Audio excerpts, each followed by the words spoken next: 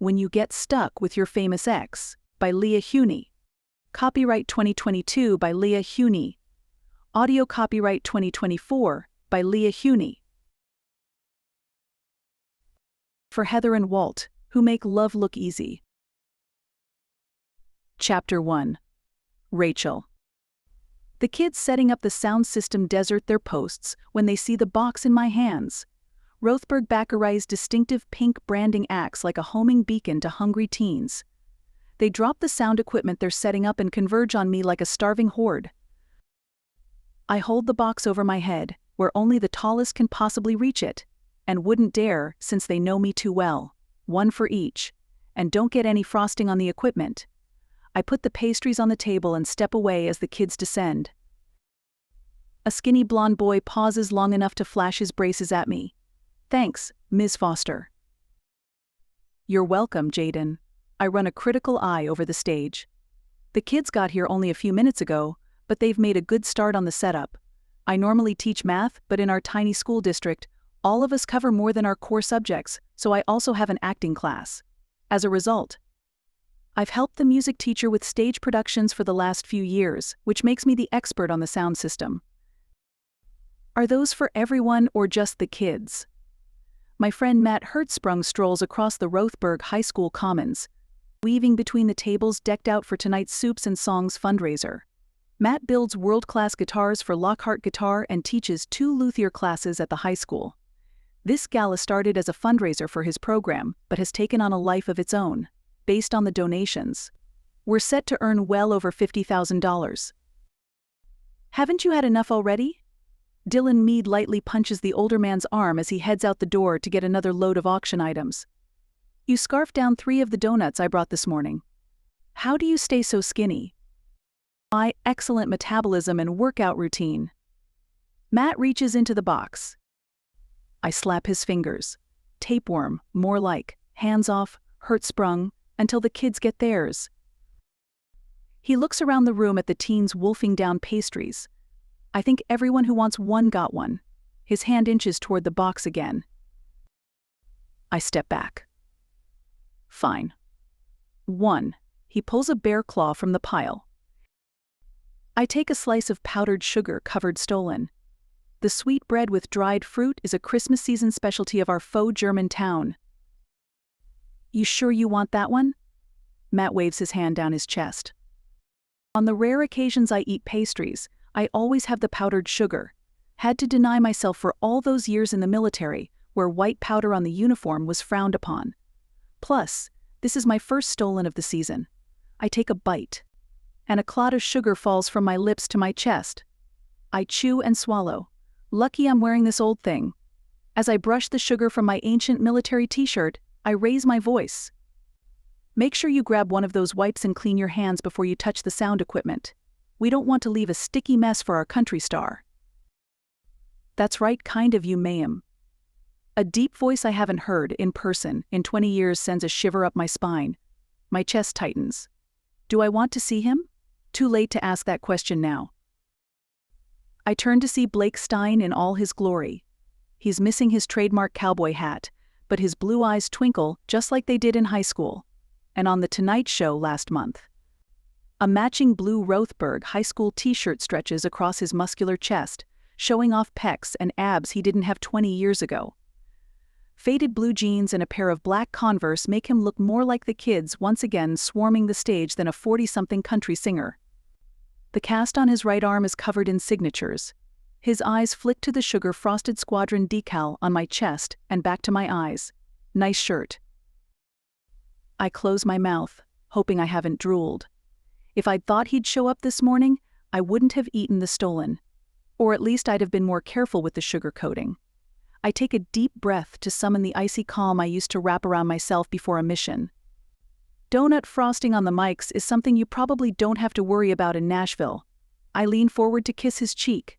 A platonic, sisterly kiss. But he throws his good arm around me and lifts me off the ground. I gasp in surprise and grab his shoulders for balance. His bulging, rock-hard shoulders. "Sure is good to see you, Ray." He sets me down after an all-too-brief squeeze. I can't believe it's been 20 years. How is that possible? I don't feel a day over 25. Lucky you. I rub the small of my back. I feel old and creaky. You want to meet your sound crew? He takes a step closer, ignoring my question. You look fantastic. His whisper rumbles through me, like velvet against my skin. He always had such a fantastic voice, as one would expect from a singer. The sound and the words make me want to melt. But I'm a 42-year-old woman. I shouldn't be swooning over a country star. In an effort to give myself some space, I put my fingers in my mouth and whistle. Blake ducks away, sticking his fingers in his ears. Yikes, woman. Warn a guy before you pierce his eardrums. That's my living you're messing with. I smile sweetly. Sorry, I thought you'd remember. I used to whistle at him whenever he was on stage. I wave at the kids, whose heads have all snapped toward me like cartoon meerkats, and raise my voice. Come meet Blake. The teens descend on us in a flurry of dropped cables and slapping tennis shoes, followed by Andrew Washington, our music teacher. I introduce them to the singer, then back away while the kids crowd around. Maybe a little physical distance will let my heart rate drop back to normal. Matt puts out a hand to stop my retreat. I didn't know he was going to come over this morning. I would have given you a heads up. I shrug. It's okay. It's not okay, but it isn't his fault. I knew I'd see Blake today, but I'd thought it would be later. I looked down at my rumpled shirt and torn jeans. Better to run into him now than tonight with 200 witnesses. Witnesses to what? I thought you were over him. I look away. I don't want to have this conversation with Blake's brother. I am over him. We dated 1 billion years ago. But he was your first love, and I'm sure his celebrity status doesn't help. Matt shoves his hands in his pockets. You can't get away. You see him on TV or hear him on the radio. I laugh. Not really. I haven't followed his career. First it was too painful. Now it's just. He's an old friend. I'm happy he's been so successful, but I haven't been pining over him for 20 years, if that's what you're implying. I've lived my life. I was married, for Pete's sake. Yeah. But there's something about that first love. He shakes his head, turning away from his brother and his throng of fans. I still stalk Judy on Facebook sometimes. You've only been divorced 2 years, and you were together for a long time. Blake and I split up in college. Not the same thing at all. One thing I've learned in my 44 years is the heart is a weird thing. I smirk. Did you get that quote from a Hallmark movie? Maybe. Probably. Matt claps me on the shoulder. I'm glad you and Blake can be friends. You're both part of my life, and I'd hate to have to keep you separate. I wouldn't do that to you. You're one of my oldest friends. And I do mean old. I throw the last bit in just to keep things light. He's only 2 years older than me. And turn to watch the kids who are now dragging Blake around the stage, showing him the sound setup. How long is he staying? They need to get their work done. Matt laughs. You're okay with him dropping by, but don't let him stay too long. He flings up both hands before I can protest. I'm kidding. You're right. The kids won't finish as long as he's here. I'll send him away. He turns, then spins back. And for what it's worth, Hallmark movies have plenty of wisdom to impart. He waves at Rob Mead, who's helping arrange the silent auction items. Can you take Blake to the athletic club? We need to get the kids back on track. Rob's eyes light up. Does he lift? He looks like he does. I haven't had a decent partner since I came back to Rothberg. Dylan's not up to my weight. He heads across the room toward the stage. I raise my voice. He's not going to lift much with that cast. Rob gives a thumbs up over his shoulder as he approaches the stage. Bulging muscles are part of his job description. Matt flexes his wiry arms. It's why Blake made it big, and I didn't. I roll my eyes. That, and the fact that you decided you prefer making guitars to playing them. Matt winks. Why do you think I decided that? Getting buff was way too much work. Not all country stars are buff. Matt raises his eyebrows at me. Would you care to offer some proof of that statement? I bite my lip, trying to think of a scrawny one. Maybe I'm wrong. Ha. Matt flings up a fist, looking around for anyone to acknowledge his success. No one notices. Just my luck. Rachel Foster admits she's wrong, and there's no one to hear it. I'm happy to admit when I'm wrong. It just doesn't happen very often. I smirk. Now that Rob is luring the celebrity away, I'm going to get those kids back to work. I point at Matt as I back toward the stage, keeping Rob and Blake in view as they depart. Don't touch my donuts, Matt Hertzsprung. Blake stops at the door and turns, catching me watching. He tosses a jaunty salute in my direction before following the younger man through the door. My breath catches in my throat as a wave of something. Nostalgia, maybe? Certainly not desire. Washes over me. Then I stiffen my spine and turn back to the stage. Chapter 2. Blake. My heart jitters in my chest, rattling against my ribs like it does when I step onto a stage. After decades of performing, I still get nervous. And apparently seeing Rachel Foster has the same effect. Her blonde hair may be shorter, but in her sugar-frosted t-shirt, she didn't look much older than the last time I saw her. As Rob Mead and I cross the plaza in front of the school, I suck in a deep breath to steady my nerves. I guess we'll have to focus on leg work with that cast on your arm. Rob beeps open a shiny black Tesla and gestures to the passenger door. It's definitely put a crimp in my life. Nice ride. I slide into the car and admire the long sunroof, the massive center display, and the comfortable seats. I've been thinking of getting one. How's the sound? He demonstrates the excellent sound system on the 2-minute drive to Matt's house to pick up my gear and the 5 blocks to the big, timber-framed building on the outskirts of town. The Copper Butte Athletic Club dominates the front corner of the Silver Pine property. According to the signs, the campus also houses a brew pub, a spa, and a high-end sportswear boutique, in addition to the resort hotel with conference rooms and rustic-looking chalets. It's changed a bit from the small motel I remember. As we stroll inside, a pretty blonde girl behind the counter waves, and her eyes widen. Over the years, I've gotten used to the attention. Even in Nashville, the mecca of country music, I'm routinely recognized on the street. I smile. Mr. Mead. The girl hops off her stool and flutters her eyelashes. She barely glances at me. We thought you'd gone back to Portland. I haven't seen you in weeks.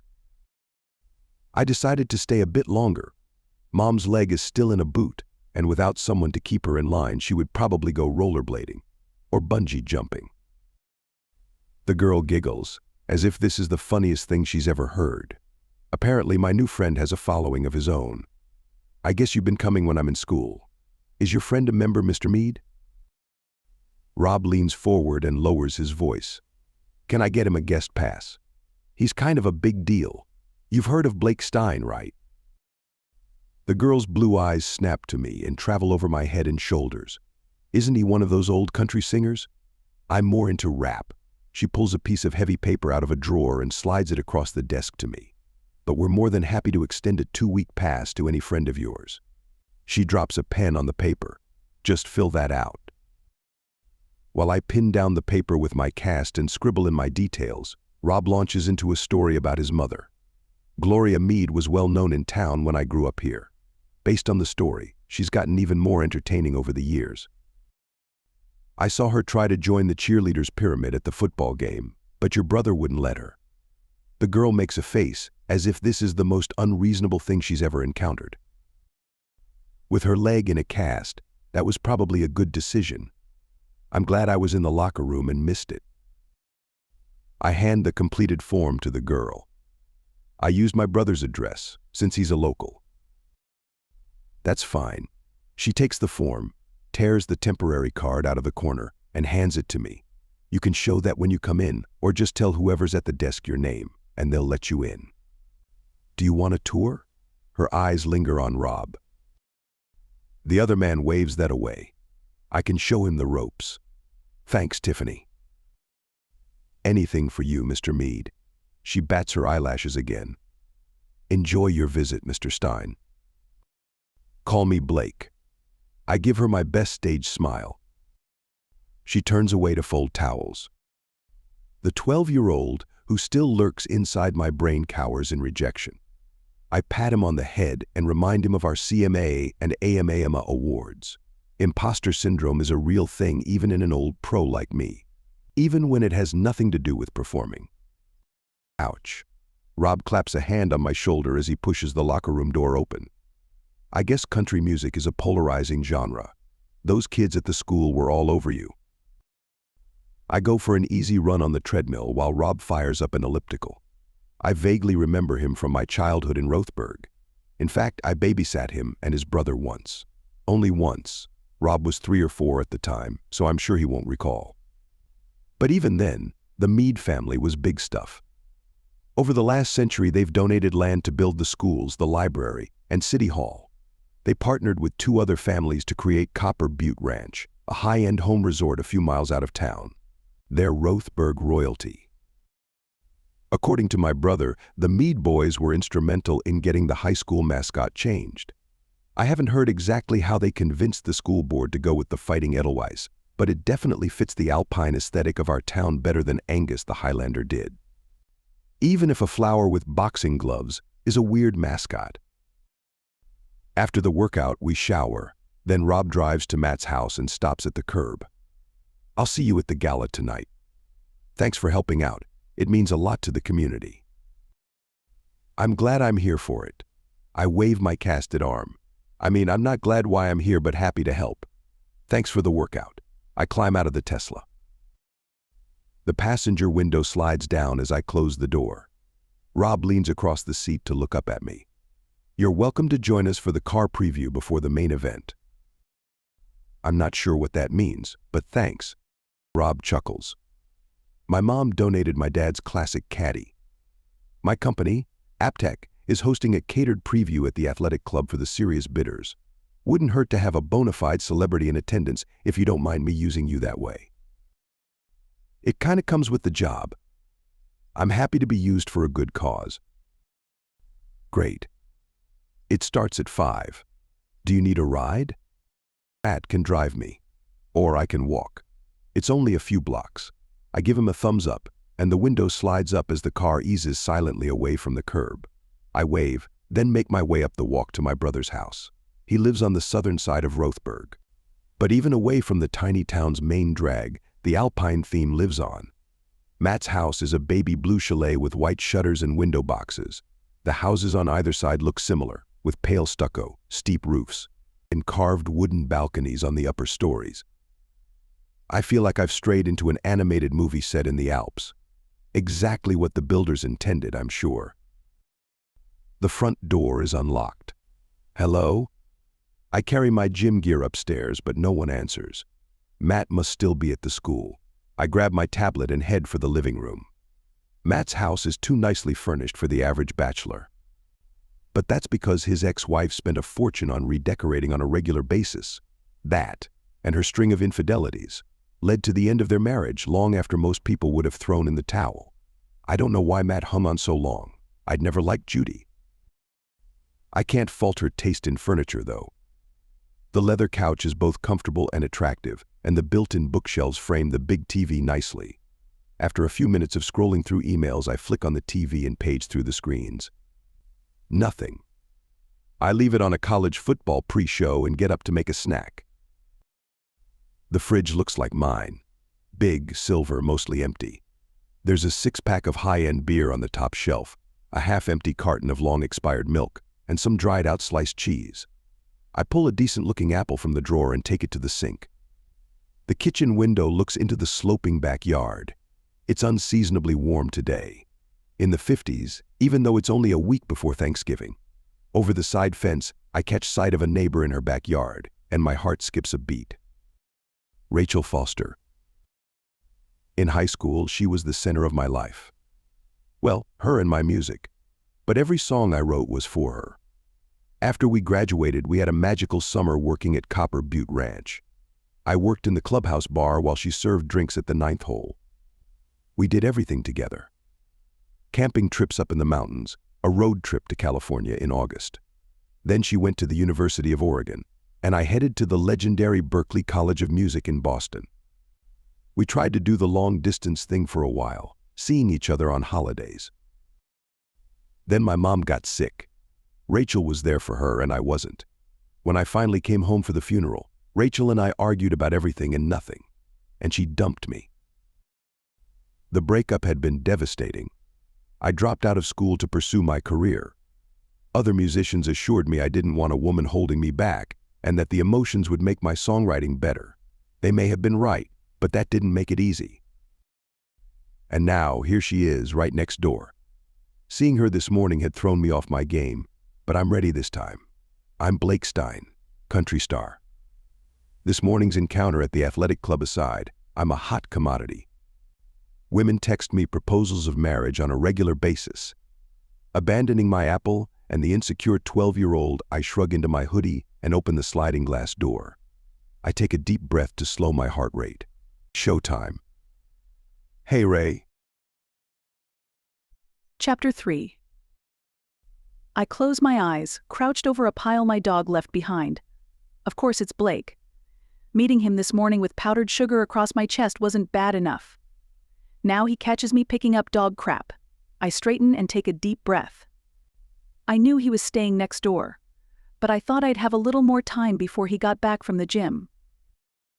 As I turn, my eyes catch on the plaster sticking out of his hoodie sleeve and realization settles in. With that thing, there aren't a lot of options for working out.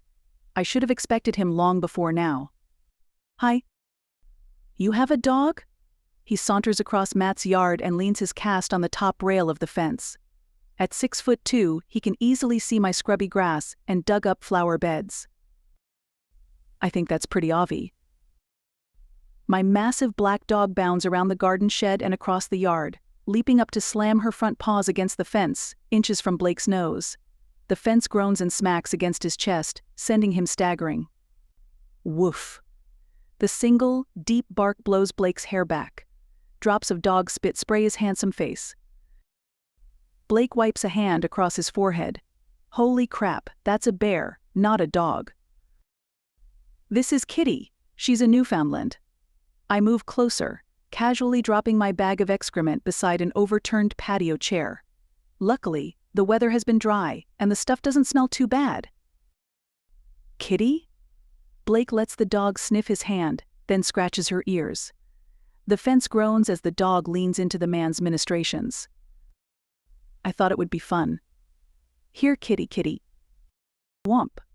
The dog pushes away from the fence, shoving it against Blake's chest again, and hurries to my side. Good girl, kitty. I squint up at Blake, the sun behind him creating a halo glow around his head. If you want to pet her, you should probably come over here, so she doesn't destroy the fence. I point. There's a gate. I don't want to intrude.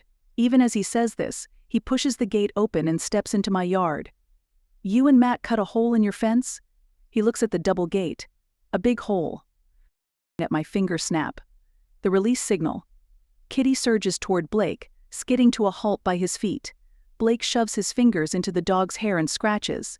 She leans against his well-toned thigh, and the thick black tail thuds against the ground. I pick up my bag of dog poo and take it to the garbage can on the far side of the house. We have a lot of friends in common. When I bought this place 10 years ago, we decided it would be more fun to have parties together. We can fold those panels back, and people can move back and forth freely. How'd Judy take that? I roll my eyes. The scorpion didn't care for it. She always thought there was something going on between us. I guess we all tend to judge others by our own behavior. I glance at Blake. You want some lunch? I'm betting there isn't a lot to eat over there. Without waiting for a reply, I head into the house. He follows me through the sliding glass door, with Kitty at his side. When he takes a seat at the table, the dog leans against his leg, adoration oozing from her big eyes. Blake resumes scratching her head, and the dog sighs and puts her chin in his lap. Traitor. I wash my hands and pull a bowl from the fridge. Chicken soup? It's leftover but homemade. Blake's heart-stopping smile beams. Sounds fantastic. I'm not much of a cook, so I eat a lot of takeout. A lot. It seems to run in the family. I jab a thumb toward Matt's house. Your brother lives on pizza and the Trader Joe's frozen section, especially now that Eve is away at college, plus what he can scam from me. Yeah, that's one of the reasons I came home. He pats the dog's side, then slowly pulls his leg out from under her. She sighs again, this time with resignation, and drops to the floor. Blake moves around me to wash his hands. Judy moved out 2 years ago. But he doesn't seem to be getting over her. I raise my eyebrows at him as I pour soup into smaller bowls. I think he's doing pretty well. The first few weeks were okay. He held it together for Eva. But when she went away to college, he flip-flopped between wallowing in self-pity and raging against the world. Luckily, school started pretty soon after that. And he had to get himself together to work with the kids. I'd say he's doing fine now. He seems mopey every time we talk on the phone. Lonely, when he waves his casted arm, made me cancel some concerts. I figured I'd come home and check in. I shove a bowl into the microwave and turn to face him, arms crossed over my chest. You haven't been home in the 10 years I've lived here. Suddenly, you're the concerned brother. His face flushes. I've been here.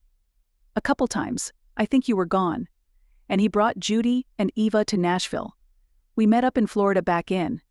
He trails off as if realizing these arguments aren't helping him. Florida was 5 years ago. Long before the scorpion walked out, I spin away to pull a roll from the bag on the counter. You want butter? Of course, he catches the roll I toss at him. We've both been busy. And Judy was always so. He squirms but doesn't elaborate. He doesn't have to. Matt's ex-wife flirted with every male she met. It was like an uncontrollable impulse. Based on what Matt hasn't said, she did more than flirt a few times. Judy's been gone for 2 years. I'm not letting him off the hook. Matt could have used his little brother's support when it happened. I asked him if he wanted me to come home. The microwave dings, and he pulls it open. Careful, that's hot. I throw an oven mitt at him. It bounces off his broad chest, but he catches it in his good hand before it hits the floor. Thanks. He puts the soup on the table while I shove the second bowl into the oven. We work together as if we've been fixing lunch in the same kitchen all our lives. The years have disappeared, and we're back to the Blake and Ray from so long ago. I hand him the butter dish and wave at the table. Go ahead and get started. You don't want it to get cold. He pulls the vented cover from the bowl and stirs. I'll wait. He fiddles with the spoon. Do you really think Matt is okay? I think he's fine. I lean against the counter watching. Like I said, it was ugly for a while, but he's good. He even went on a date. Blake's head pops up, his blue eyes pinning me. Really? When? Who? How'd he meet her? I laugh. You sound like Mrs. Branson over at the mill. She's always got to know everything. I remember her. Didn't she work for the lawyer? Mr. Mueller? Yeah. I think she's worked a lot of places, but I'm not sure she gets much done. I pull the second bowl of soup from the microwave and join him at the table. It was a woman from Bend. They met online and had coffee. Once. He decided he wasn't ready. Blake blows on his soup, then tastes it. This is good. You always were a good cook. But no noodles. And you aren't eating any bread. Have you gone keto on me? I'm careful with carbs. We eat in silence for a while. I surreptitiously watch him. He looks older, obviously. But in that unfair way men get more distinguished as they age. His wavy brown hair shows no signs of thinning or graying. The faint wrinkles around his eyes give him an outdoorsy aura that looks so good on album covers, as if he's been squinting across a cornfield while holding a guitar in the back of a pickup truck. As one does. I snort. What's so funny? Blake smears butter on a chunk of his roll. Nothing. It's weird seeing you here. Here in Rothberg or here in your house. He pauses with a piece of bread halfway to his lips. His perfect lips. I look away. In my house. This is my adult life, and you're part of my childhood.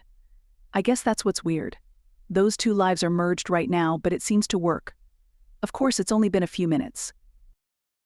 He looks at his smartwatch. It's been 3 hours since we met over the donut box this morning. Not that I'm counting. and this is much better than the last time. I wince. The last time we saw each other in person was for his mother's funeral. Blake and Matt's mom had always been more nurturing than mine, and I'd become a part of the family. That summer before my sophomore year of college, Mrs. Hertzsprung got sick, a fast-growing brain cancer. I spent as much time with her as I could, but Blake did an internship in Nashville. I kind of took my loss out on him when he finally showed up the day of the funeral. Okay, not kind of. I definitely took it out on him, and I dumped him. Much better. I get up and take his empty bowl to the sink. Thanks for lunch. Blake stands. What are you doing for the rest of the day? Well, there's this big deal going on at the high school. I wring out a dishcloth and toss it at him. Wipe the table, will you? Sure. I heard about that. Some musician is coming. You think he's any good? He swivels away and leans over the table to wipe it clean, unintentionally giving me an excellent view of his butt. It does not disappoint. I shake my head, even though he can't see it. I guess he's okay if you like country. He straightens and turns back to me. Do you? Still like country? Have you listened to any of my stuff? I look away from the sudden intensity in his eyes. Why does he care? 1,000,000 years ago, he wanted my opinion on every song he wrote, but he's been writing and singing, very successfully, without my approval for years. Why do I feel like he's desperate to know the answer to this question? I've heard most of it, and yeah, it's not bad. I pause for effect. For country. He blinks, and the intensity disappears. He hands me the dishcloth with a chuckle.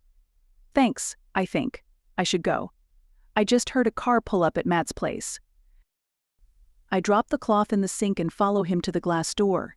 You still have Vulcan hearing. Acute hearing is useful to singers. He pauses by the open door, his hand on the jamb. Cool air blows into the house, giving me goosebumps. You'll be there tonight, right? His deep voice gives me different goosebumps. Of course. I have to support my friend Jamie. She's responsible for the auction. I guess that country star isn't a big deal, after all. A hint of a laugh lurks under the flat words. Maybe I'll see you there. Maybe you will. He gives Kitty one last pat, then saunters across the yard. This time I'm quite sure he knows I'm watching his butt. Chapter 4.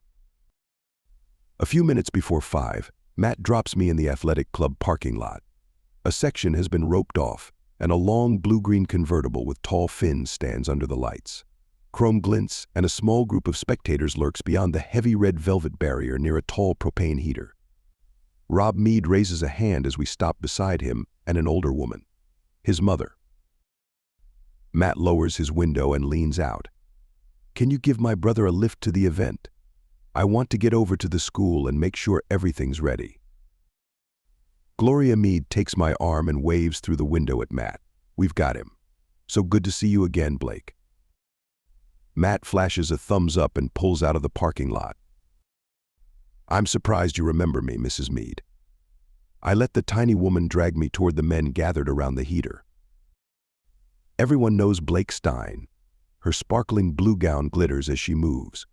But I remember the time Blake Hertzsprung fell off the stage at the elementary school performance. You must have been about 7. An echo of embarrassment washes over me, and I close my eyes for a second until it disappears. My first big performance. I had a solo and got too close to the edge. It's a wonder I ever performed again. She pats my arm. That's when we knew you'd be a star. You jumped right up, flung up your hands like an Olympic gymnast, and took a bow. Then you climbed back up and sang your heart out. I think I still have the Zeitung clipping somewhere. They always covered the big events. That picture was amazing. I don't know how the photographer caught me mid-fall. My mom put it in a scrapbook. I lean closer. Whatever you do, don't share that with the press. No one's found it. Yet.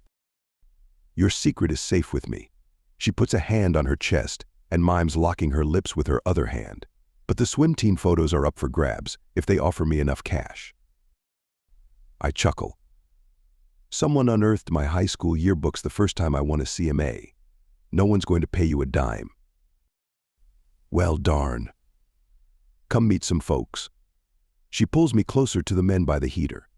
It's surprisingly warm for November, but the temperature is dropping fast. And the guys in suits huddle close to the warmth. Gloria interrupts a conversation between the men and a stunning blonde in a brilliant green dress. Blake, this is Lydia Marquez. She does PR for Lockhart. Lydia, would you introduce Blake to the Lockhart contingent? The woman looks me over like I'm a designer handbag on sale and licks her lips. Of course. She turns to an older, barrel-shaped man. Mr. Lockhart, have you met Blake Stein? Blake, this is Lorne Lockhart, the CEO and founder of Lockhart Guitar. Lockhart puts out the hand not holding a cigar. Blake Stein, why don't you have one of my instruments? I grip his hand with my uninjured left and an apologetic grimace. Actually, I have 3 Lockharts, sir. I nod at the other men moving in. Based on the way both Lydia and Lockhart ignore them, they must be officers in the company. I bought an L series with the royalties from my first gold record. Those are off the rack. He waves the cheap cigar around, and the sickly sweet stink clogs my nose. We should see about doing a custom job for you. Can't have Rothberg's homegrown star playing an inferior instrument. He turns to a man beside him. Get his contact information. Signature artist program. We can have him out to the factory next week. I hand the man a business card with a smile, playing the game. I reached out to Lockhart when A Fine Day started climbing the charts, but they weren't interested in their homegrown star back then, and I had to settle for one from their regular collection. His sudden desire to recruit me for their special program probably has more to do with their current signature artist's recent fall from grace and my easy proximity than anything I've done. Gloria rescues me from the conversation. I just need to borrow Blake for a second. She doesn't wait for a response but drags me around the back of the car. Lorne has gotten way too big for his britches.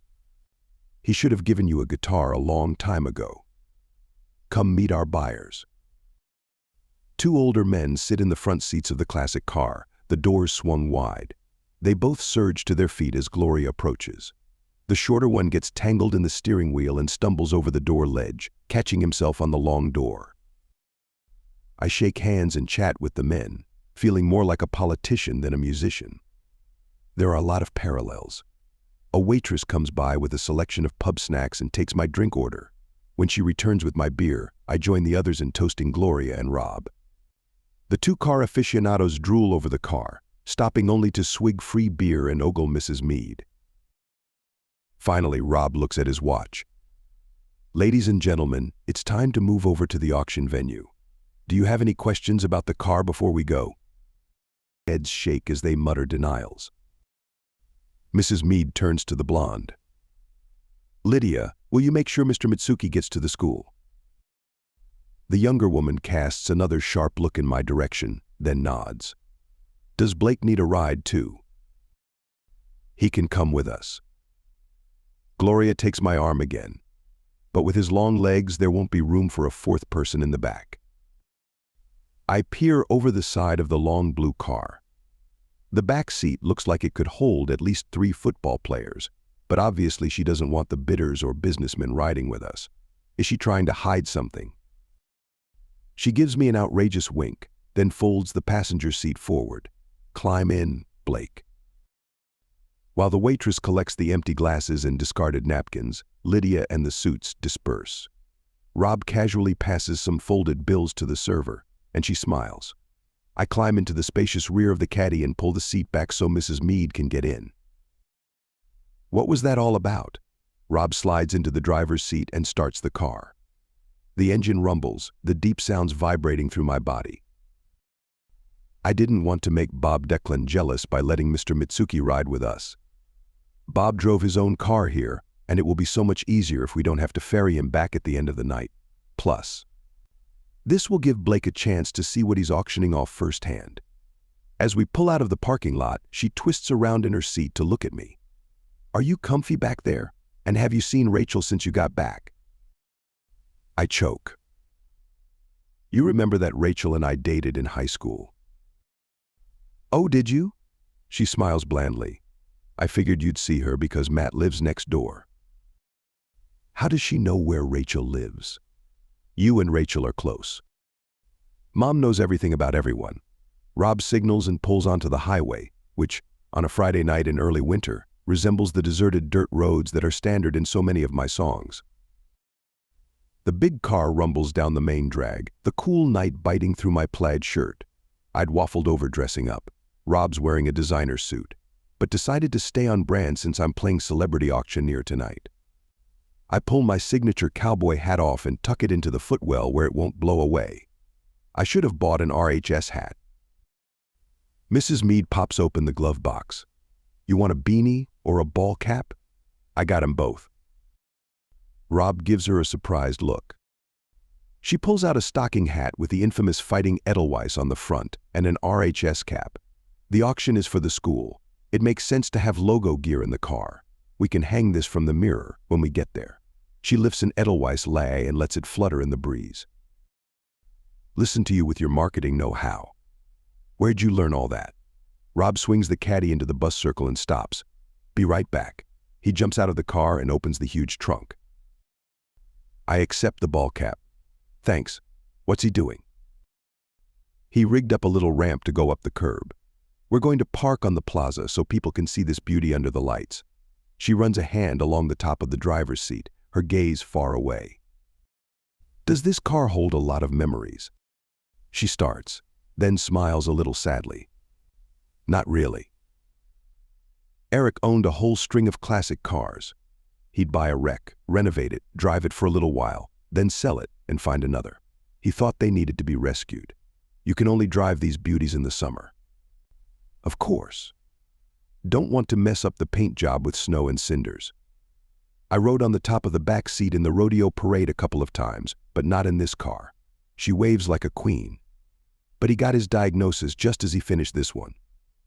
So we didn't really get to enjoy her before he was too ill to drive. Rob gets back into the car. You sure you don't want to keep it, Mom? Oh, no. I'd never drive it. I like my heated seats. She runs a finger along the dash. But it's a little bittersweet. That's why I wanted to sell it at the auction. Eric would want it to benefit the school. Rob guns the engine, then eases the car up the ramp. Like birthing the Queen Mary. We drive around the circular plaza and stop in the center, facing the ramp, next to another set of roped stanchions. Rob turns off the engine and gets out. Let me get your door, Mom. Mrs. Mead waits while he walks around the front. He helps his mother out, then folds the seat forward. You need a hand. I grab my cowboy hat and settle it on my head. I'm good. Is the party already started? I climb out of the car. The seat is deep, and with only one good hand to push, I struggle a bit. I think they're still setting up, but you can go in. Rob shuts the car door, then grabs one of the stanchions. I'll be in as soon as I rope off the car. Mrs. Mead takes my arm but looks at her son.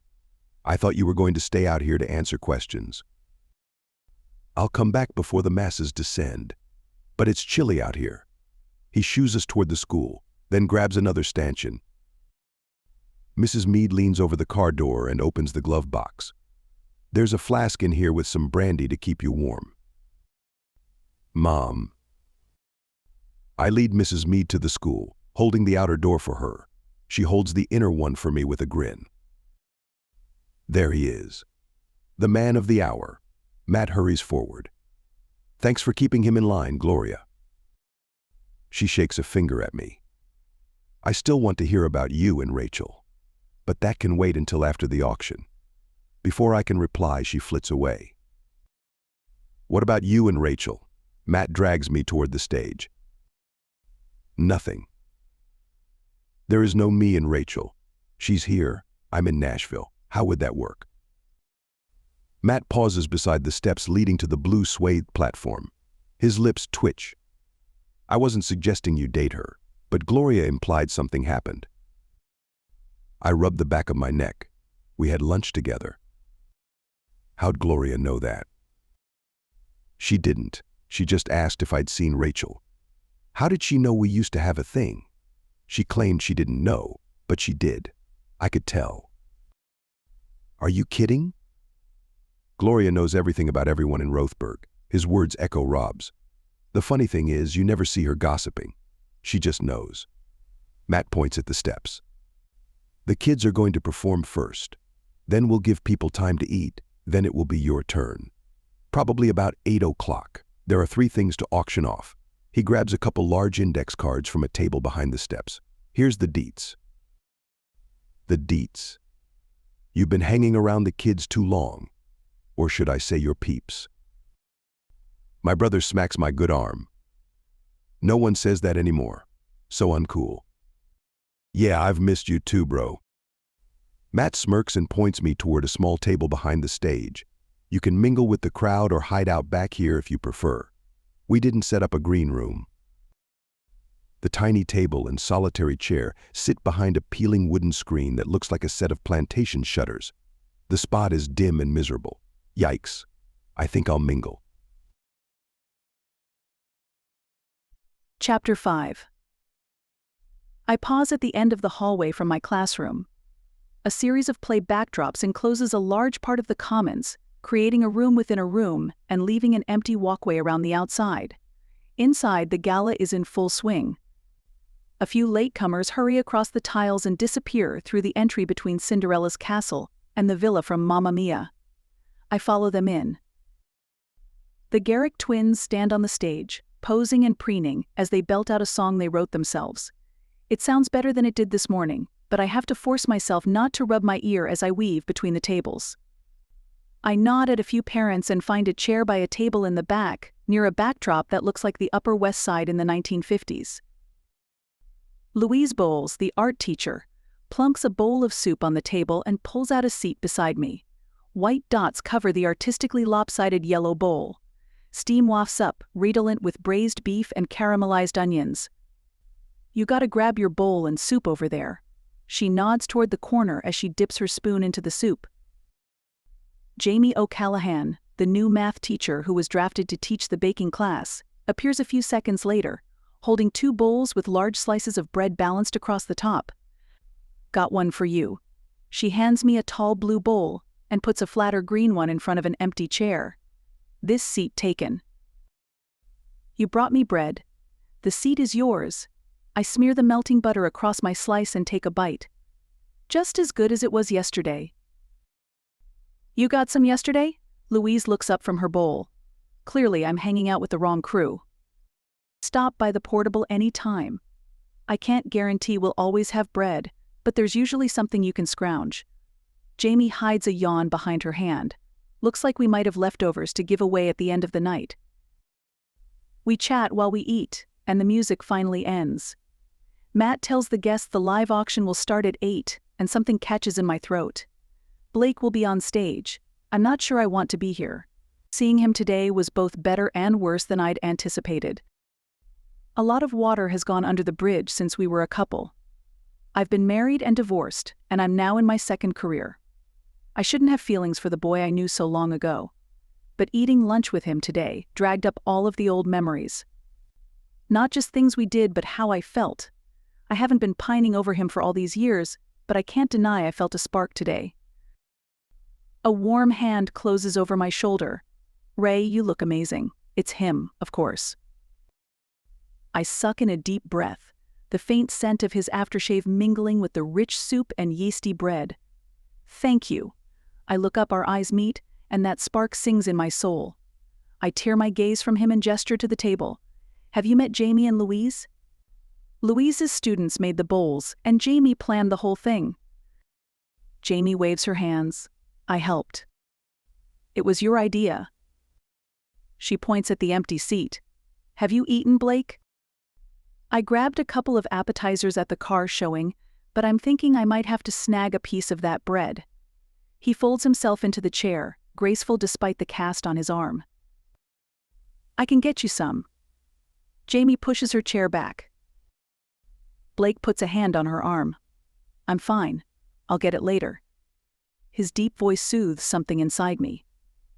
Besides, I'm sure Ray won't want to eat that whole thing. She watches her carbs. I snatch up my bread. You put one finger on my bread, and your other arm will be in a cast, Hertzsprung. I skipped the carbs at lunch so I could eat them now. Well, that and the stolen this morning. Jamie gazes across the room, then crooks her fingers at someone. While Blake asks Louise about her ceramics class, one of the freshmen hurries toward us, dodging well-dressed guests and carrying a plastic-wrapped package. "Did you want a loaf of bread, Miss O?"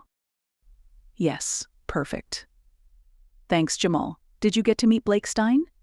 The boy gibbers at Blake, who responds with warmth, putting him at ease. They pose together for a couple of selfies. Jamal taps a quick text, then slides the phone into his pocket. "Thanks, Mr. Stein. My mom's going to be so bummed she missed you." "She's not here?" Blake looks around the room, as if he'll recognize the woman. "No, she had to work." The boy pulls the phone back out and shows it to Blake with a scowl. "Look, she gave your picture more hearts than she ever sends me." We laugh. Jamal takes one more selfie, in which both he and Blake stick out their tongues. Blake takes the phone and types in something and hands it back to the boy. "Where does your mom work?" "She's a cashier at Helmut's." "Is she working this week? Maybe I can stop by to pick something up." The boy's eyes go wide. While he scrolls through his phone, muttering about his mom's calendar, Jamie unwraps the plastic and pushes a loaf of bread toward the singer. "It's not sliced, so you'll have to break a chunk off." She holds the loaf so he can rip a piece off the end. "The way God intended. You're clearly the one to hang out with." He slathers half a stick of butter on the bread and takes a bite, rolling his eyes dramatically, then speaking through the mouthful. "This is seriously good stuff." "She's working 7 to noon on Sunday, then 9 to 5 on Monday." Jamal puts his phone back into his pocket. "She'd be so stoked if you came in. I won't tell her, though, in case you can't make it." He's clearly been disappointed in the past. Blake smiles. "It'll be more fun if it's a surprise. Tell you what, I'll text you and meet you there so you can take pictures. Give me your number." While they exchange numbers, I stare at Blake. He's always been thoughtful, but to give his phone number to a random kid. I know Jamal won't abuse the privilege, but Blake doesn't know this kid from Adam. I can't begin to imagine what some people might do to get Blake's number. "And whatever you do, don't share my digits with them." Blake points across the table at me, Jamie and Louise. "They seem kinda shady. Like they'd sell it to the paparazzi." Jamal jumps to our defense. "They wouldn't." Matt appears behind his brother, interrupting the laughter. "Blake, it's showtime." "Cool." Blake picks up his hunk of bread and rises. He nods to Jamal. "See you tomorrow." He winks at me, then follows Matt toward the stage. If I'd told my daughter I was going to have dinner with Blake Stein tonight, she'd called me a liar. I should have had Jamal take a picture for me, too. Louise pushes her chair away from the table and pulls out a lacy fan, although I wouldn't mind a shot from here, either. "That man has one fine butt." She snaps the fan open and waves it vigorously. "Louise." Jamie darts a look at Jamal. The boy rolls his eyes. "That's what my mom says, too." "Ugh." He shakes his head and hurries away. Dylan Meade steps up to the microphone and introduces himself. Jamie gets up and scurries away. She and Dylan dated briefly, then broke up, so she probably doesn't want to see him on stage. It's like poking a wound. Kind of how I feel about seeing Blake up there. Or used to. I'm well over him now. While Dylan talks about the event and who helped with it, my attention strays to Blake. He stands in the shadows beside the stage, head up, eyes closed. He rolls his shoulders, and his chest rises and falls with deep breaths. It looks a lot like the pre-show ritual he used to follow as a teen. I can't believe a star like Blake would need a calming routine before taking the stage at his old school. The crowd cheers and I jerk back to the present. A few people are on their feet, and Dylan stares across the room toward Jamie. Her eyes glisten, as if with tears. I lean toward Louise. What did I miss? Her eyes go from me to the darkness beside the stage. Is it true you and Stein used to be a couple? She nods, as if the question is rhetorical. Interesting. Not really. She plays with her bowl, turning it a precise quarter circle at a time. If I had a rich country star in my pocket, I'd be out of here. Build myself a little studio and spend my time creating art that I don't have to market to stay alive. She glances at me from the corner of her eye. Not me. No way I'm depending on a man to take care of me. I can take care of myself. I gesture at the stage drops arranged around the room. Besides, I love teaching. I'm not going to abandon RHS for a man. On stage, Dylan clears his throat and gestures toward stage right. And now, without further ado, I'd like to introduce our auctioneer for the evening.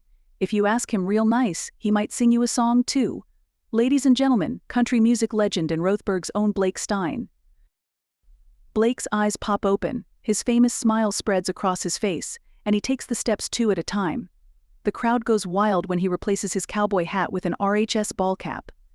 After thanking Dylan and the other organizers, he launches into a funny story about a road trip to California.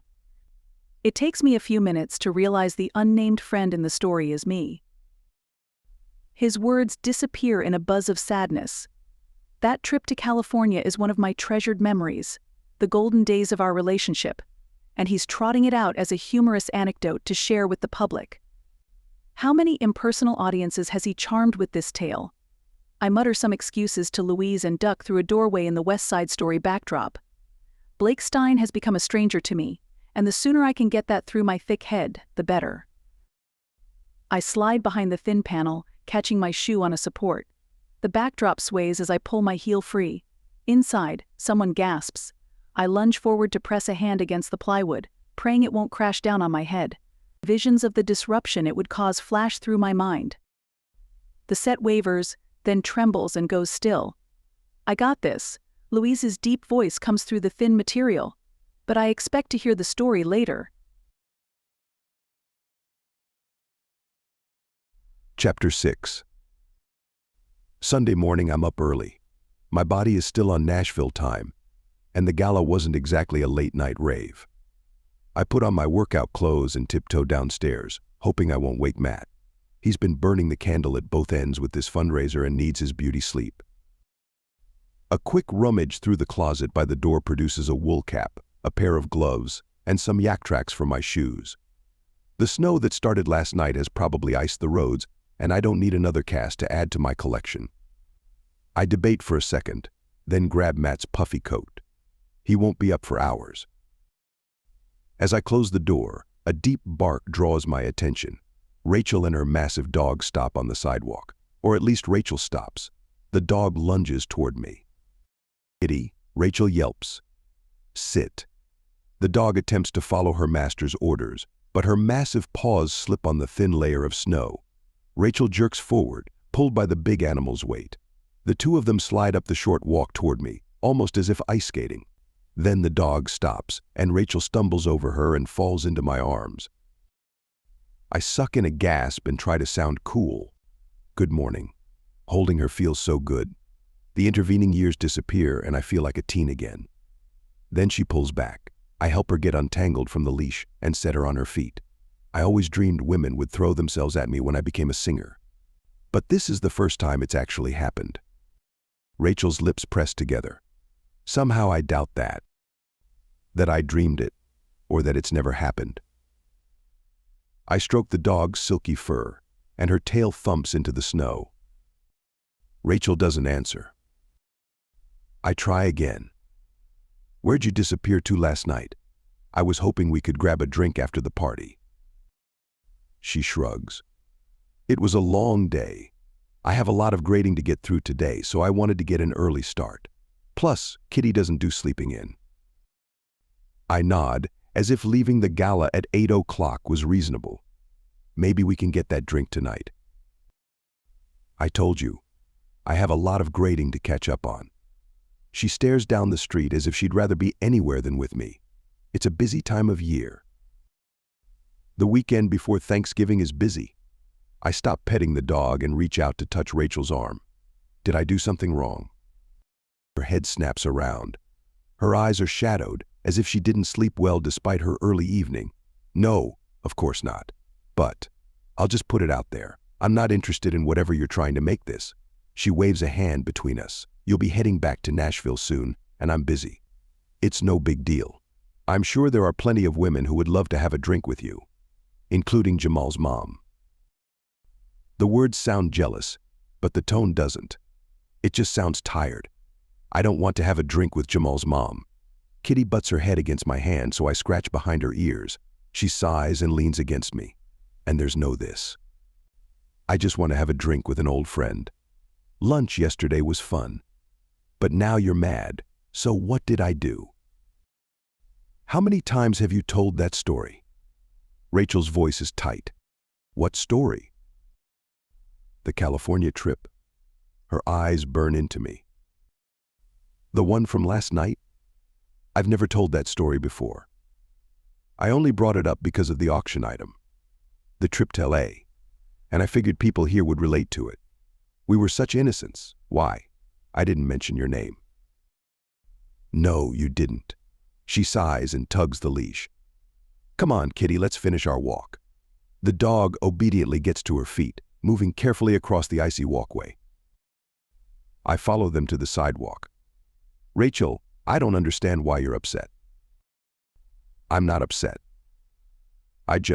That trip was ours. It was special, and to think you've been using it as part of your act. No, I haven't. Last night was the first time.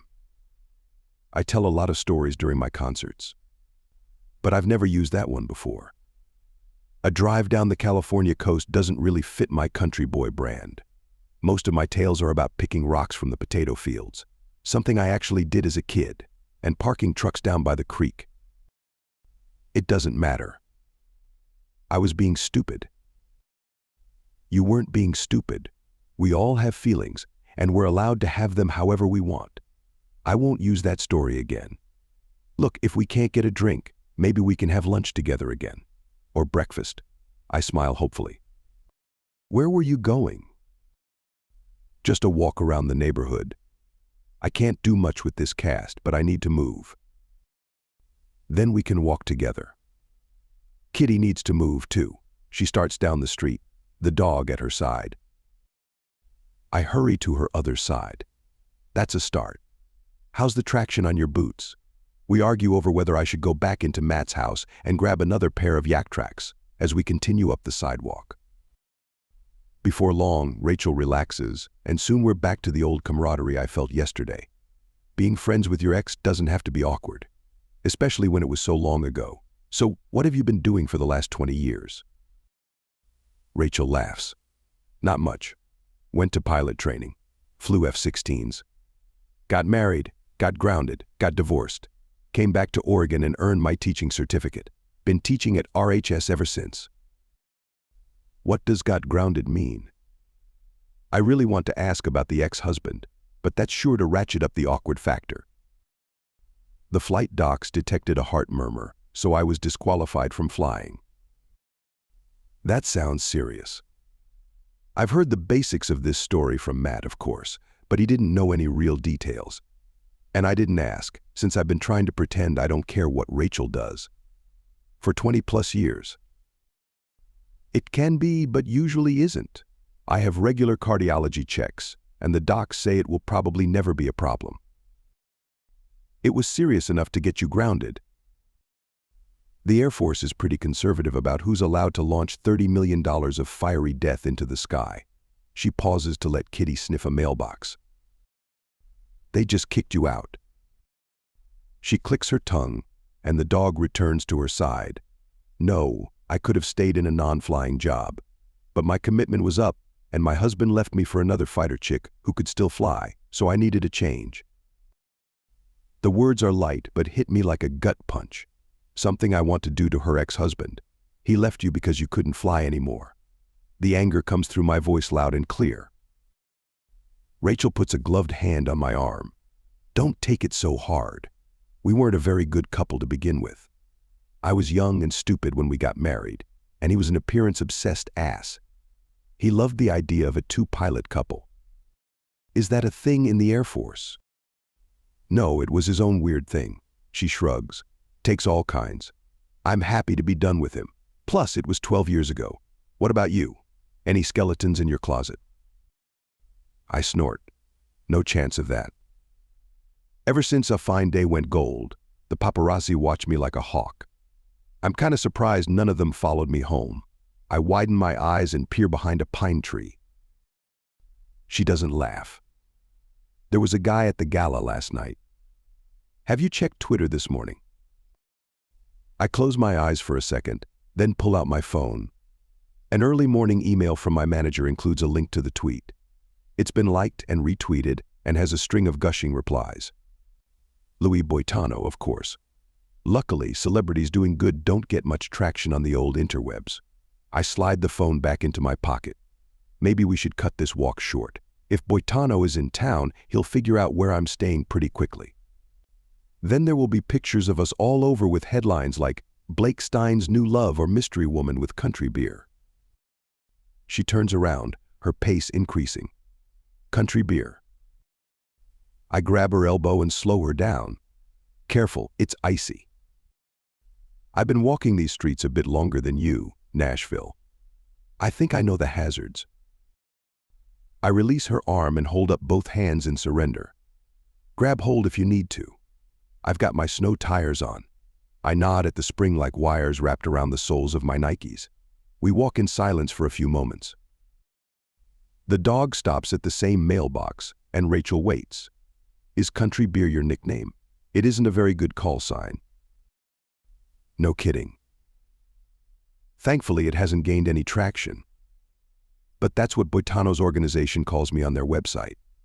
I guess in their mind, Stein means beer. The rest of the world calls me the Velvet Drawl. You do have the voice for it. She stops in front of Matt's house. Thanks for the company. Maybe I'll see you around the neighborhood. I scratch Kitty's ears, and she leans against my leg. Are you sure we can't grab a drink tonight? Or dinner? Talking with Rachel has been a balm to my soul. Spending time with someone who knew me before I was famous, who likes me because I'm me, not the Velvet Drawl, is exactly what I need. Who am I kidding? I don't want to hang out with some random childhood friend. I want to spend time with Rachel. The one thing the last 2 days have confirmed is that she and I work. We click in a way I've never clicked with any woman since. And I want more of that. It isn't physical, although she definitely ignites a reaction in my body. But even if she just wants to be friends, I'll take it. I need more Rachel Foster in my life. I told you. I'm grading papers. She tugs on the dog's leash. The big black fur ball gets to her feet, giving me a soulful look. I see you have another fan. What can I say? The ladies love me. Behind Rachel, a huge calico cat paces from behind the low hedge separating the next yard from Rachel's. It looks at Kitty as if daring her to chase. Watch out. Rachel glances over her shoulder. That's just Alf. He's not a problem. Kitty walks up to the cat, and they touch noses. Kitty licks the side of the cat's head, which he endures with a long-suffering air. He? I thought calicos were female. Most of them are. But Alf is the exception. Is he yours? She shakes her head, then clicks her tongue. The dog stops grooming the cat and follows her master down the sidewalk.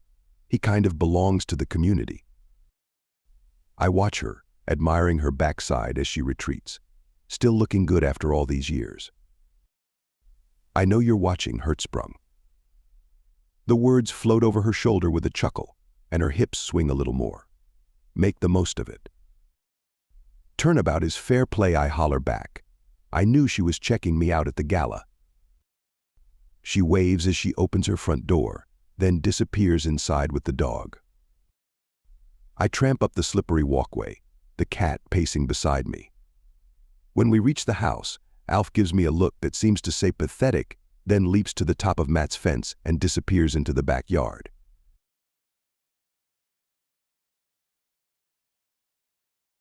Chapter 7. That afternoon, Kitty and I walk out to the mailbox. It's one of those tall community affairs, with dozens of letter-sized compartments and a few bigger boxes for packages. As I return to the house, Matt puts a pair of guitars in his car. What are you doing with those? I follow him up the walk to his front door. Blake bought them at the auction, but we're returning them to their makers this weekend. Returning them to their makers? I pause on the front step, peeking into the living room. There's no sign of Blake. You make it sound like they're going to sleep with the fishes. He laughs and grabs another guitar and a ukulele from the couch. No! These were made last year by kids who couldn't afford the fees. We usually sell them to pay for the materials. We had half a dozen at the auction on Saturday. But that's why we wanted to raise money, so the lower-income kids can keep their instruments. Blake bought the whole lot and we're going to take them to the kids' houses to see if they want them. My heart goes kind of gooey, like a chocolate bar left in the sun. Blake may be a big-time success, but he has a heart of gold. That was really nice. With the bonanza Gloria's car brought us, we won't have to sell student guitars anymore, unless the kids want to. Blake wanted to make sure last year's kids got the same deal. He's a good guy. And he can afford it. Matt stows the ukulele next to the 3 guitars on a blanket in the back. What's up with you and Blake? Nothing. I press my lips together, hoping he'll get the hint. He doesn't. Something is. He was super stoked to see you on Saturday, but he's been kind of grumpy today. I shrug with faux nonchalance. We walked together this morning and everything was fine. I mentally cross my fingers since my hands are full of mail. I wasn't sure he was even still here. Matt's eyes narrow. He's here, all right. He was stomping around like a caged animal until I sent him off to Helmut's. It was so bad I couldn't focus on Nika Holmes. He wasn't like that yesterday. He points at me. And you're the only reason I can think of. Wow. If he distracted you from your Hallmark Channel girlfriend, it must have been bad. I roll my eyes. I told him I didn't want to go out with him. We live in different worlds.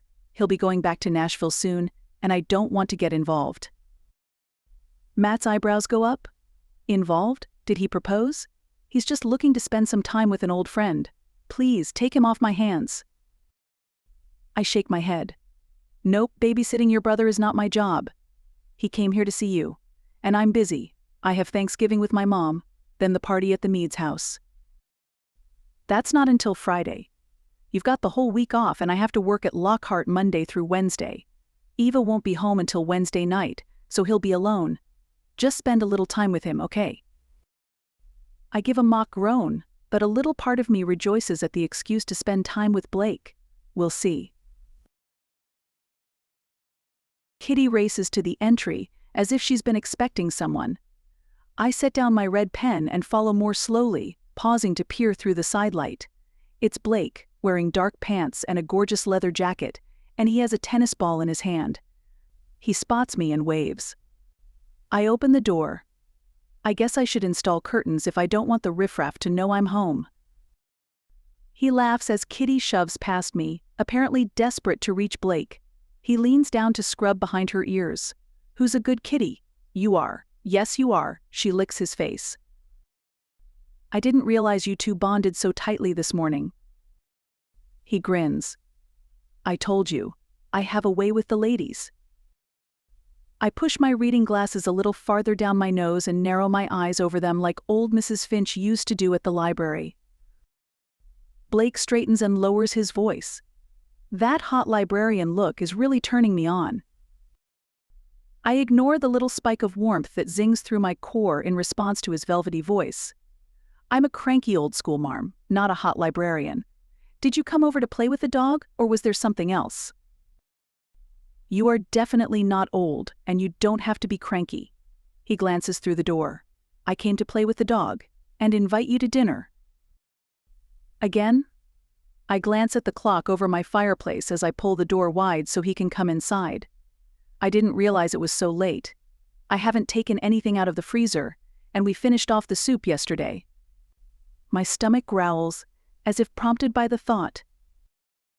Just dinner with an old friend. I have no ulterior motives. He steps into the house, bringing the dog with him. Fine. I need to change clothes. I gesture toward the family room as I start up the stairs. You can wait in there. Kitty barks once, loudly. Or go out back if you want.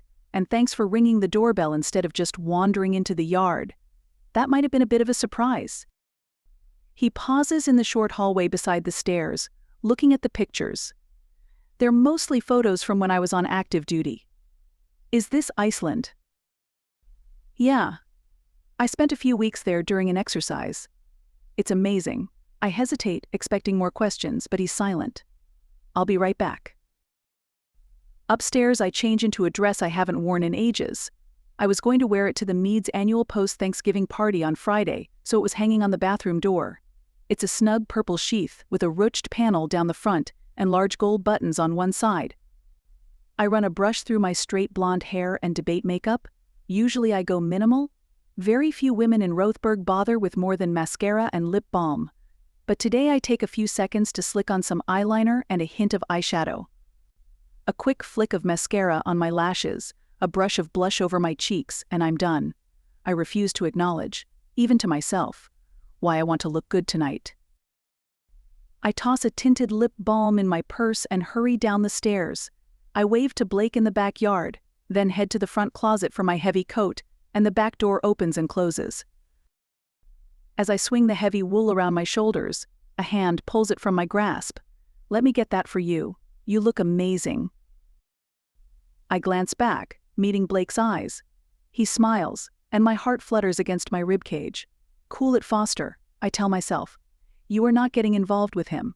Again, I slide my arms into the sleeves, and he settles the coat across my shoulders. His hand slides slowly down and rests against the small of my back like it belongs there. "Nice move, Hertzsprung."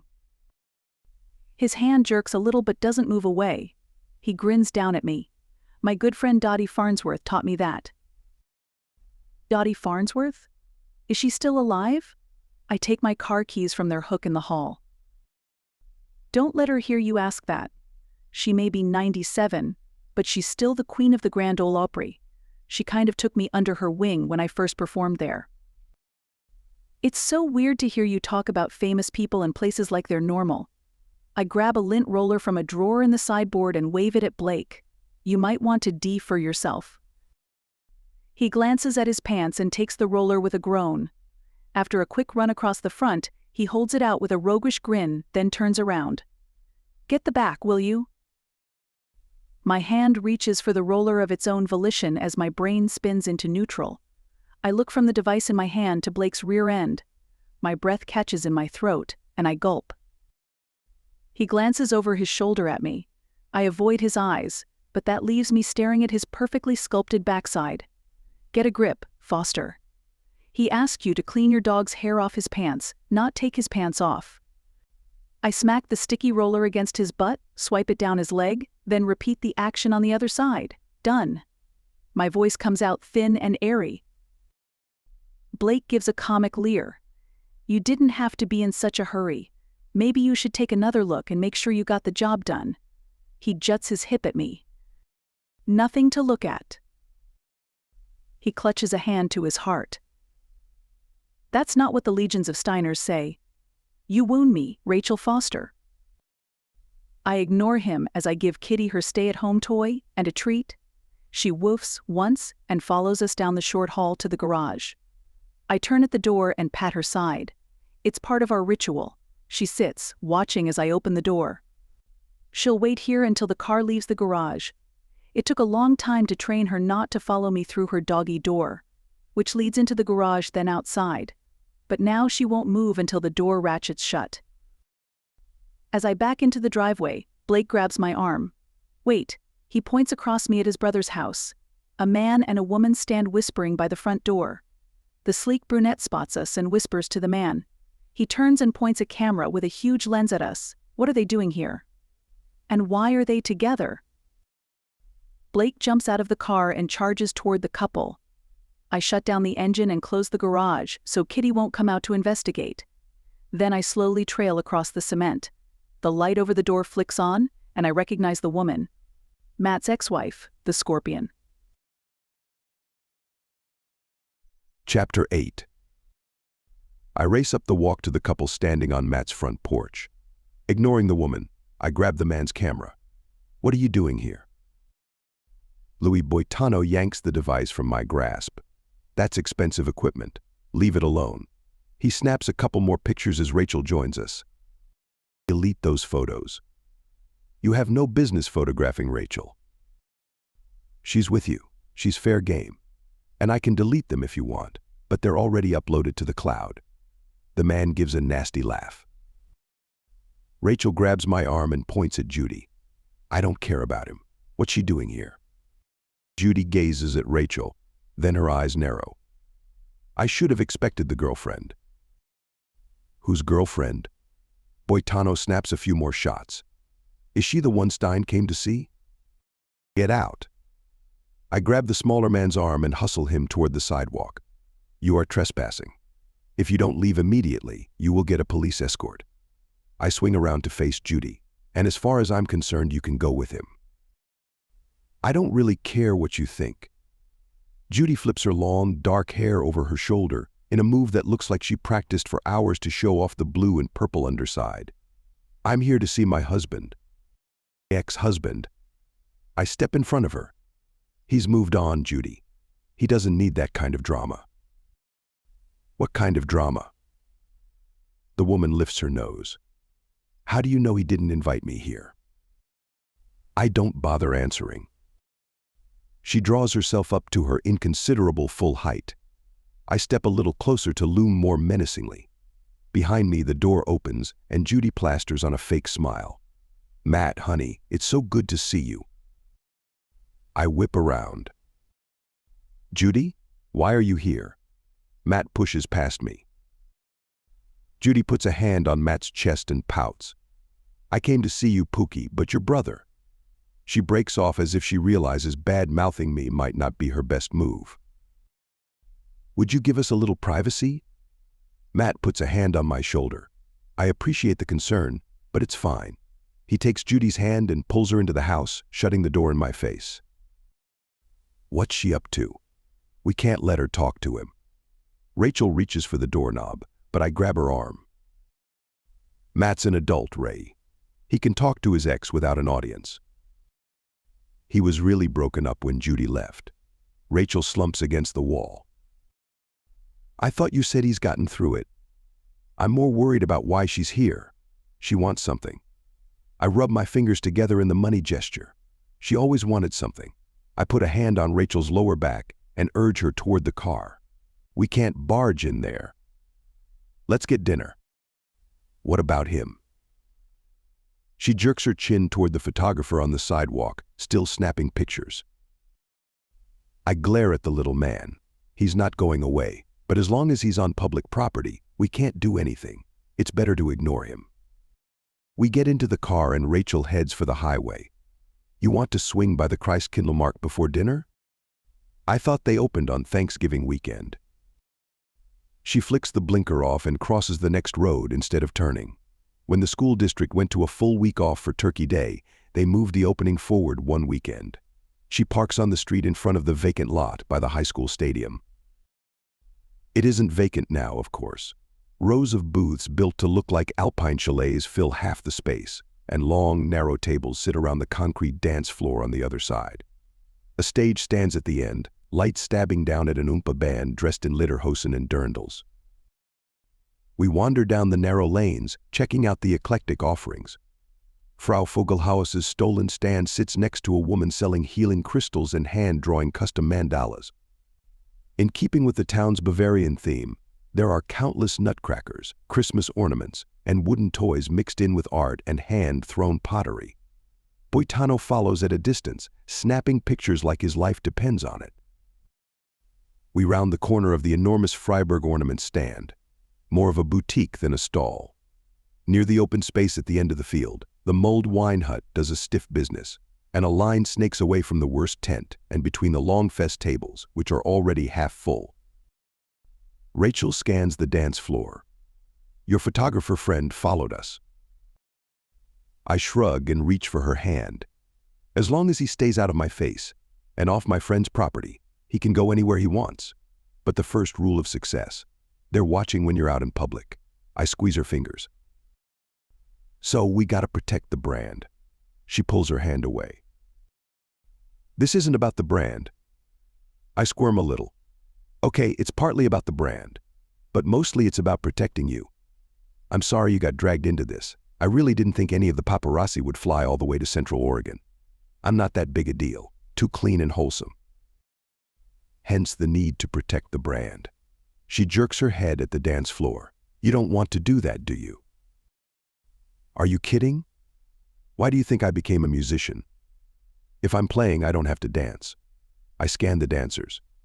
At every concert I do, there's at least one couple who dance in the aisle for every song. It's like a sickness. I take it you do not approve. She gives me a challenging smirk. I remember that look, daring me to do or say something outrageous. She may try to hide it under her serious math teacher exterior, but of the two of us, she was always the wilder one. She's a strange mixture of crazy and calculating. Probably the perfect personality for a fighter pilot, calculating the success rate before taking the outrageous risk. I shrug. It's more a complete lack of understanding than disapproval. Dancing alone in front of all those spectators? Yikes. Plus, a lot of those stadiums have stairs. You can't tell me that's a good place to dance. We wander into one of the stalls. After browsing a few minutes, she takes a glass ornament to the counter and holds it out to a girl with wavy brown hair. I'll take this one, Madison. Can you box it for shipping? Of the girl, who's been staring at me since we stepped into the stall, jerks guiltily. She transfers her eyes to Rachel with an almost audible snap. Sure, Ms. Foster. She drops behind the counter, then pops back up with a small cardboard box in her hands. Will this work? It should still be packed inside something bigger.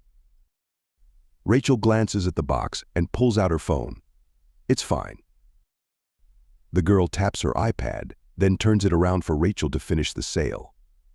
As she wraps the ornament in tissue paper, then bubble wrap, she leans forward and lowers her voice to a whisper that carries easily to my corner of the small stall. Do you think he'd sign something for me? You too, Madison? Rachel rolls her eyes but waves me over. While Rachel finishes the transaction, I sign a sales brochure Madison found under the counter. We chat for a few minutes, then Rachel pulls me away. I wave at the girl as we exit the stall, and she waves back. You're very charming with the fans. It's part of the job. Wait, are you implying I'm not charming all the time? I reach for the small box. Let me carry that for you. Rachel fans her face with a hand and fakes a heavy southern drawl. Oh my, yes, you must relieve me of this heavy burden. She drops her hand and rolls her eyes. I think I can manage, but if I buy one of those 3-foot-tall nutcrackers, you can carry it. Is that likely to happen? No. Good. I don't want a hip-high nutcracker anywhere near me. We visit a few more stalls, and Rachel collects a couple more items, but fortunately no half-size carved men with fuzzy hats and giant mouths. We run into Dylan and Jamie at the cider stand. I buy 3 mugs of hot, mulled wine and an unspiked one for Rachel, who's driving. We find a tall, round table, the wood covered in a thick layer of finish. Someone has carved RHS and a crude image of the Fighting Edelweiss mascot near the edge. At least I hope that's what it's supposed to be. We stand around it, German style. I tap the picture. When did that happen? Rachel glances at my hand, then nods at Dylan. The mascot? About 12 years ago. You should ask Dylan. He played a significant role. Dylan shakes his head. I had very little involvement. Rob's the one who made the website. Way to throw your brother under the bus. Jamie's eyes travel from Dylan to Rachel and back. I still want to hear the story. No one will tell me. Just that it's your fault. Not my fault. Dylan holds up both hands. The school board decided to change the name, not me. I was only 17. Rachel smirks, but doesn't say anything. I get the idea teasing Dylan is more fun for her than the actual story. On stage, the oompah band finishes a song, and we applaud. A young Asian man with an accordion announces a break. As dancers stream into the stalls, a tall, auburn-haired man and a short, plump blonde appear at our table, as if by magic. Howdy, Wall. The woman's breath is fast and heavy, and she fans herself with a hand. She speaks with a soft, southern accent as she nods at our mugs. You didn't buy me one of those, did you? I need something cold. On it. The man disappears into the crowd. Stella, have you met Blake? Rachel asks. Stella reaches across the table. Pleased to meet you, Blake. Love your music.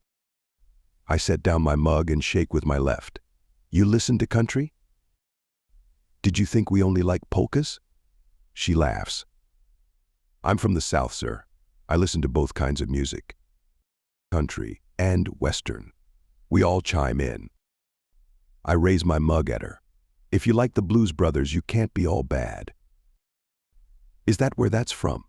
She winks outrageously, then turns to Rachel. I like this one. You should keep him. Rachel goes pink. He's just here for a visit. What do you mean, this one? I watch Rachel as I ask the question. Have there been other ones? Rachel doesn't meet my eyes. Of course there have been others. You think I've been sitting here pining over you since high school? I date plenty, thank you very much. Stella shakes her head sadly. If only that were the case. There was that rancher from out by Prentaville, but he wanted Rachel to help with the castrating. I gulp, trying and failing to keep from squeezing my knees together. Stella points at me and giggles. You should see your face. I grimace.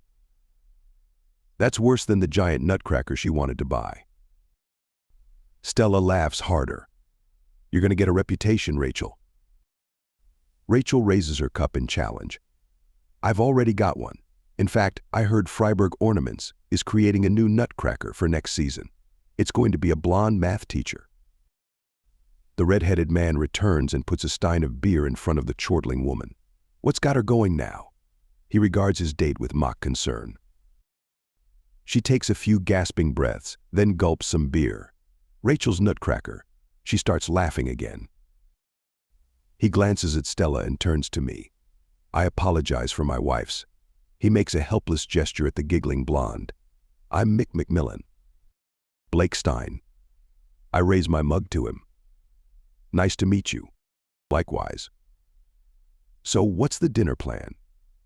I've worked up quite an appetite, and I'm sure as soon as she comes back to Earth, Stella will be famished. Wait, I want to hear more about these men Rachel's been dating.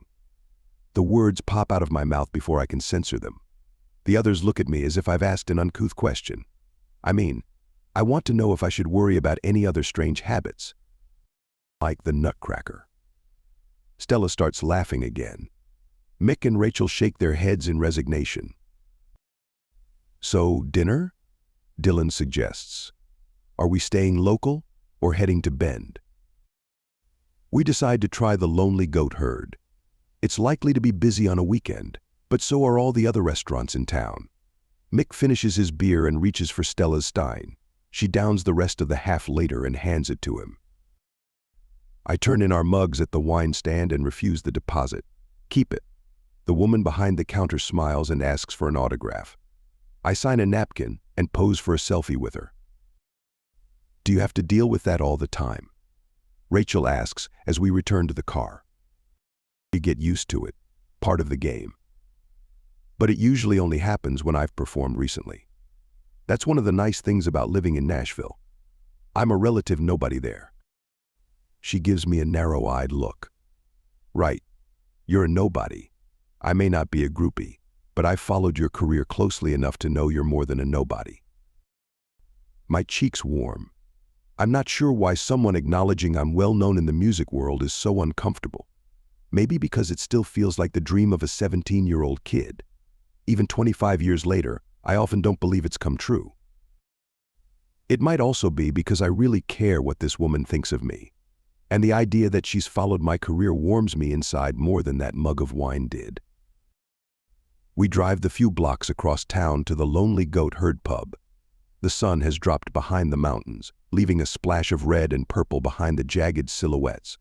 I stop to gaze at the glorious colors painting the sky. I miss this. Rachel joins me behind her truncated vehicle. Why don't you move back? My eyes snap to her, but she's staring at the mountains. Do you want me to move back? She doesn't say anything for a long moment, her eyes still fixed on the horizon. Then she takes a deep breath. When she speaks, it sounds careless, offhand. It doesn't really have anything to do with me. If you want to live here, you should. A shard of sadness stabs me, reminding me this isn't a date. That she has a life here, A life that includes ranchers from Prineville, not singers from Nashville. That she's happy here, without me. It's not that easy. I have a job. She finally looks at me for a second, and I can't read her face in the gathering twilight. Then she turns away. True enough. It's cold out here. She hurries toward the building. Chapter 9. Rachel Foster, what is wrong with you? You know he's going back to Tennessee. You're setting yourself up for disappointment. I grab the icy handle, shaped like a shepherd's crook, and pull open the door of the Lonely Goat Herd pub. Warmth and noise wash over me, welcoming and familiar, along with the enticing sense of schnitzel and sauerkraut. Blake follows me into the building, solid and warm at my back. Like he was all those years ago, although, to be fair, he's a lot more solid now. He was good-looking back then, but he had a runner's body. He's bulked up since he moved to Tennessee, and those muscles look good on him. He stops behind me, his breath tickling the back of my neck. Stella turns away from the podium. It's going to be about 40 minutes. Mick's checking the bar. The old goat herd hasn't changed much. Blake's voice is soft and husky in my ear. He points over my shoulder. That cowbell might be new. Kitschy Bavarian souvenirs cover the dark wood walls of the Lonely Goat Herd. Posters from Switzerland and Austria, wooden skis, labels from beer, wine and schnapps bottles, even a huge Alphorn. Some of the items are real. Many of us have brought home trinkets from trips overseas, and Bert, the owner, loves to add to the collection. I point at the long wood instrument. Remember when you bet Bert you could play that Alphorn? Stella turns, her eyes widening. You played it. I sounded like a goat giving birth to elephant triplets. Blake moves and his chest brushes against my shoulder blades. I make an effort not to lean against him. It was spectacular and hilarious. Blake shuffles to the side as Jamie and Dylan move into the small waiting area. Cold air blows against my shoulders, leaving me chilled. I take a half step closer to Blake's warm bulk, then realize what I'm doing. Feeling off balance, I grab a menu from the pocket on the front of the podium. Opening weekend of Thanksgiving break. We should have expected it to be busy. We could always get something to go and eat at my house. Blake leans over my shoulder to peer at the menu. I glance back at him, hyper-conscious of his nearness. We can share. He smiles and my toes curl. Mick pushes through the swinging doors from the bar. There's a table in here. Stella plucks the menu from my fingers and puts it away. Her eyes flick over me, then over my shoulder at Blake. She raises one eyebrow and turns with a smile. Blake's hand settles against the small of my back, urging me toward the bar door. What was that all about? My heart beats a little faster, and I remind myself this isn't real. I'm sure Stella is speculating on the status of our relationship. His hand drops away. Sorry, I wasn't trying to pretend we're a couple. It's just natural, I guess. Easy to fall into the old patterns. I'll rein it in. The tinge of sadness in his voice cuts me. No, it's... I heave a sigh as we reach the table. It's set for 4, but Mick has pulled an extra chair up to each end. It's complicated. Blake pulls out one of the side chairs and gestures for me to sit. Life is, sometimes. I chuckle. Maybe you can write a song about it someday. The waiter, one of my calculus students, arrives to take our drink order. Hi, Miss Foster, Mr. Mack. How are you tonight? Jack, how are you old enough to work in the bar? Mick asks. The boy grins. I turned 18 last month. I've been at the goat herd for 3 years, so they bumped me over to the bar the day after my birthday. Get better tips on this side. We order our drinks, and Jack disappears into the kitchen. Talk becomes general, and I lean back in my chair, watching Blake interact with my friends. He teases Jamie about her shopping and compliments Mick and Stella on their dancing. He's never met any of these people before this week. Everyone except Dylan moved here long after he left. But he's always had the ability to charm everyone he meets. It's probably one of the things that endears him to his fans. You might not remember this. Blake says to Dylan as Jack brings the drinks. but I babysat you once. You did? Dylan sips his cider. Yeah, Rachel used to look after you guys when we were in high school. But one time she had to go somewhere. A swim meet, maybe? He glances at me. I frown. I don't remember this. I mean, I remember watching Dylan and Rob when their parents went out, but I don't remember not watching them. Blake grins. I guess it's hard to remember a negative. Anyway, Rachel had already promised to watch you guys, but this thing came up. The team made state that year. The memory snaps into place, clear as if it were yesterday.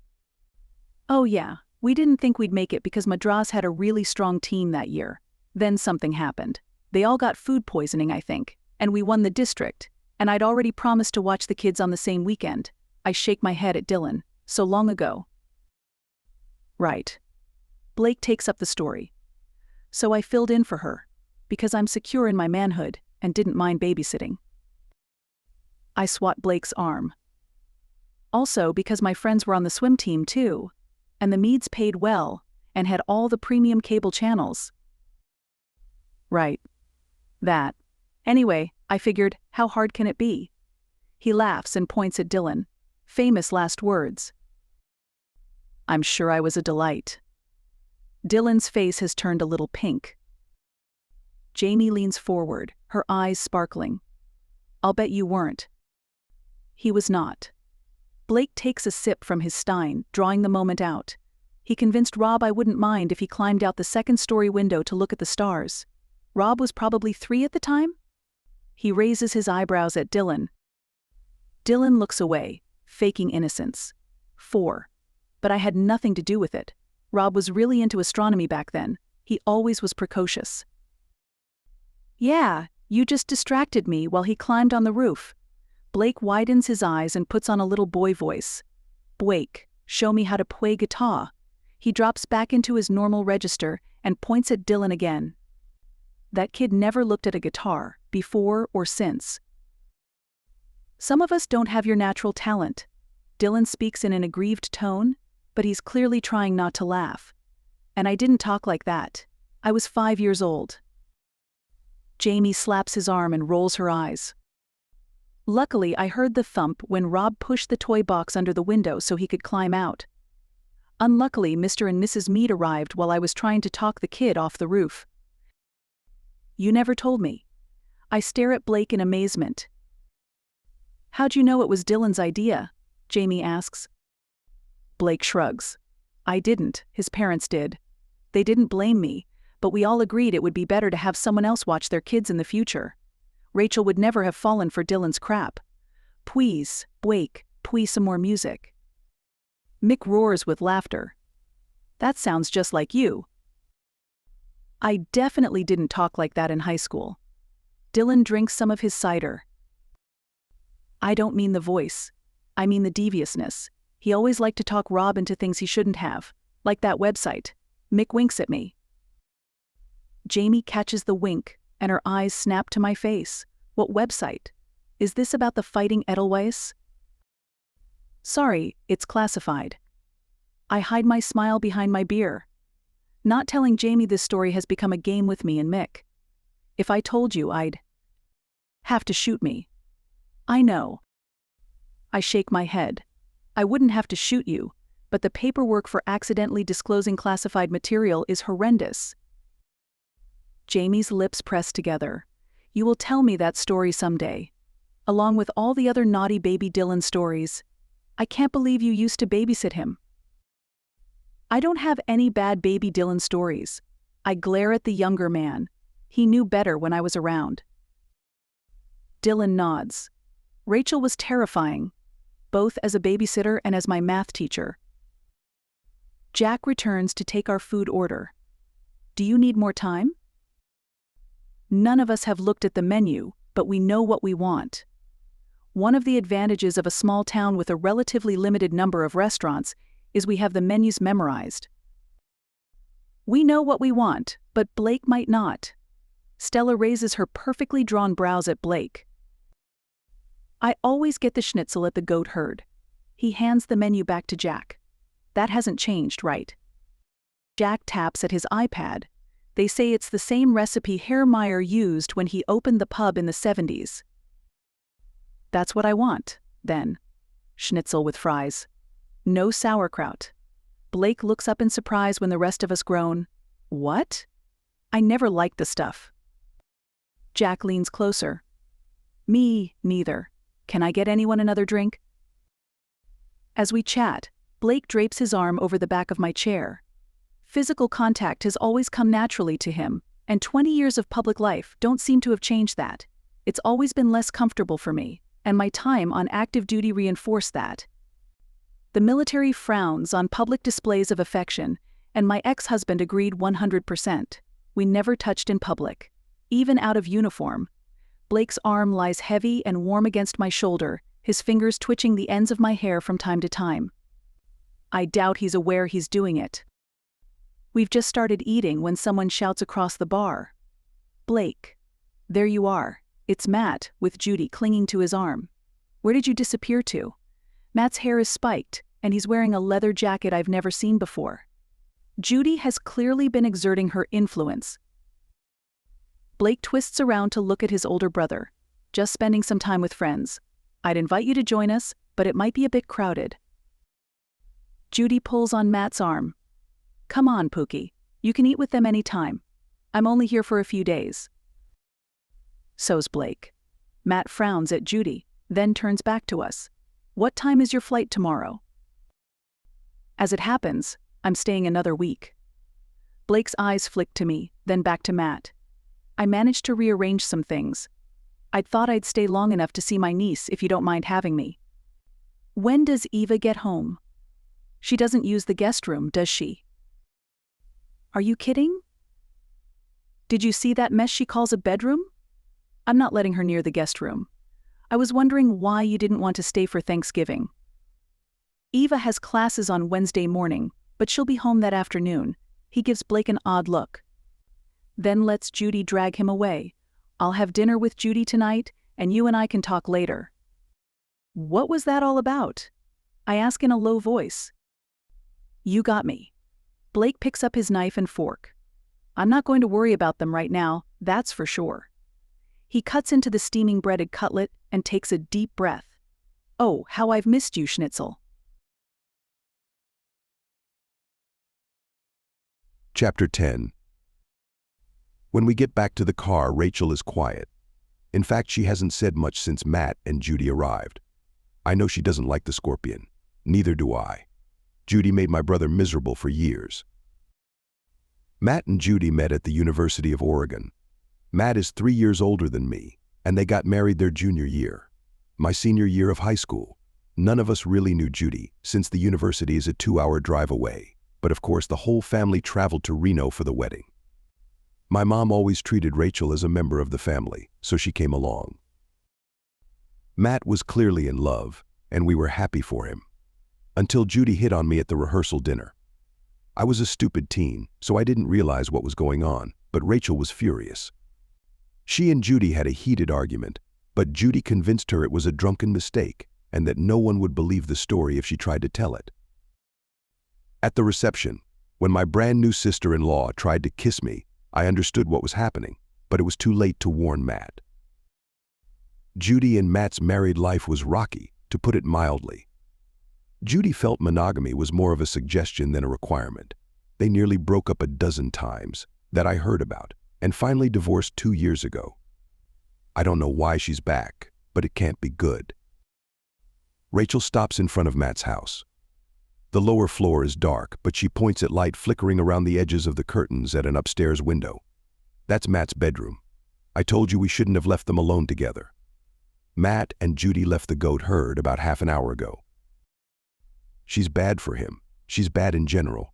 She's a liar and a cheat, and she took well over half of everything they owned when she left. I glower. Buying her half of the house left him almost destitute, but he didn't want to move. I think he hoped she'd come back. She's the reason I'm still single. Really? Rachel gives me a dark look. I mean, I agree with all the rest, but that sounds like you had a thing for her. I choke. Not even close. She's a perfect example of all the worst things women, people, Can be. As I got more popular, lots of women like her threw themselves at me. But thanks to Judy, I knew what to watch for. We sit by the curb for a few more seconds. Finally, she asks, "Are you getting out?" I reach for the door handle but stop. "And go in there? Are you crazy? Do you hear that?" I lower the window an inch and music thrums louder. Barry White. I shudder. "Not going to happen. Can I come home with you?" She looks at me for a few more seconds, then hits the garage door button and drives into the garage. As the door ratchets down and we get out, Kitty bounds through the huge doggy door. She gives Rachel a quick sniff, then races around the car, woofing loudly, and barrels into me. I stagger against the car, then right myself and rub the big dog's head. "I guess I know where I rate now." Rachel slides off her coat as we walk into the house. "How long do you plan to wait before venturing next door?" "Are you volunteering to come with me?" I clutch my stomach. Because I have to tell you, the idea of going over there is giving me indigestion. "Are you sure it isn't the massive schnitzel? Are you meat-shaming me? Because you're not doing a very good job." She snorts. "Maybe it was the hostess fawning over you." My face heats up. It's a hazard of the job, and it always feels awkward. But not as awkward as going back to Matt's house tonight. "Are you sure you don't want to come along?" As a buffer. "I'm not going anywhere near that house." She fills the electric kettle and flips the switch. "I'm going to have a cup of ginger tea to settle my meal. Then I'm going to bed. You can join me." Her face turns red, and she holds up a finger. "For the tea." I address the dog. Can you believe her callous attitude? How can she throw me to the wolves like this? No offense. The dog rubs her huge head against my leg, clearly not offended. Rachel takes a couple of mugs from the cupboard and adds a tea bag to each. "Lucky for you, it's Thanksgiving break. If this were a school night, I'd have thrown you to the wolves at 9 when I went to bed." "You go to bed at 9? Is that how badass fighter pilots roll?" "It's how badass math teachers roll. I get up early on school days, and I don't go to sleep at 9. I usually read for a while, or finish my grading, or plan the next day's lesson." She pours the boiling water and hands me a mug. "Do you need anything in there?" "Sugar, stevia, honey." I take the mug and carry it to the couch in the adjoining family room. "I'm good." We lower ourselves to opposite ends of the large couch. Kitty jumps into the space between us and settles down with a sigh, her head in my lap. Traitor. The woman glares at the dog, then curls up and pulls a fuzzy blanket over her lap. I stroke the dog's head. She knows a good thing when she sees it. "You've got all the women throwing themselves at you." She gives me a malicious grin. "Except the scorpion." Seriously, I cannot go over there. "Can I sleep here? I can share the couch with Kitty." The idea of spending the night in Rachel's house makes my heart race. I look away, blowing on my tea as I try to pretend it was a casual question. Like I'm just asking a friend to help me out. I wait, and wait, and wait. Finally, she sighs. "You don't have to share the couch. She sleeps with me." I reach across the dog to pat her leg, being as casual and platonic as I can manage. "Thanks. I owe you. Big time." "Yeah, you do." I don't sleep particularly well. Rachel's guest room is comfortable, but knowing she's just down the hall makes me toss and turn all night. Finally, as dawn peeks through the edges of the curtains, I get up and peer into the hallway. It's empty. Rachel's bedroom door is open, and the top of a neatly made bed is visible. Muffled clinking noises filter up the stairs, along with a whiff of coffee. And maybe something sweet baking? I pull my pants over my boxers, slide my plaster-encased arm into my shirt, and follow my nose. I get one button done and start to work on the second one as I step into the family room. Through the glass door by the dining table, I spot Rachel throwing something for the dog. I help myself to some coffee, using last night's rinsed mug, and step outside to watch. Crap, it's cold out here.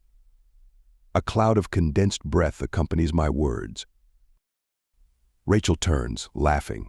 She's wearing gloves and a thick puffy coat over her minion pajama pants. Go back inside, silly.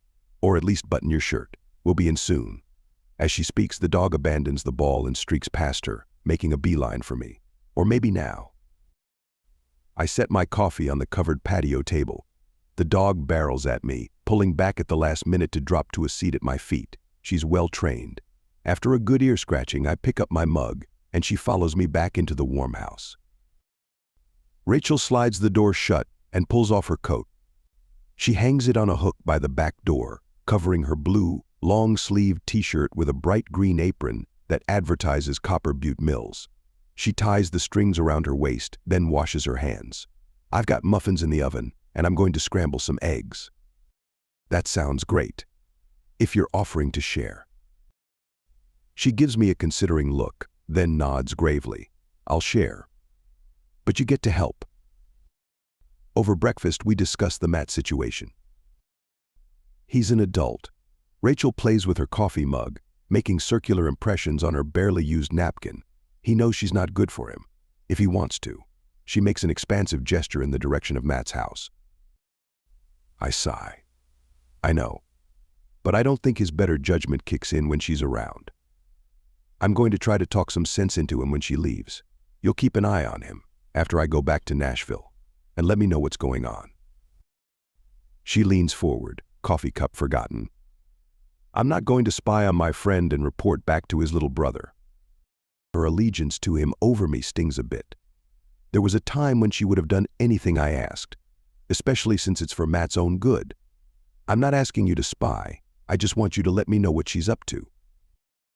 So just watch his house and let you know if she stays over. Exactly. In other words, spy. Well, if you're going to be pedantic, yeah. She gets up to clear the table. If I wasn't worried about him, I wouldn't do it. And I'm not going to send you a time-stamped record of events. For one thing, I have better things to do. But I'll give you a general report if I see anything concerning. I pull my phone from my pocket. Give me your digits. We can text. As she puts the dishes in the dishwasher, she reels off her phone number. I lock it in and send a confirmation. Her phone rattles against its charger on the desk. She closes the dishwasher and straightens. If you're so worried about him, maybe you should go check in. Are you trying to get rid of me? I've got work to do, and I need to go grocery shopping this afternoon. Can I come with you? I give her my best winning smile. You want to go to Trader Joe's and food for less. I want to do anything that lets us spend more time together. Yes, please. Matt doesn't have any Pop-Tarts. I suppose. Not to be a bad hostess, but I'm going to kick you out now. I need to do my yoga and shower, then work on a lesson plan. I shrug into my leather coat.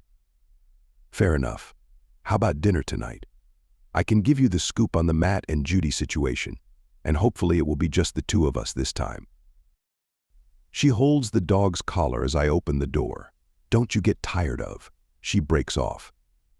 Tired of what? I turn to see what she's staring at. Boitano stands on the sidewalk, his phone in his hand and a grin on his face. Chapter 11. I stare over Blake's shoulder at the smarmy little photographer. He waves. Great shot, folks. Crap. Blake lunges across the small yard, and Kitty streaks after him. Boitano dives at a nearby rental car. Kitty, no, come. She skids to a stop on the icy sidewalk, her big head swiveling back and forth. Somehow she's decided Blake is as much her master as I am. I've worked with her for 3 years, raising her since she was a puppy. He's played catch with her for 2 days. Come. She gives Blake a longing look, then pads back to me, her tail between her legs. A car starts, and the rental's tires spin on the ice. Then it squirts across the road, narrowly missing Blake and the Petersons' new car. It overcorrects, then blunders away. Go back inside. Blake shoos me toward the door. He's breathing way harder than that little sprint can account for. His jaw clenches. He's gone. What's the big deal? I pull Kitty inside. He slams the door shut and yanks his phone from his pocket. I need to do damage control. He caught a shot of me in yesterday's clothing and you in your pajamas. I look down at my shirt. I'm covered. And how is anyone going to know what you wore yesterday? He thrusts his phone at me. The screen shows a startled-looking Blake lunging forward, hand out to grab.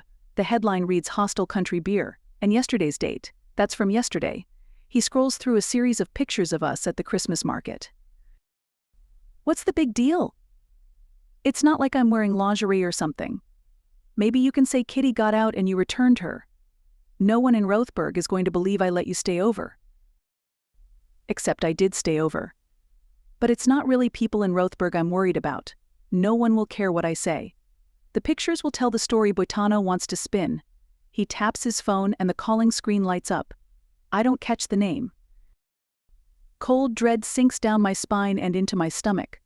There are people in Rothberg who will care. Parents of students. Members of the school board. I wrap my arms around my ribcage.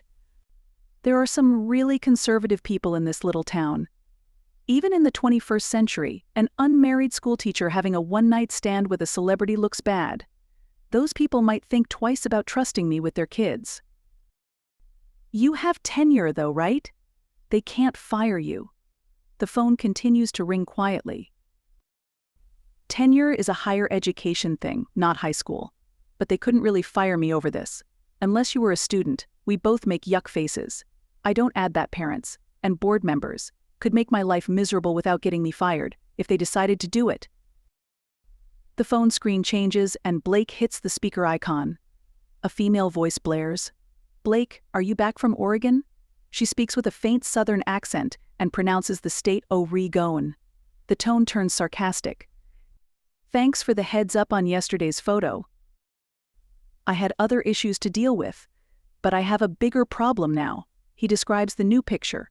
He doesn't tell her that he spent the night. I know it doesn't really fit your squeaky clean church-going brand, but it's not really a problem. Most celebrities have a night after pic or two on the net. It is a problem. The woman is a friend of mine and a school teacher. She doesn't need this kind of publicity. Rothberg is a small town. Let me noodle on this. We can probably come up with a spin. She's your brother's neighbor? What subject does she teach? I frown at Blake. Math.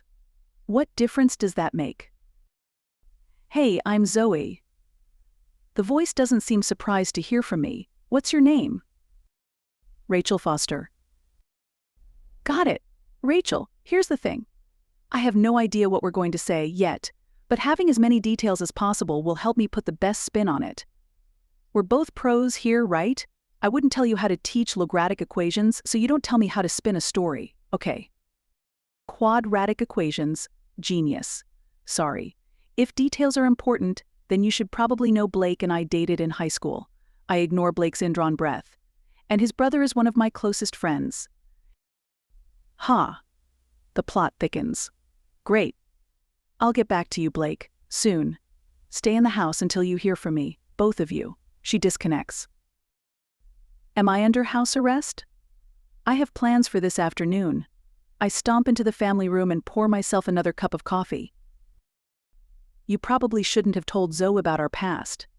Blake shakes his head when I wave the coffee pot at him. Why not? She said she needed as many details as possible. Don't you trust her?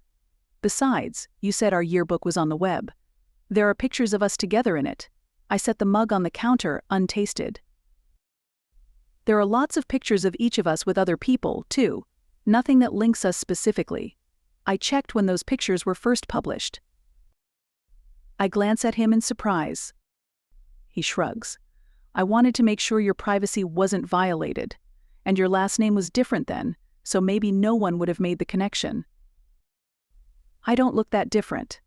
If you got a good shot of me, someone will figure out we were classmates. Even if they don't know we dated, there's nothing to stop them from speculating. But the more I think about it, the less of a problem I think it is. The cure might be worse than the disease. I push away from the counter. I'm going to go work out and then shower. I'm going to make use of your backyard gate and sneak over to Matt's for clean clothes. I'll come back when I hear from Zoe. Don't leave the house until then, please. Fine. He grabs my arm as I stomp past and leans in, fast as lightning, to kiss my cheek. See you soon. He pats the dog, then disappears out the back door. I stare after him, my hand stealing to my cheek. What was that? After a long workout and a shower, the whole situation feels like a minor inconvenience, not a big deal. I can't believe I let Blake and Zoe's concern infect me. I grab some more water, then move to my office and switch on my computer. My email pops up on the screen. A full page of new messages. 5 of them are from my sister, Emily, with subject lines like, "Are you and Blake back together? I can't believe you didn't tell me. And when's the wedding?" I groan. Water is not going to be strong enough to deal with this, but it's only 10 a.m. I run downstairs to get my phone and find 17 missed calls and 8 voice messages, mostly from Emily. I don't bother listening to any of them. Just hit the call button. Rachel. Why didn't you tell me? Emily. Emily, stop. There's nothing to tell. I saw the video of Blake coming out of your house this morning, and you were in your pajamas. There's a video? I thought it was just a photo. I pace across the kitchen. Kitty gets up from her nap and meets me by the back door. Fine, we'll go out. I slide the door open and grab a sweatshirt. Who's going out? Is he there now? She says this last part in a loud stage whisper. No, I was talking to the dog. He's not here. He stayed in my guest room because Judy came back. Judy? Matt's ex? There is all kinds of drama going on in Rothberg today. I should come out. I slap a hand over my face. No, do not come out. Stay home. Who knows what that little creep would do with a video of you coming here too? Probably post about Blake Stein's threesome. I'm having a threesome? Blake asks as he ducks through the gate from Matt's backyard. Kitty picks up her ball and heads for her new BFF. No threesomes. I'm just talking to Emily. Tell her I said hi. Blake throws the ball. Kitty bounds across the yard. He says hi. I hold the phone away from my ear. Hi, Blake, Emily yells. I put the device back to my face. I gotta go. There is no wedding, nothing to tell. I'll see you on Thanksgiving. Bye. I hang up before Emily can say anything else. Pinching the bridge of my nose, I turn back to Blake. Was Judy there? He shakes his head. Must have been some kind of one-night booty call. Matt was gone, too, and I talked to Zoe. What's the plan? He takes the slobbery ball from Kitty and throws it again. You aren't going to like this. I close my eyes for a second, but it doesn't help. A faint throbbing begins in my temple. What? Zoe leaked some details. He pets the dog when she returns, then throws the ball again. I cross my arms. My sweatshirt isn't thick enough to ward off this morning's temperatures.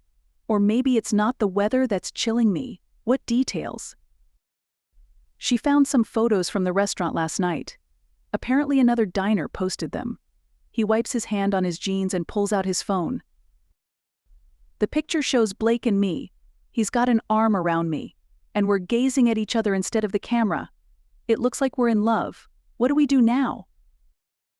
Denying anything happened will only feed the fire. Blake takes his phone back. Zoe decided it would be better to pretend we've reconnected. We have reconnected. As friends. I stab a finger at his phone. That doesn't look like friends. He looks away, his cheeks pink. Maybe you should tell me exactly what she leaked. He fiddles with the phone, then hands it to me again. The headline above the picture reads, Blake Stein off the market. Chapter 12. Rachel stares at me. After a long moment, she turns and stalks into the house. Kitty follows, pausing on the patio to see if I'm coming too. I'm not sure I want to go inside, but it's cold out here. Rachel is pissed at me, with good reason. I should have checked with her before I okayed Zoe's plan. But Zoe made it sound so reasonable, and let's face it. I've been looking for an excuse to spend more time with Rachel. If a fake love story makes that happen, I'm all for it. But I wish we could skip the next few minutes. Kitty barks once, then sits on the doorstep, waiting for Rachel to come back out. Rachel looks at the dog. Really, traitor? Fine. She slides the glass door shut and the lock clicks, leaving me and the dog outside.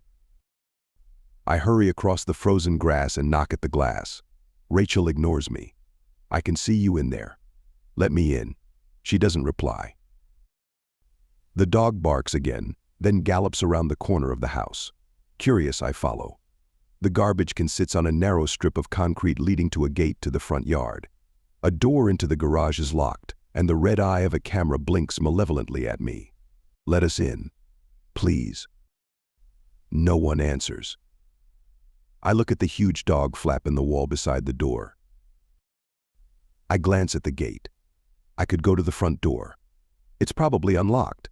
No one in Rothberg locks the door when they're home. But Boitano is camped out across the street. I don't want to blow Zoe's carefully crafted leak by pounding on the front door, demanding to be let in. With a shrug, I crouch and stick my head between the thick rubber flaps. Light leaks around my body, revealing a short tunnel to the left and another flexible door on the far side, creating a zigzag entrance hall. The dog odor is overwhelming. Dirt and dog hair grit under my palms. I squeeze my shoulders through the gap, twisting sideways to fit. This entry is huge by dog standards, but it's probably a snug fit for Kitty, and it's tight for me. I crawl across and push through the second door, splashing my hand into a water dish. Yuck.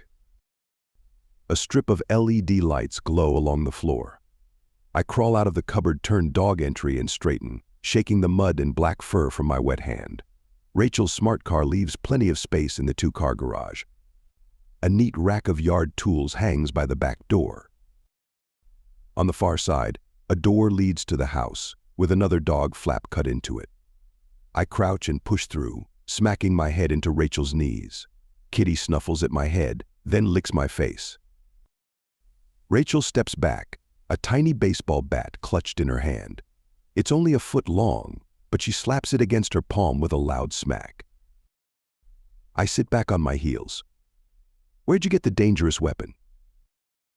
She then turns it so I can read Louisville Slugger on the side. Teacher conference a few years ago in Kentucky. I won it in an icebreaker game. She mutters something under her breath. What? She smirks. Seek, attack, destroy. 52nd Fighter Wing motto. I stare at her for a second. You're kind of terrifying. You're lucky my dog likes you. Laughter lurks under her stern tone. If you're counting on her to ward off thieves, you might want to reconsider that strategy. I rise with a suppressed groan. That's why I have video surveillance of the garage. And the yard. You know, the interior door was unlocked. She reaches past me to demonstrate. I start to wipe my hands on my pants, then reconsider. They're filthy. I was channeling my inner mutt. Where's your powder room? You definitely belong in the doghouse. She points at a door and retreats. Kitty follows me into the half bath but loses interest when I start the water. After I've cleaned up, I find both of them on the couch. I sit in the small free space near the dog's rear, and she gets up to turn around to face me. Get your butt out of my face, you mutt. Rachel pushes the dog's hindquarters down. Kitty drops to her belly, her head on my lap. When I don't immediately start petting, she nudges my hand with her massive nose. You're a high-maintenance gal. I glance at Rachel. Not you. Obviously. She stares at me from under lowered lids. It's almost as cute as her librarian look. I raise my brows but don't say anything. She huffs out a sigh and looks away. Maybe you should share Zoe's plan with me.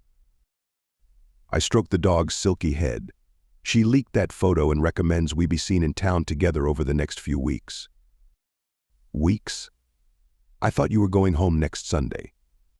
I was, but I can work from here. I don't have any concerts. The next few weeks were dedicated to writing. Matt's place is more comfortable than my trendy condo on Music Row, and if I stay here I can spend more time with Rachel. I don't have to be back in Nashville until the 23rd. I've got a dentist appointment, then a concert on the 24th. You have a concert on Christmas Eve. It's a private thing. Can't say no to Dolly. Her eyes go big. Dolly Parton? I wink. If I told you, I'd have to shoot you. That's supposed to be my line. She pats the dog's hindquarter and gets to her feet. Kitty opens one eye, then closes it again, settling her chin more securely on my leg. Rachel paces across the room a couple of times. You say we're supposed to be seen together. What's that mean? I shrug one shoulder. Just go places. Back to the Christmas market. Walk around town. Do they still have the Christmas tree lighting? Let Boitano take a few pictures of us having a good time. She frowns. I'm not doing the fake dating thing. No smooching and hand-holding. She's clearly in a bad mood, but maybe I can lighten it. Smooching? What are you, 90 years old? I'm old enough to know better. My life isn't a Sandra Bullock movie. I'll hang out with you, but I'm not. With a groan, she flings up both hands. You know what I mean? Yes, I do. I push Kitty's head off my leg and stand, putting a hand on Rachel's arm. Let's go into town to shop and go to dinner after. That will give Boitano plenty of time to get bored. He's got other people to stalk, so he won't waste time here if there's no drama. Then we can get back to normal life. Okay, but I'd better warn Emily. She pulls her phone out, then looks up, her eyes getting squinty again. Don't try to tell me it has to be a secret. I fling up both hands. No, Mom. I mean, it should be a secret from the general public, but you can tell your sister. She wanders away, texting. My phone buzzes in my pocket. Probably Zoe with more helpful hints. I consider ignoring her, but ignoring your business manager is not good for your career. I pull my phone from my pocket and glance at the screen. Matt. Something came up. Out of town for a couple days. The house is yours. Something came up? Or someone? I doubt he got a last-minute business trip on Thanksgiving week, but maybe Rachel knows more about his job than I do. I wander into the entry. Rachel. She leans over the stair railing. What? I hold up my phone, as if she can read the message from up there. Any idea why Matt would be going on an unexpected business trip? Does Lockhart send him away like that? She leans on the banister.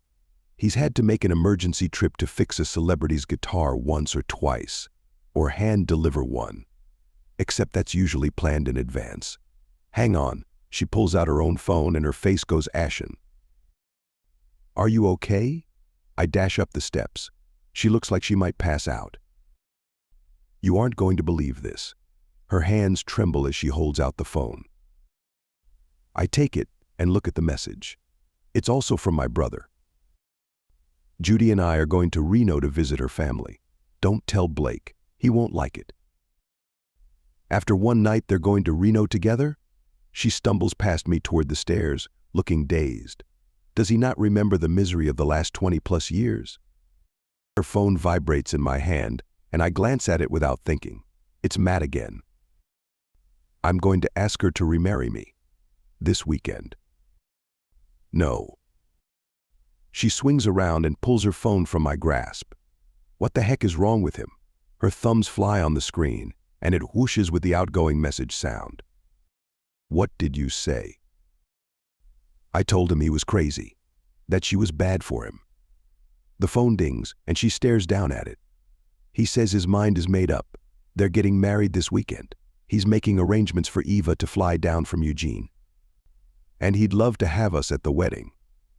But only if we promise not to try to interfere. Like that's going to happen. I reach for the phone. Wait, tell him we'll come. We need to stop it. I don't feel bad lying about that. She gives me a piercing look, then bites her lip.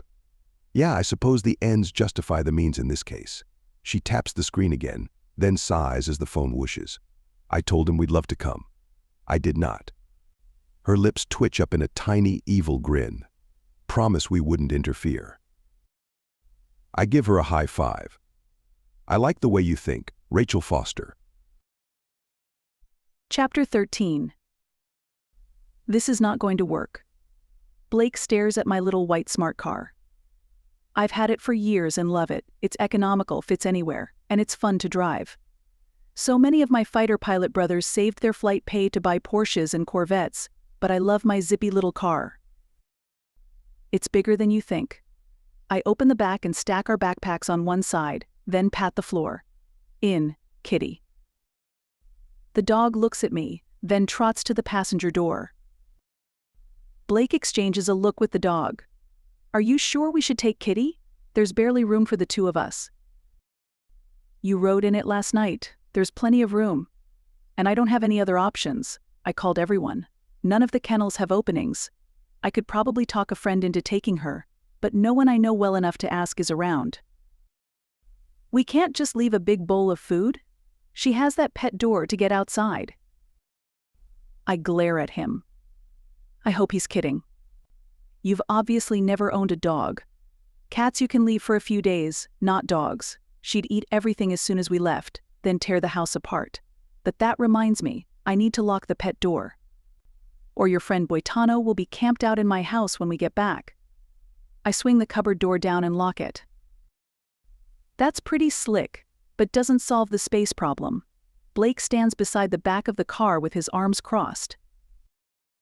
Trust me. I walk around the front and grab Kitty's collar, giving her a little jerk. Kitty in.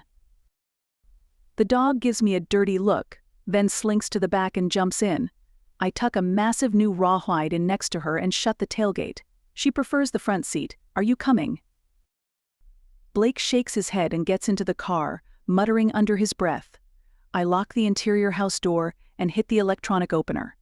As the metal door rolls up, I give Kitty a pat and close the back window. Then I climb in and start the car. When we back out of the driveway and head up the street, a rental car pulls in behind us. I chuckle. I hope your friend has checked out of his hotel. He's not my friend. And tell me again why we didn't fly. Blake swipes a hand over his face. Because there aren't any direct flights. With a layover in Seattle, it will take longer than driving.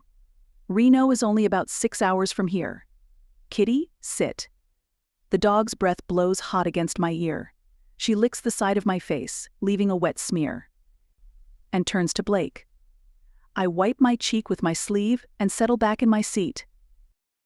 Kitty, get off. Blake pushes the huge head away from his face. Is she going to hang over our shoulders the whole way? Maybe I should leave you here. This is not going to be any fun if you whine the whole time. Being a celebrity has really gone to your head.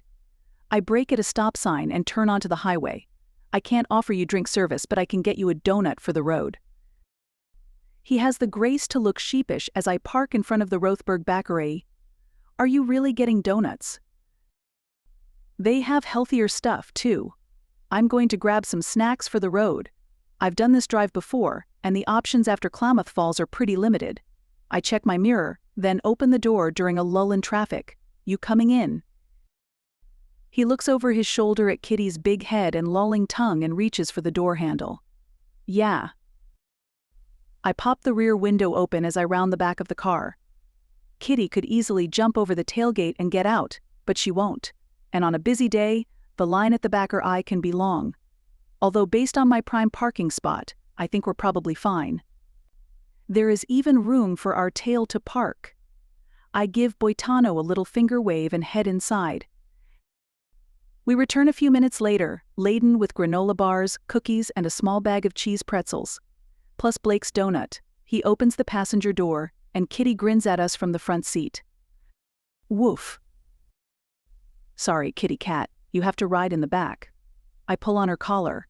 She resists for a moment, then lumbers out of the seat. Maybe she'll be less in love with you since you stole her place. Blake brushes the dog fur from his seat and climbs in. After handing him the bag, I lead Kitty to the back.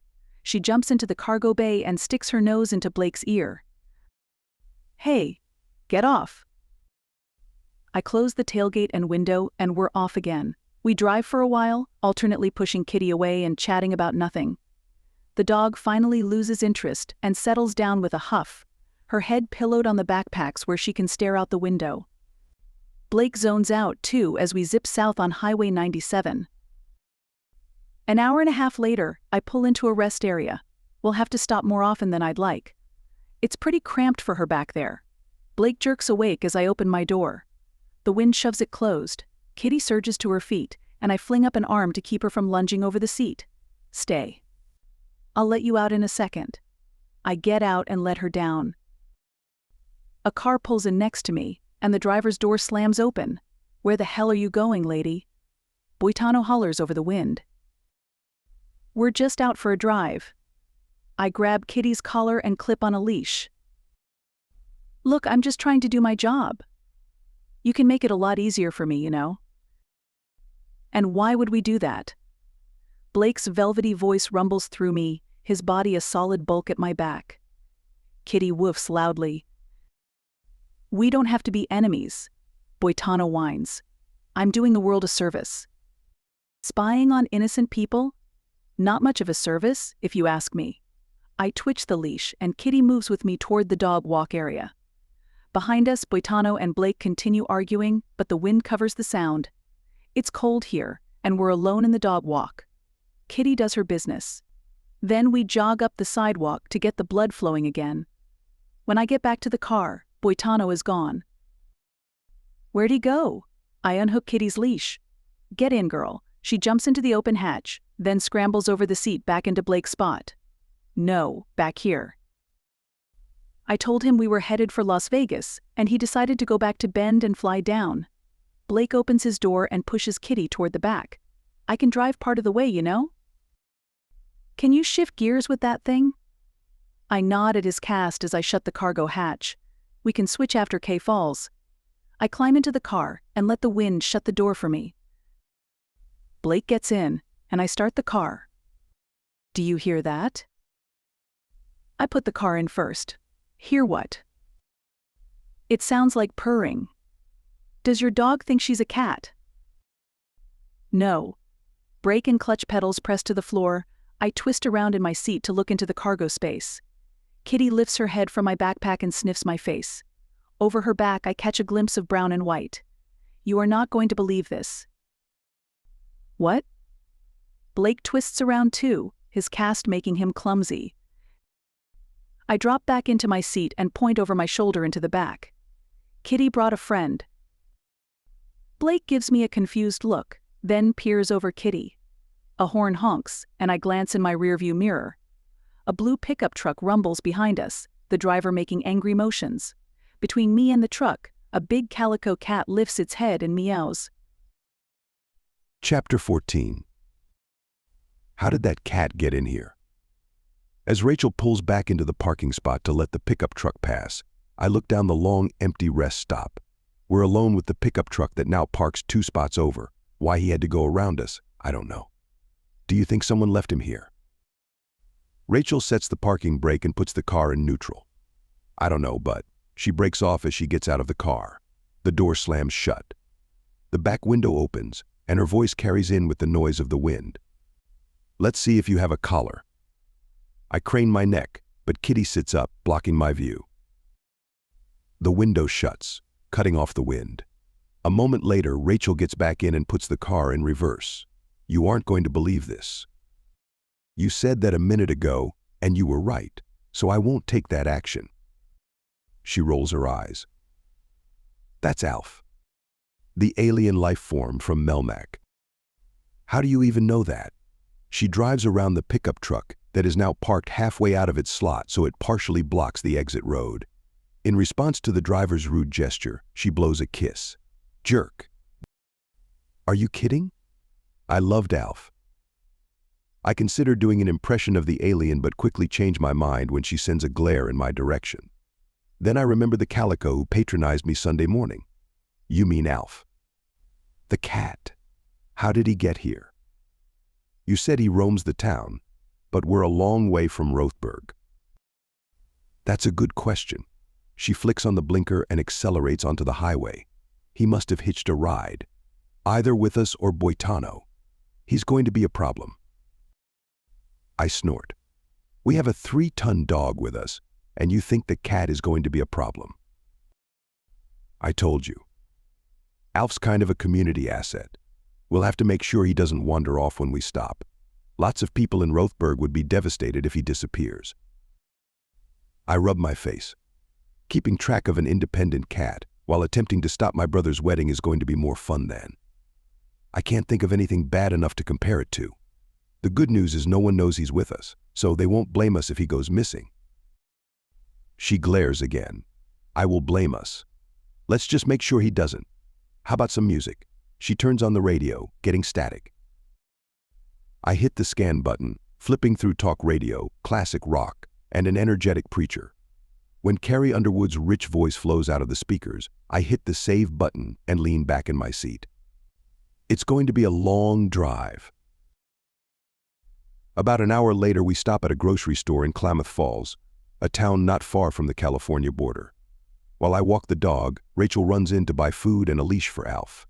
When she returns, I use the facilities, letting her be the first one to walk the cat. I suspect he will not be pleased, but when I return to the car, he paces calmly beside Kitty and Rachel, his bright pink retractable leash standing out against the dog's black fur. The next few hours roll by in a haze of tiny towns and scrubby desert. We take a pit stop at the Red Barn, a gas station and convenience store where the highway makes a 90-degree turn. The place seems to be doing a booming business. Looking at my mapping app, I see there's nothing between here and the Nevada state line except a town called Susanville. Rachel tops off the gas tank. This thing gets excellent mileage, then moves the car to a parking spot by the store. You can drive the next bit. Unless there's snow. You've been in the South too long for me to let you drive in the snow.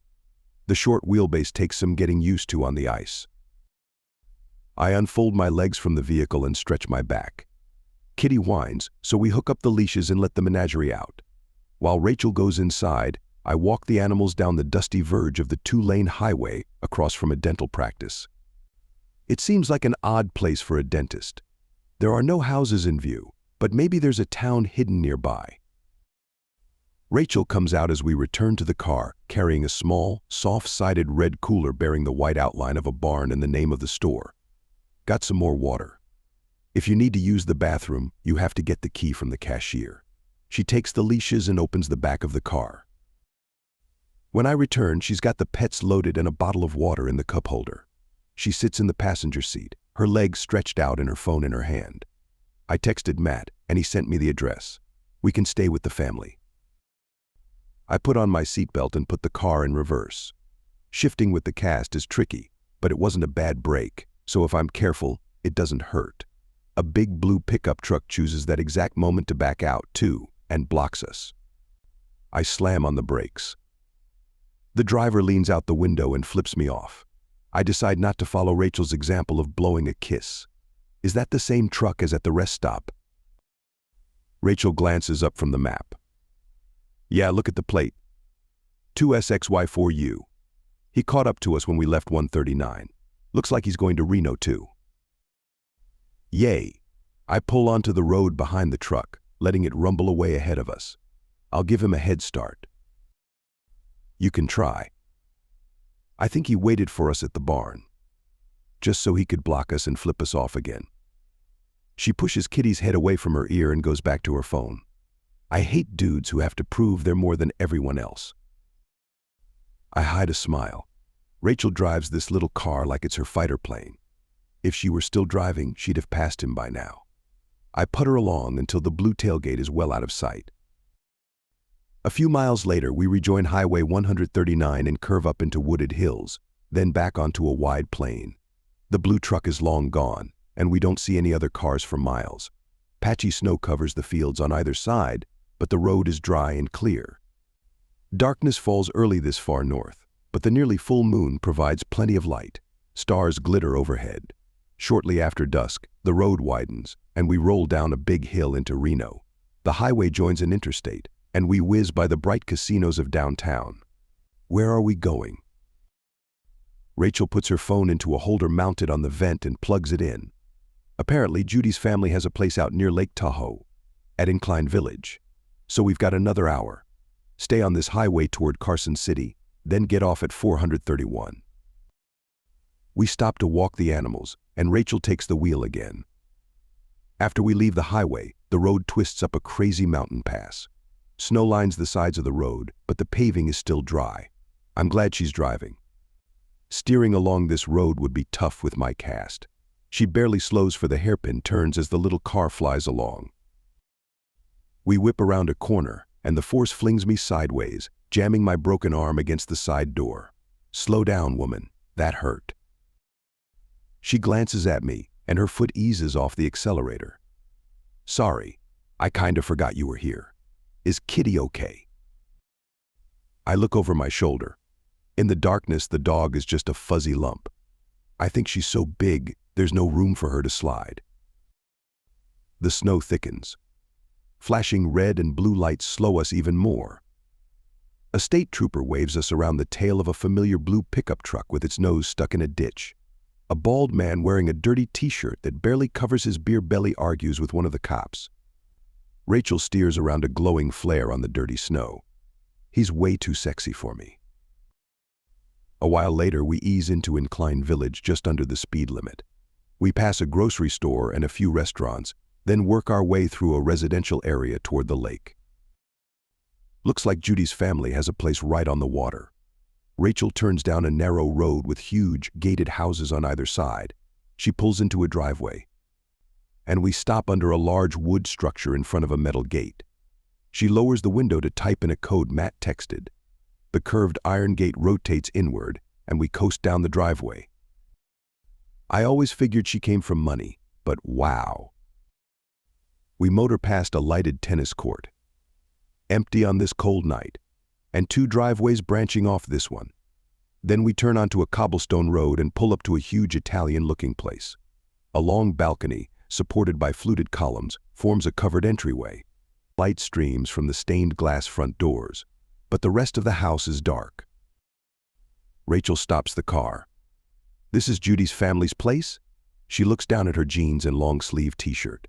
"I don't think I'm dressed for this." I open the car door and get out, groaning a little. It's all about attitude. Rich people look terrible after a long drive, too. "Are you saying I look terrible?" She walks around to the back of the car to let Kitty and Alf out. People this rich have a private plane to fly them to Reno. It depends. If this is their ski chalet, then yeah, they're rolling in it. But if this is their primary residence, then they're merely well off, or in debt up to their eyeballs. I take Alf's leash and press the doorbell. A gong reverberates inside. Did Matt say he and Judy were already here? Wasn't clear. He said they'd meet us. She and Kitty join me on the low step outside the translucent glass and metal doors. Colored light streams through them, picking out the ornate curves and twists of the metal. We wait, but no one responds. I press the doorbell again and wait. I guess they aren't here yet. And that answers the question about wealth. Clearly, this is a vacation home. She pulls out her phone and peers at the screen. Ah, wait, there's a code. For the door by the garage, we walk around the house, following the cobblestone driveway to the 4-car garage. The code opens a door tucked into the corner between the garage and a dark window. We step into a narrow hallway. A door on the left leads to the garage, which is empty. I lean through the opening and flick on the lights. Maybe we should park inside. The radio said something about snow tonight. The press of a button rolls the huge door open on an impressively silent mechanism. The 4-stall garage is empty, except for a pair of kayaks hanging from the far wall and a stack of tires in one corner. I take the dog's leash while Rachel jogs back to the car. The white vehicle looks tiny inside the massive space. Plenty of room for Matt's car when they get here, and a whole fleet of family. She closes the garage door, and we unhook the animals' leashes. Let's see what else this house has. The hallway we entered through leads past the end of the garage and branches off to the left. I stop, staring at the 6-person hot tub.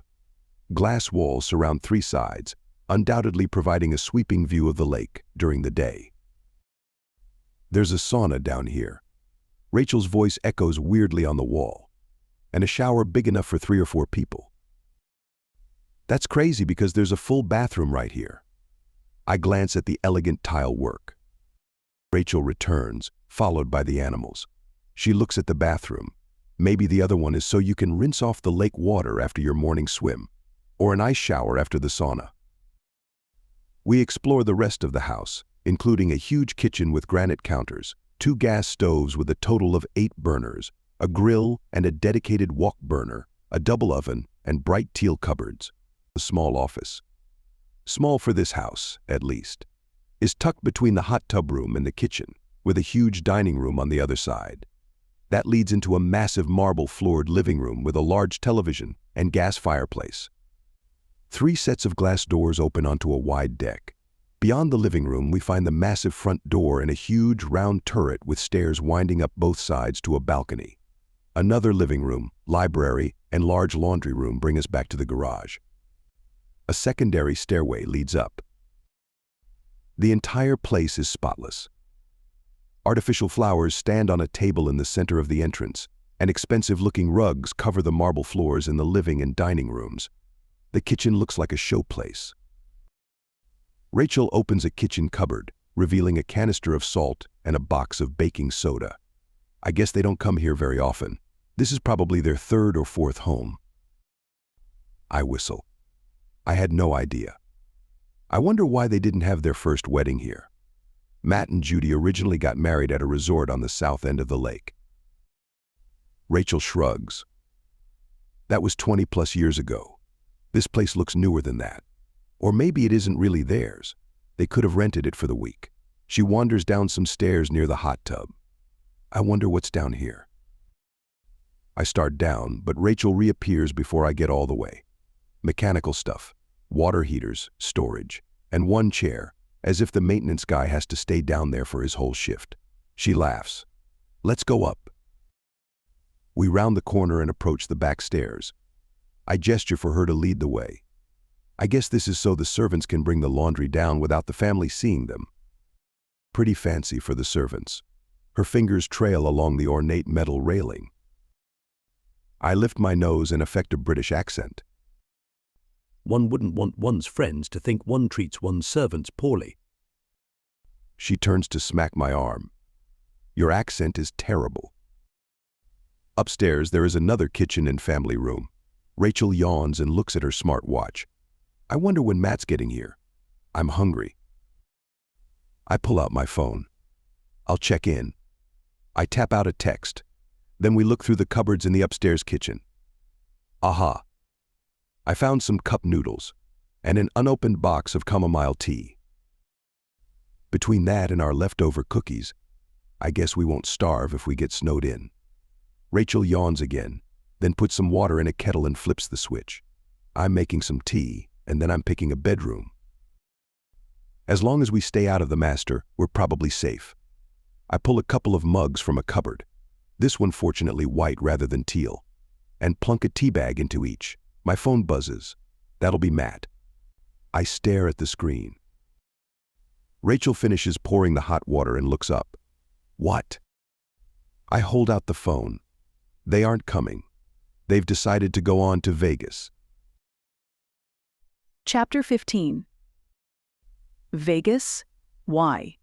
That's another full day of driving. I set the kettle back on its base, wishing I could slam it down on the counter. He didn't say why. Blake gestures to the room with his mug.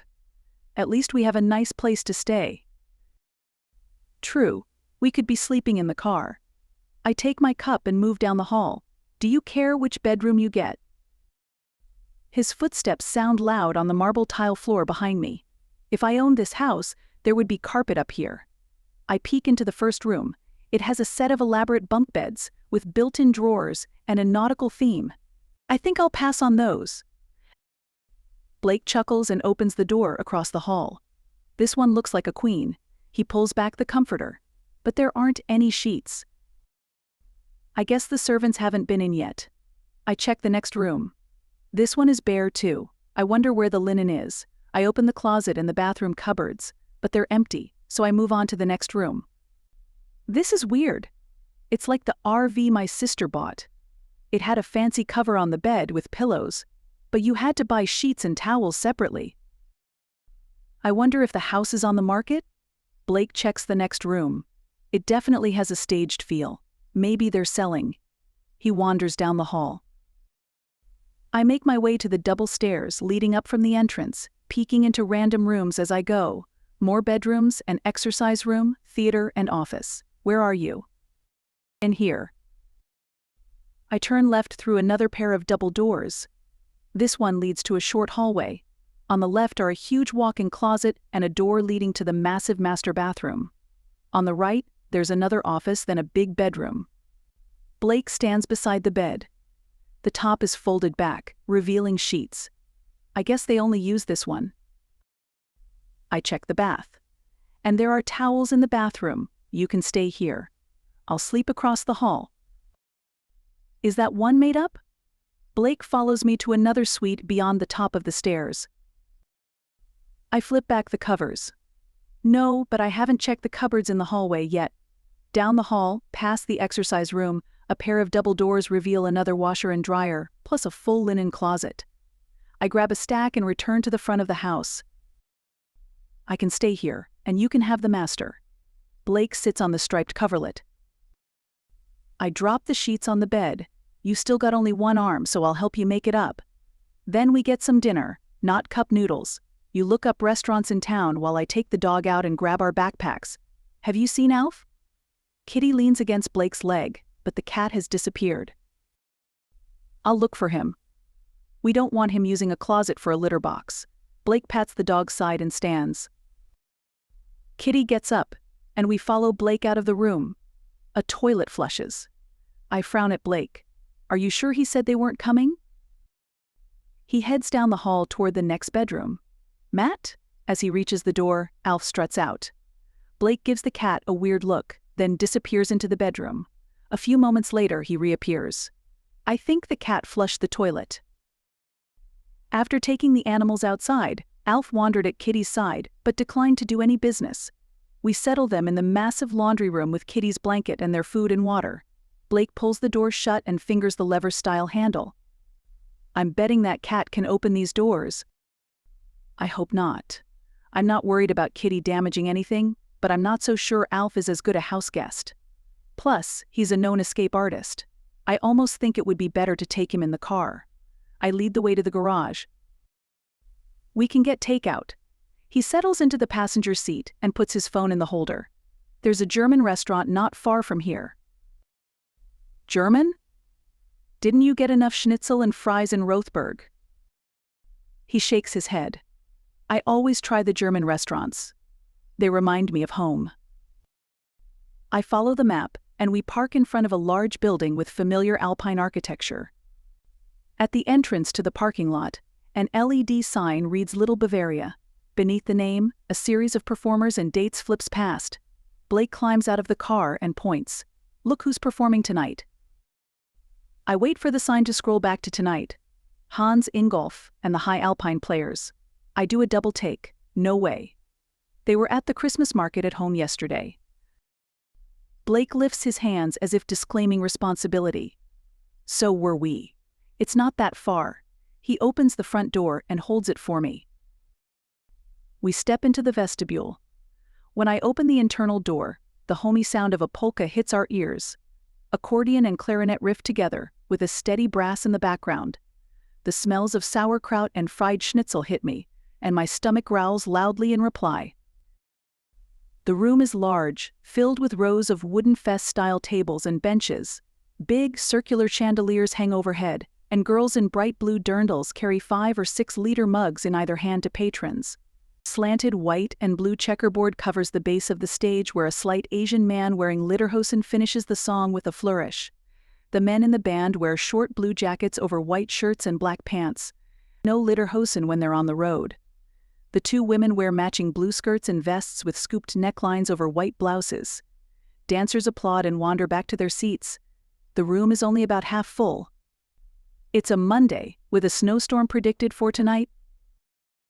Hans takes a bow, then gestures to his band. Danke schön. Blake joins in the applause. Is that Hans? Last time I saw him, he was about 15. Sure is. He'd probably like to meet you. I pull the tall man toward the stage. As we approach, Hans launches them into another song, then glances my direction. Surprise crosses his face, and he moves to our end of the stage. His fingers still hitting the accordion keyboard at a lightning pace. He squints at me. "Ms. Foster? Is that you?" "Ms. Foster?" Blake repeats. "Don't tell me you taught him too." Rothberg is a small town. I've taught math to everyone between 14 and 30. I wave and point at Blake. Hans's eyes pop when they land on my companion. "Blake Stein?" He turns away, catching the attention of one of his players. They seem to communicate without speaking, each one still playing. Then the clarinet takes over the melody line and Hans hurries down the steps. "Blake Stein." He puts out a hand. "What are you two doing in Tahoe?" Blake shakes with his left. "Just a little road trip, but we didn't want to interrupt the show." Hans waves this off. "No problem. Julie can handle it. It's a pleasure to meet you, Mr. Stein." "Please, call me Blake?" "Blake." Hans jerks his head toward the stage. "I don't suppose you'd like to come up and join us? There are bound to be some country fans in the audience, and we could do Coming Home." He grins hopefully. Blake grimaces and lifts his cast. "I can't play, and no one knows that song outside Rothberg." Hans waves this off. "It's a polka. They'll love it. Maybe you'll pick up a few new fans, and I can handle the mandolin line. We do that song a lot. While Coming Home is one of Blake's less successful songs commercially, it's wildly popular back home. Rothbergers love a good polka. And the lyrics tell about an idyllic alpine town." The current song winds up, and Hans bounds to the center of the stage as the patrons clap. "That was the Rainy Day Polka. Did you see how smoothly Julie took over for me? Nicely done, Julie." The crowd applauds with him. "And now I have a special treat for you." "Do we have any country music fans in the house?" A smattering of applause echoes from the back of the room and the crowd chuckles. Hans laughs with them. "That's okay. Even if you aren't a country aficionado, you'll probably recognize our guest tonight. Ladies and gentlemen, Academy of Country Music Award winner Blake Stein." He flings a hand toward us. The entire crowd turns to look. Zoe wanted me and Blake to be seen together, but I'm not sure being seen together 400 miles from home is a great idea. This might have been a bad plan. Blake shakes his head. "It's fine. Good for the brand, remember?" He grabs my hand. His is big and warm, the fingertips calloused from years of guitar and mandolin playing. It feels so natural, bringing back those happy years so long ago. But I was a different girl back then, and Blake is going back to Nashville. So there's no point in pretending this could be something, even though it feels like something. We cross the platform in front of the musicians, their logoed stands hiding water bottles and instrument cases. Blake lets go of my hand to shake hands with his left, and I feel bereft. I move back, trying to hide in the shadow of the trombone player. Then Blake steps up to the mic, and his velvet voice croons through the speakers. "Howdy." The crowd claps politely. He steps back, and Hans takes his place. "You might not know this, but Blake wrote a polka. It's an homage to our shared hometown of Rothberg." He settles his accordion more securely across his chest and turns toward his band. "Ready? 1, 2. 1, 2, 3, 4.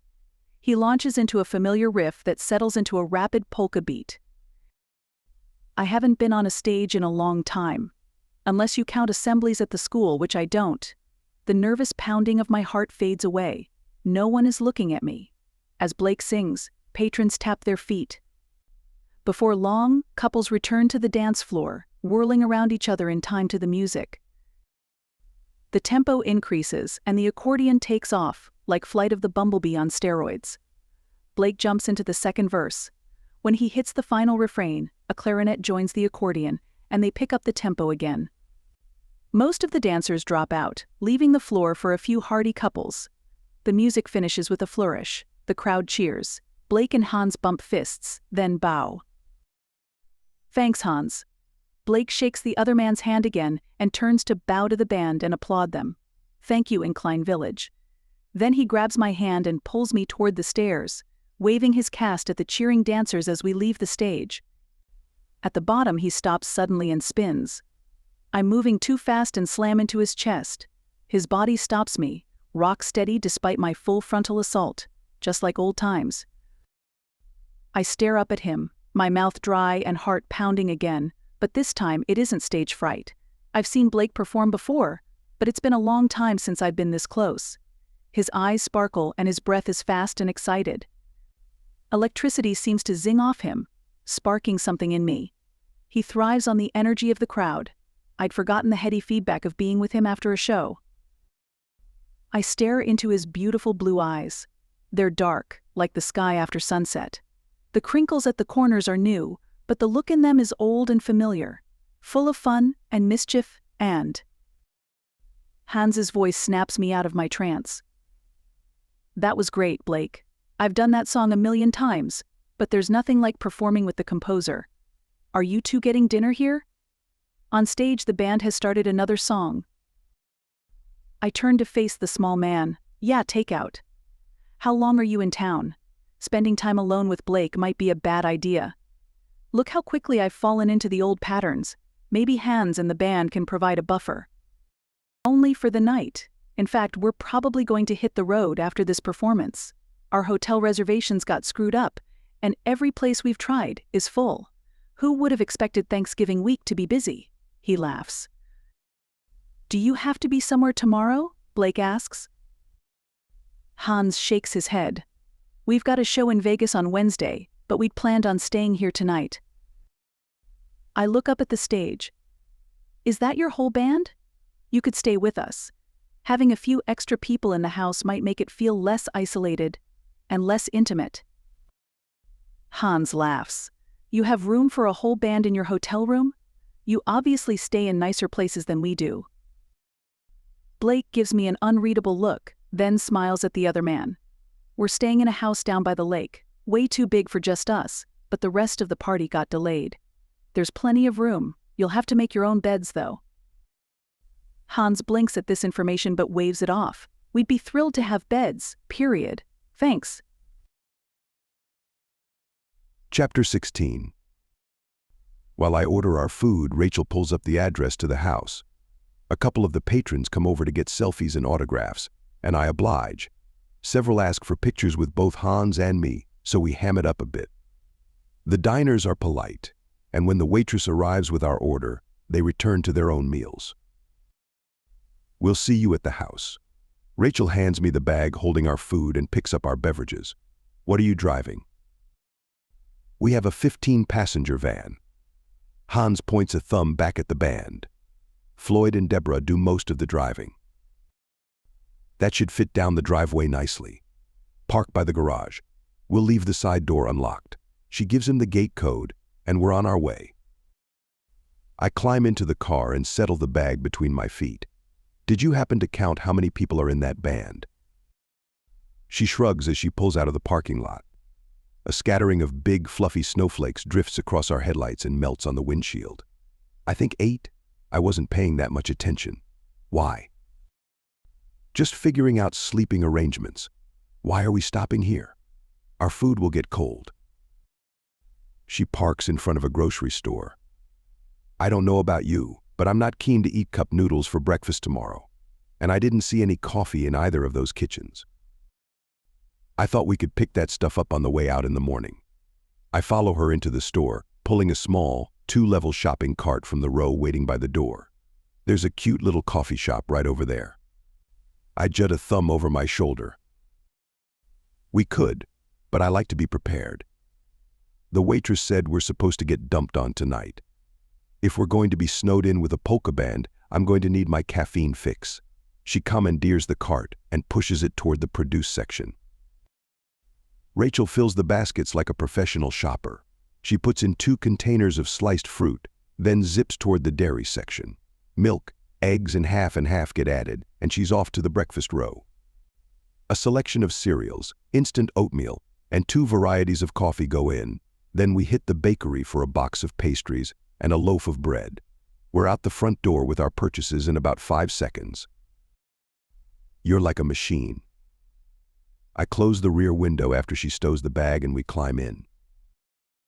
Our dinner was getting cold. She grins as she backs out of the parking spot and shoots the little car toward the street. At the corner, the wheels slide on the newly fallen snow. We were only inside for a few minutes. But the streets are already covered in a layer of white.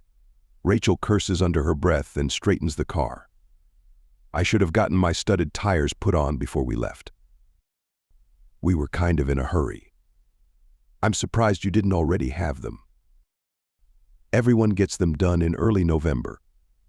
So I usually wait until after Thanksgiving. We rarely get any real snow before then. I can walk to work or bum a ride with Matt if I need to go to Bend. His Subaru is better suited for winter weather. She pats the dashboard. She does fine in the snow with the proper shoes, but not so great with the summer tires. Which brings up a good question. How are we going to get to Vegas? I gesture out the window. I mean, if the snow keeps coming down, will we be able to leave? That pass coming over will be insane with snow on it.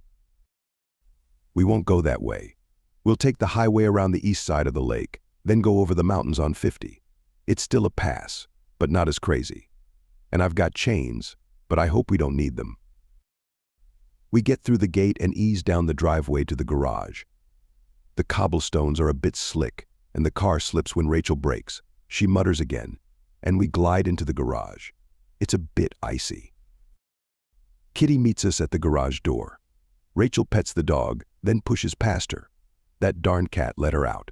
The laundry door stands wide open, and Alf is nowhere to be seen. He'll be lucky if I don't leave him here.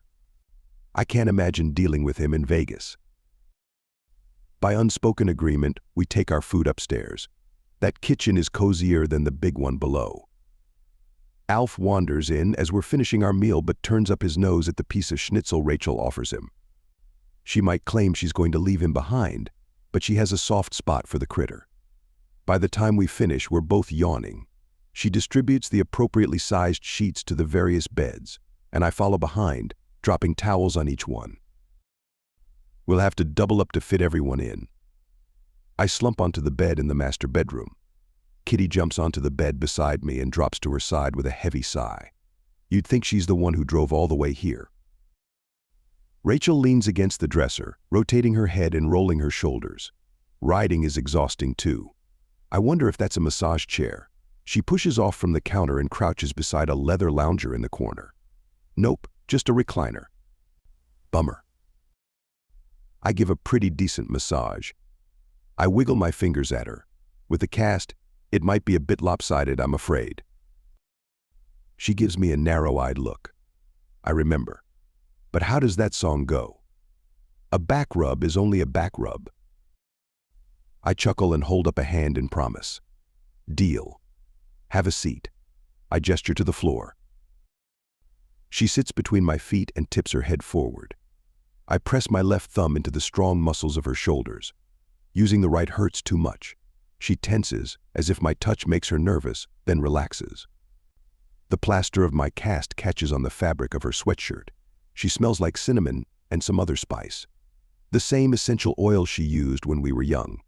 The smell, more than anything else, takes me back to my teens and our time together. I lean forward and lower my voice. Remember the trip to California? Hello. I jerk upright, and Rachel scrambles to her feet. That must be Hans. My voice is rough, and I clear my throat. Up here. I push up from the bed and meet the band in the hall. You're earlier than I expected. With the exception of Hans, who's in his 20s, and another man, the rest look to be well into their 60s. The snow is coming down pretty hard, so the restaurant closed early. I hope that isn't a problem. His bright eyes travel between me and Rachel, who followed me out of the bedroom. He lets a backpack slide off his shoulder. Nope. I gesture at the hallway. There are what, 8 of you? 10. 2 married couples and 6 singles. Most of the rooms are queen beds, except the bunk beds at the end. Rachel waves at the far end of the hall. Yeah, Pete and Don already claimed those. Why a 60-year-old man wants to sleep on the top bunk is beyond me. He chuckles. We're used to tight quarters, although I might sleep on a sofa somewhere if Ralph starts snoring again. He claps a middle-aged man on the shoulder. Ralph grunts. I only snore when I drink. I stuck with coffee tonight. The group disappears into various bedrooms. Hans, Rachel, and I walk down the hall, peering through the doors. By the time we return to the front of the house, they've dispersed. Perfect. Is there a couch downstairs if I need it? Hans sticks his head through the wide doorway into the entry hall. This place is crazy big. He moves to the bedroom across from the master, where Ralph sits on the bed, taking off his shoes. There are several sofas downstairs, and one in the family room at the other end of the house. Unless you want to bunk in with Blake. Rachel gives me a devilish look. I'll take the couch. Thanks, he's not my type. Hans points at the bag on the bed. Someone is already in here. Rachel grabs the strap and slings it over her shoulder. I dumped that before we knew you were coming. He starts to protest, but she cuts him off. I can stay in Blake's room. It's huge. She gives me another indecipherable look as she passes. I'm exhausted, so I'll say goodnight. She shuts the door behind her. Did you just get kicked out? Hans asks. No, I don't think so. I throw a swift look over my shoulder at the closed door. I'm not sure. I'd better go find out. You will be sleeping on the couch if I did. Have a good night. Night. Thanks for the save. We'd have been miserable driving all night in the snow. He turns away, then stops and points. That cat looks like Alf. I glance down the hall. The big calico sits on top of a dark table, between a tall flower arrangement and a ceramic lamp. He seems to notice us and turns away, his tail lifting as he stalks along the extreme edge, then leaps to the floor. You know Alf too. Hans shrugs. Everyone in Rothberg does. That can't be him, though. I'm afraid it is. He's stowed away. I lift my hands to disclaim responsibility. Don't ask me. Hans chuckles and goes into his room. Crazy cat. I wait until he closes his door, then knock softly on the master. Can I come in? Sure. As I push the door open, Rachel disappears into the massive bathroom with her backpack in hand. I'll be out in a minute. Take your time. I click on the television, scrolling until I find a local news channel. The newscasters chat about the expected snowstorm, and my eyes dart to the window. I get up to draw the curtains. Outside, snow is coming down in sheets now. The driveway is covered in a thickening layer of white, and the band's huge van is acquiring a coating as well. The idea of being snowed in with Rachel is appealing. Being snowed in with Rachel and an oompah band has less charm. I didn't see a snowblower in the garage, did you? Rachel returns to the bedroom wearing a long t-shirt and leggings. Her hair is brushed, and her freshly washed face shines in the light. I'm sure they have someone to take care of it. I pull the curtains shut, then turn to the bed. Which side do you want? The dog sprawls across it, taking up 2/3 of the king-sized mattress. Rachel walks around to the far side and shoves Kitty's upper body toward the middle. I'll squeeze in on this side, and you can snuggle in over there. I can see why you didn't protest sharing. I grab a few things from my backpack and head for the bathroom. The walk-through shower is already wet, so obviously Rachel couldn't resist trying it out. The only question is, how did she get in and out so fast? I play with the 6 different handles, cycling through massage nozzles, side sprayers, and a 2-foot square rainforest shower, trying to find the normal spray. I have a less extensive setup in my condo back in Nashville, and 90% of the time, I find myself using the regular shower. Especially now when I have to keep my cast dry. I hang up the plastic bag I used to cover my arm and move to one of the sinks to brush my teeth. A row of bottles and jars stands on a narrow tray in the center of the double vanity. Cleansers, creams, shaving lotions, cologne. I do a quick shave and, ignoring the fluffy white robes hanging behind the door, pull on a clean pair of boxers, then shut off the light and return to the bedroom. The TV is off, and the room is dark, except for a nightlight in the corner by the hall. I stand in the bathroom doorway, waiting for my eyes to adjust. The idea of sharing the bed with Rachel has me wide awake and buzzing. As my sight improves, I move closer, sitting on the edge. A loud snort brings me up short, followed by a massive paw hitting my hip. I heave a sigh and shove the 100+ pounds of bear-like dog. Kitty lifts her broad head, gives me a sniff, then snuggles closer. "Move over, you hog," I whisper, as I attempt to get under the covers. "Just give her a big push." Rachel lifts her head and peers over the dog. "Kitty, come this way." "A little." "No, not that much." I peel up the blanket and top sheet and lie on the edge of the bed, my arms hanging over the side. Putting my back against Kitty's warm side and my feet on the ground, I push. The dog moves a few inches. I try again, then give up. If you hear a loud thud, it's just me hitting the ground. Rachel laughs softly. Even with a ton of dog between us, the sound warms me to my toes. I settle myself against the mountain of fur, tuck the blankets around me, and go out like a light.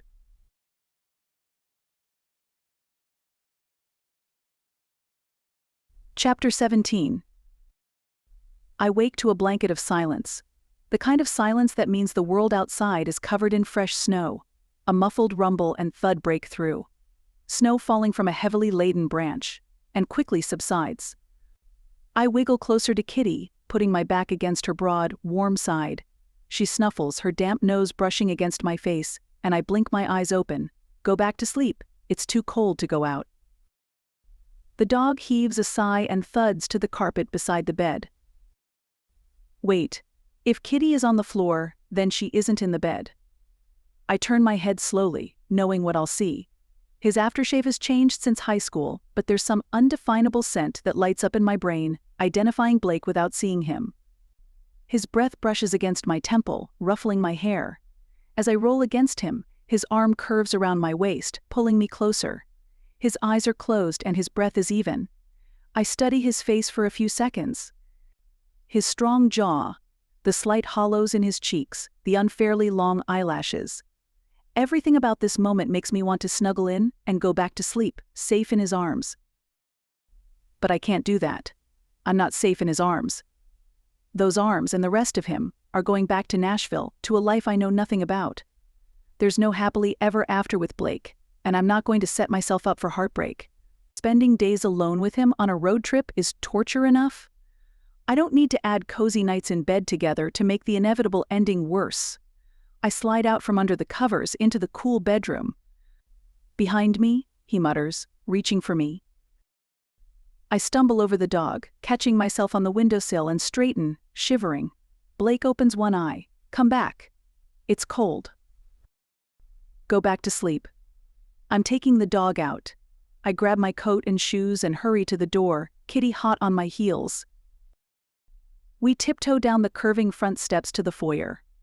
As I push my bare feet into my ankle boots, wishing I'd thought to bring my Uggs, Alf appears at the top of the steps. He jumps to the metal filigree banister and paces down the narrow top. When he reaches the bottom, he sits on the impossibly small, curled end and regards me. "Do you need to go outside too?" "I didn't bring your leash." The cat blinks, then jumps to the floor and stalks to the double glass door. I debate the wisdom of letting him go without a restraint. The snow should keep him from going too far, I hope. I open the door. Bright sunlight streams into the house, along with a blast of frigid air. The animals and I step onto the front porch, and I close the door behind me, remembering too late that I don't have a key. I can go in by the garage, but there's a foot of snow between here and there. Crap. The broad portico keeps this part of the driveway clear, of course, but the rest is covered in a blanket of fluffy white. The bright blue trim of the band's van stands out against the snowy background. We should have told them to park under the overhang. Or in the garage. Alf paces along the edge of the pad, sniffing at the snow but not venturing off the dry pavement. Kitty bounds into the yard, leaving huge, messy depressions behind her. She plows a trail into the decorative trees that separate this house from the next one, and another trail back to me. I pull my gloves from my coat pockets and throw a couple of snowballs for her to chase. The cat watches from the comfort of the front porch. My coat only goes to my hips, so my legs start to get cold. At home, I'd put on some snowshoes and go out for a run, but that's not an option here. Or maybe it is. I didn't check the cupboards in the garage, but it would not be surprising to find snow gear. But I'm cold now, and hungry. Kitty. Come. The dog gallops through the snow, then stops beside me and shakes. Globs of icy white fly from her fur, pelting me. Stop. I throw up my hands, but she pays me no attention. As I expected, the front door is locked. I can ring the bell and wake everyone in the house, or I can wade through the snow to the back door. I grab Kitty's collar and point her toward the garage. It's awkward, but she does a fair job of plowing the way for me. When we reach the door, I look back. Alf sits on the front porch, staring at us. Alf, come here. The cat ignores me. Do I dare leave him on the porch and let him in once we're inside? Probably not. I trudge back to the cat and lift him. You must weigh 20 pounds. Kitty licks Alf's face, which the cat deigns to ignore, and we make our way to the side door. After dropping the cat, I leave my snowy shoes and coat hanging from a convenient hook in the hallway and pad around the corner to the hot tub. If I'd brought my swimming suit, I'd try it out, but I'm not going to skinny dip in a house full of musicians, even an oompah band. Ignoring the workout room, I tiptoe up the back steps, Kitty close behind. Hans snores softly on the couch. I pour kibble as quietly as possible and start some coffee brewing. The clock over the fireplace says it's almost 7:30, so I'm not too worried about waking anyone. Al saunters in a few minutes later, detouring to pace across the back of Hans's couch. The snoring continues. I pour some half and half into a mug, fill it with coffee, and head for the master bedroom. When I peek in, the curtains are open, and the bed is empty. Water runs in the bathroom. Blake. My heart stutters into quick time, which is stupid. We slept in the same bed, but nothing happened. Get a grip, Foster. I shut the door and set my coffee on the side table so I can straighten the bed. Putting things in order always calms me. I reorganize my backpack, then grab my coffee and take it to the window. The lake is out of sight, which seems strange. Wouldn't you build your house so the master bedroom has the best view? But this one isn't bad. Over the short pines that screen us from the neighbors, the mountains that ring the lake stand white against the brilliant blue sky. More snow thuds to the ground, and a newly bare branch springs up, released from its heavy burden. A flock of little birds flies by, perhaps headed for a nearby feeder. Behind me, the door opens. I swing around. Good morning. Blake is fully dressed in jeans and a dark green Henley. His hair is damp in places, as if he used a wet comb to tame it. He's clean-shaven and looks fantastic. Warmth curls in my stomach that has nothing to do with the fresh coffee. Did you sleep okay? He sets his bag on the bed. Fine. Great. I usually have trouble in a new place, but I guess having Kitty with me helped. He grins. Yeah, Kitty. My face goes hot. I raise my cup, holding it between us like a shield. There's fresh coffee in the kitchen, unless Hans and Alf have already drunk it all. He crosses the room, his socks quiet against the carpet, and takes the cup from me. Thanks. He watches me over the rim as he takes a sip. I roll my eyes. My fingers tingle at the slight brush of his hand as I grab the mug to pull it from his grasp, and my voice comes out thin and breathless instead of commanding as I'd intended. Get your own, Hertzsprung. We bought plenty, remember? He holds my eyes with his, and I can't seem to pull away. We stare at each other for a long, breathless moment, his hand warm and strong under mine.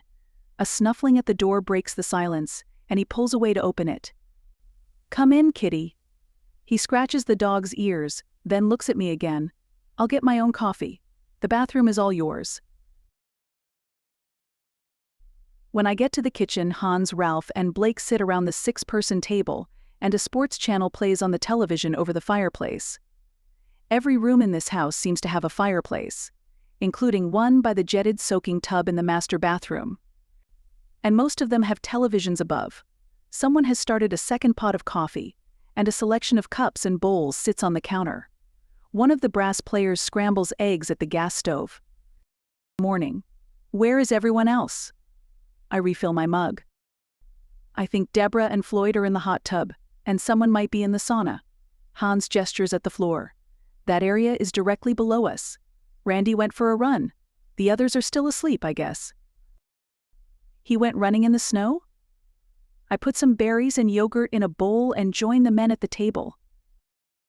Well, probably a walk, but yeah, He wanted to see the lake. He nods at the man by the stove. Did you meet Greg? And you know Ralph. Nice to meet you. I wave at Greg, then take the seat beside Ralph. Next to Hans, who's in his early 20s, Ralph is the youngest of the group, probably late 30s. I'd guess Greg is in his 50s and the rest are retirees. How can you manage to get this much time off work? They play a lot of gigs in Oregon but occasionally take a longer tour, just to break things up. I do cybersecurity. I can work from anywhere. Ralph glances at the clock. In fact, I need to do a few things before we leave this morning, so if you'll excuse me. He takes his dishes to the sink and disappears down the hall. Who does he think is going to wash these? Greg gives his eggs another stir, then puts Ralph's dishes in the dishwasher. Makes you think he still lives with his mother. He does. Hans laughs, then sobers. It's not really funny. Who can afford to move out anymore? I still live at home too.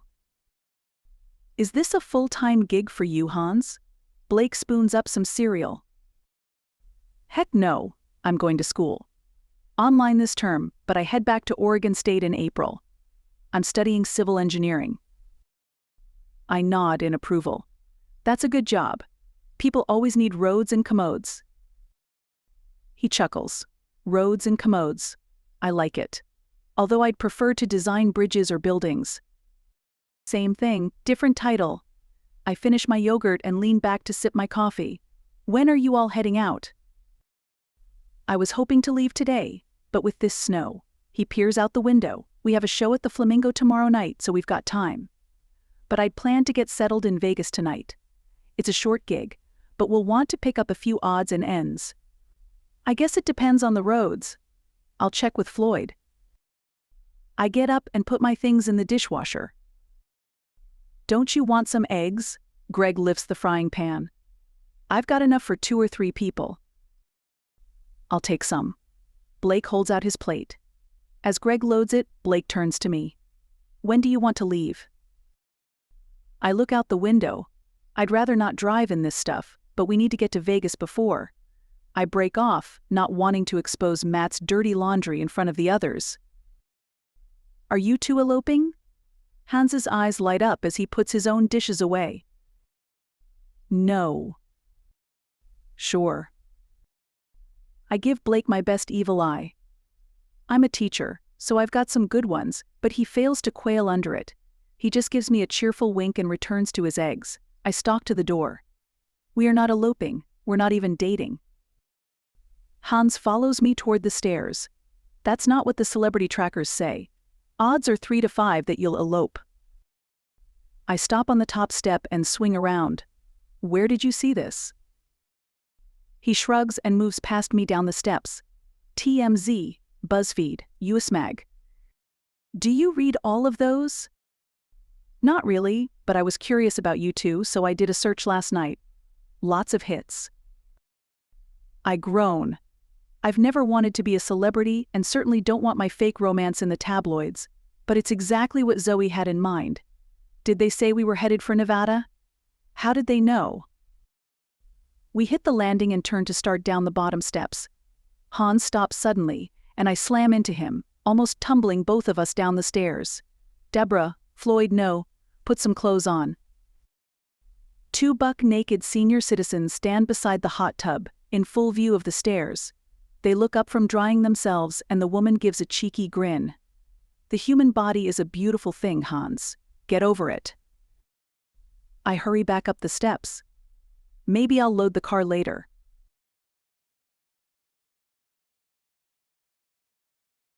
Chapter 18. How did they know we were coming to Reno? Rachel sits on the edge of our bed, scrolling through her phone. Look at this. There are dozens of hits claiming we're eloping. There's even a shot of you on stage with Hans. I guess that's how they knew. Photographic evidence. I sit beside her and put a friendly arm around her shoulders. Once we've been spotted here, the elopement thing is an obvious guess. But this story, she flicks the side of the phone, was posted before the picture. Did you mention it to anyone back home? Or maybe our friend in the blue pickup truck recognized us. You mean you. She stabs a finger at me. There's no reason anyone would recognize me. Except Hans and the band.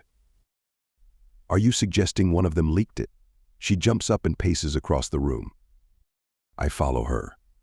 When she turns, I grab her by the shoulders. No, I'm not suggesting anything. I've learned it's best to just not worry about it. Unless you see a pattern, in which case you know who it is, and you stop telling them anything. I've learned that lesson the hard way more than once. But this time, I'm relatively certain it was Zoe who leaked our destination, because I told her to. Here's the thing. I'm still crazy about Rachel. When we're together, the last 20 years seem to melt away. Except now I'm the older, wiser, more confident Blake Stein instead of teenage Blake Hertzsprung. And grown-up Blake Stein wants Rachel Foster in his life. When we started this trip, was it only yesterday? It was a great excuse to spend time with her. But somewhere between leaving Rothberg and waking up next to her this morning, I've realized I don't want this road trip to end. I want Rachel beside me every morning, no matter where I wake up. The problem is there's no way that's going to work. She has a job she loves in a town she loves, and I have a job I love 2,000 miles away. But I can't help myself. I need to be with her as long as possible. And if people think of us as a couple, maybe she'll start thinking it too. So, I told Zoe where we were going and let her come up with the rest. And I'm hoping and praying it won't come back to bite me. When Rachel meets my eyes, hers are clouded and concerned. Then they clear, and a smile flits across her face. You're right, no point in stressing about it. She pulls away from my grip. I am worried about the drive, though. She goes back to poking her phone. The travel cams show a lot of snow on all the passes. I'm not sure we'll be able to leave. I take her phone. She's right. The roads are plastered. She runs a hand through her short blonde bob. If I'd realized we'd be getting this much snow, I would have borrowed Emily's SUV. I don't think Rothberg got more than a dusting. Is there a rental car place in town? We could get something else. I pull out my own phone and start searching. There's a U-Haul. She snorts. That wouldn't be any better than my car. There are a couple in South Lake Tahoe, but we wouldn't normally go that direction. And if we pick one up in Carson City, we'll be past the worst of the snow by then. The weather reports say the main snow dump was between here and there. You guys talking about the drive? Floyd drops a suitcase by the open door and strolls into the room. Hans said you're wanting to leave this morning too. I didn't recognize you with your clothes on. Rachel winks. Floyd laughs. It's all good. When you get to be my age, you either get more relaxed or way more uptight about nudity. Anyway, you two could ride with us. Rachel and I exchange a look. Floyd goes on. We've got plenty of room. It's not as comfortable as a plane, maybe, but it's got to be better than that little roller skate you call a car. Rachel blinks. How'd you know what I drive? Are you kidding? Everyone in Rothberg knows who drives that thing. You're kind of notorious, tall woman. He holds his hand up over his head, then drops it down by his hip. Tiny car. Don't forget the giant dog. When I say dog, Kitty's head comes up off the bed. About time you woke up. Floyd makes a face. And the giant dog. He rubs his hand over his balding pate. There should still be room. You don't have a lot of luggage, right? And the cat doesn't take up much space. I don't tell them I'd kind of forgotten about the cat. Floyd nods decisively. Let's get everything loaded up and see how it works. Even if you can't ride with us, we can drive together to make sure you get over the pass. That sounds good. Rachel looks relieved. I'd rather not leave my car behind. I'm not sure it would be here when we got back. We still don't know if this is Judy's family's place or a rental. I shoot a text to my brother while they're talking. Maybe he can shed some light on the subject. Unless you're planning on staying a couple of weeks, I doubt anyone would have your car towed. In fact, no one will probably be here until the ski area opens next month. Floyd turns and putters out of the room. Bring your stuff down. Let's see if it fits. We pack the last bits of our gear and double-check the room. I call Kitty, and we move to the balcony overlooking the foyer. The rest of the band is already assembled, with stacks of suitcases and instruments filling the large, circular room. Rachel takes a couple steps down the curving staircase and stops. There's no way they have room for us. They'd need a full-size semi-truck for all that stuff. And why'd they bring it all inside? Musicians are very careful with our instruments. No one's going to leave one out in the cold all night. Even if the van was in the garage. I shake my head. A gust of cold air hits me as Floyd opens the double front doors. Okay, folks, I pulled the van up to the door. You know the drill. The band forms a line and starts passing cases out the door, fire brigade style. The pile of instruments disappears into the van, larger ones first. Alf appears from nowhere and streaks out the door. Kitty lurches to her feet, worms her way through the people and luggage, and sprints away, hot on the cat's heels. Kitty. Rachel drops her backpack on the stairs and fights her way to the door. Kitty. I grab her pack by the strap and dump both of them on the quickly dwindling pile of luggage, then push through the musicians, muttering apologies. I reach the front steps as Rachel disappears around the corner to the garage. Perfect. I dither for a second, but the band will need a few more minutes to finish loading. We'll be right back. Bright sunlight glares off the snow. I shade my eyes. A narrow border filled with large, round rocks surrounds the house, creating a gap between the walls of the building and the landscaping. The roof overhang has left it clear of snow. I duck under a spindly, leafless tree and hurry along the path, my Converse slipping on the wet stones.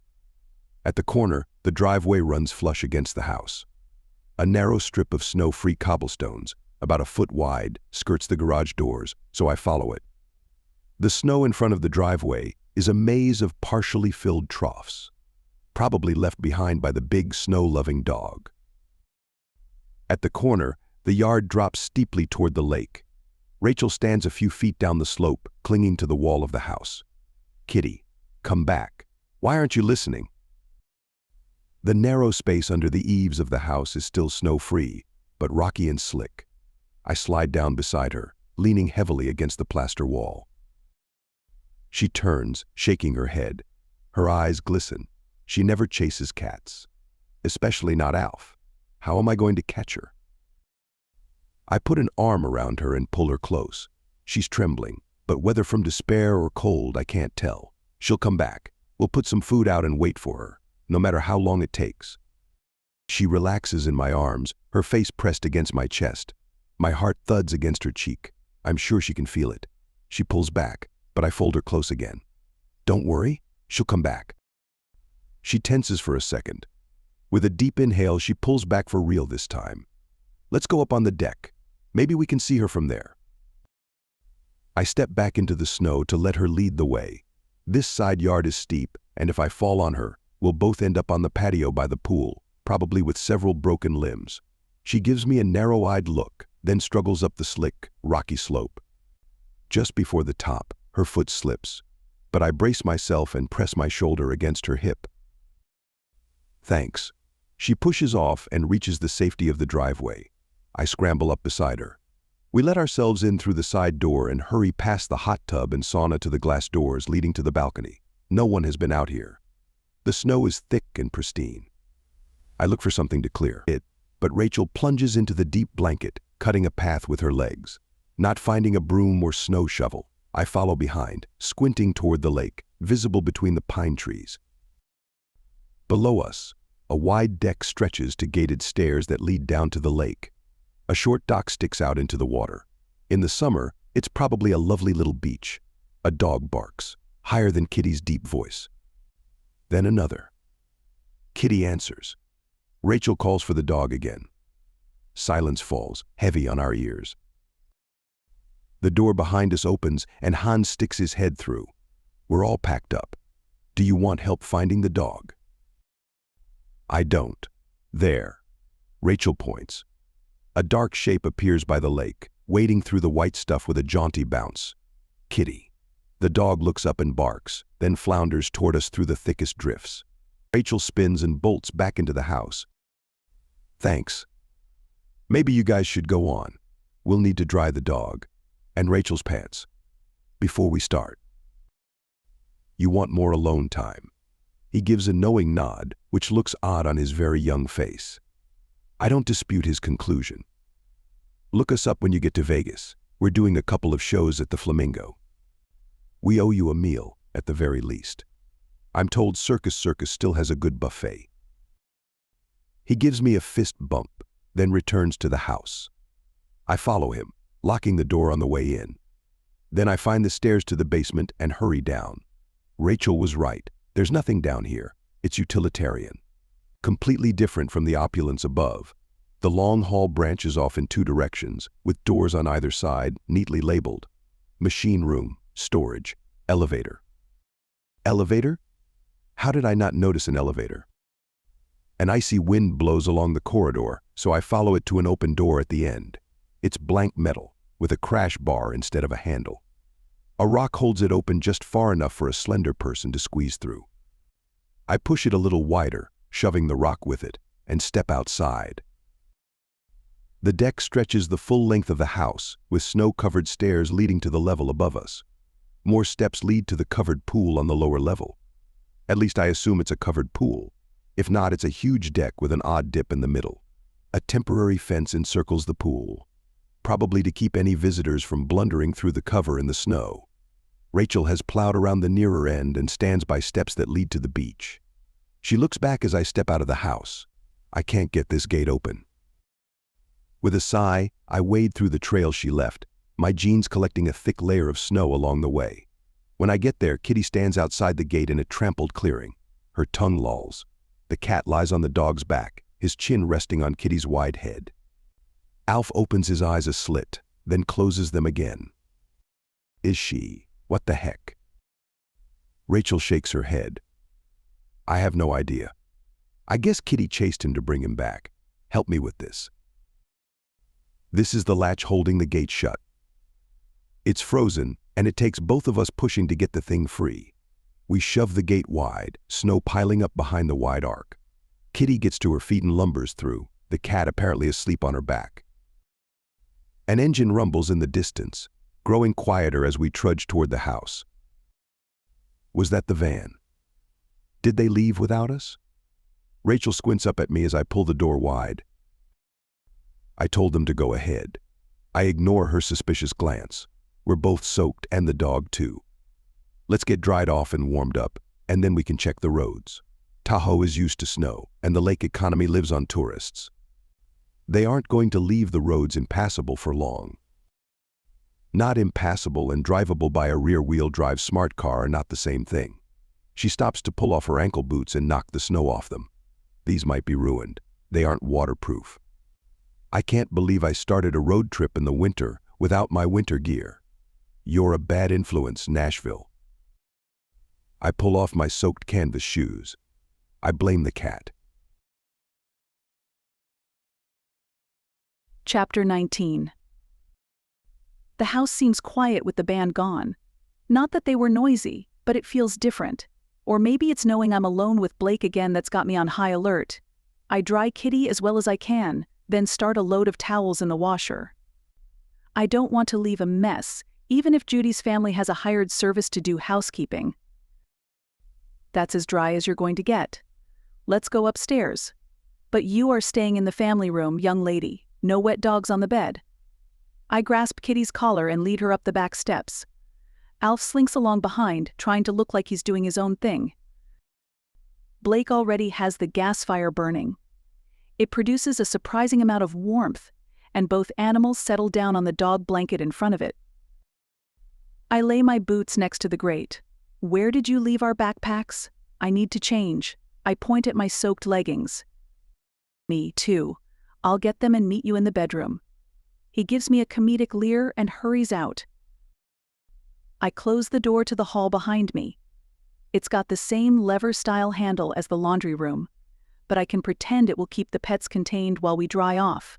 They didn't even look up when we left. As I enter the bedroom, I hear soft swearing. I detour to the balcony overlooking the front entry. What's up? The bags are gone. Undoubtedly in the van on the way to Las Vegas. He pulls his phone out as he comes up the steps, his bare feet slapping softly against the marble treads. I'll text Hans. I head for the bathroom. I'm still going to get out of these wet leggings and take another shower. I'm freezing.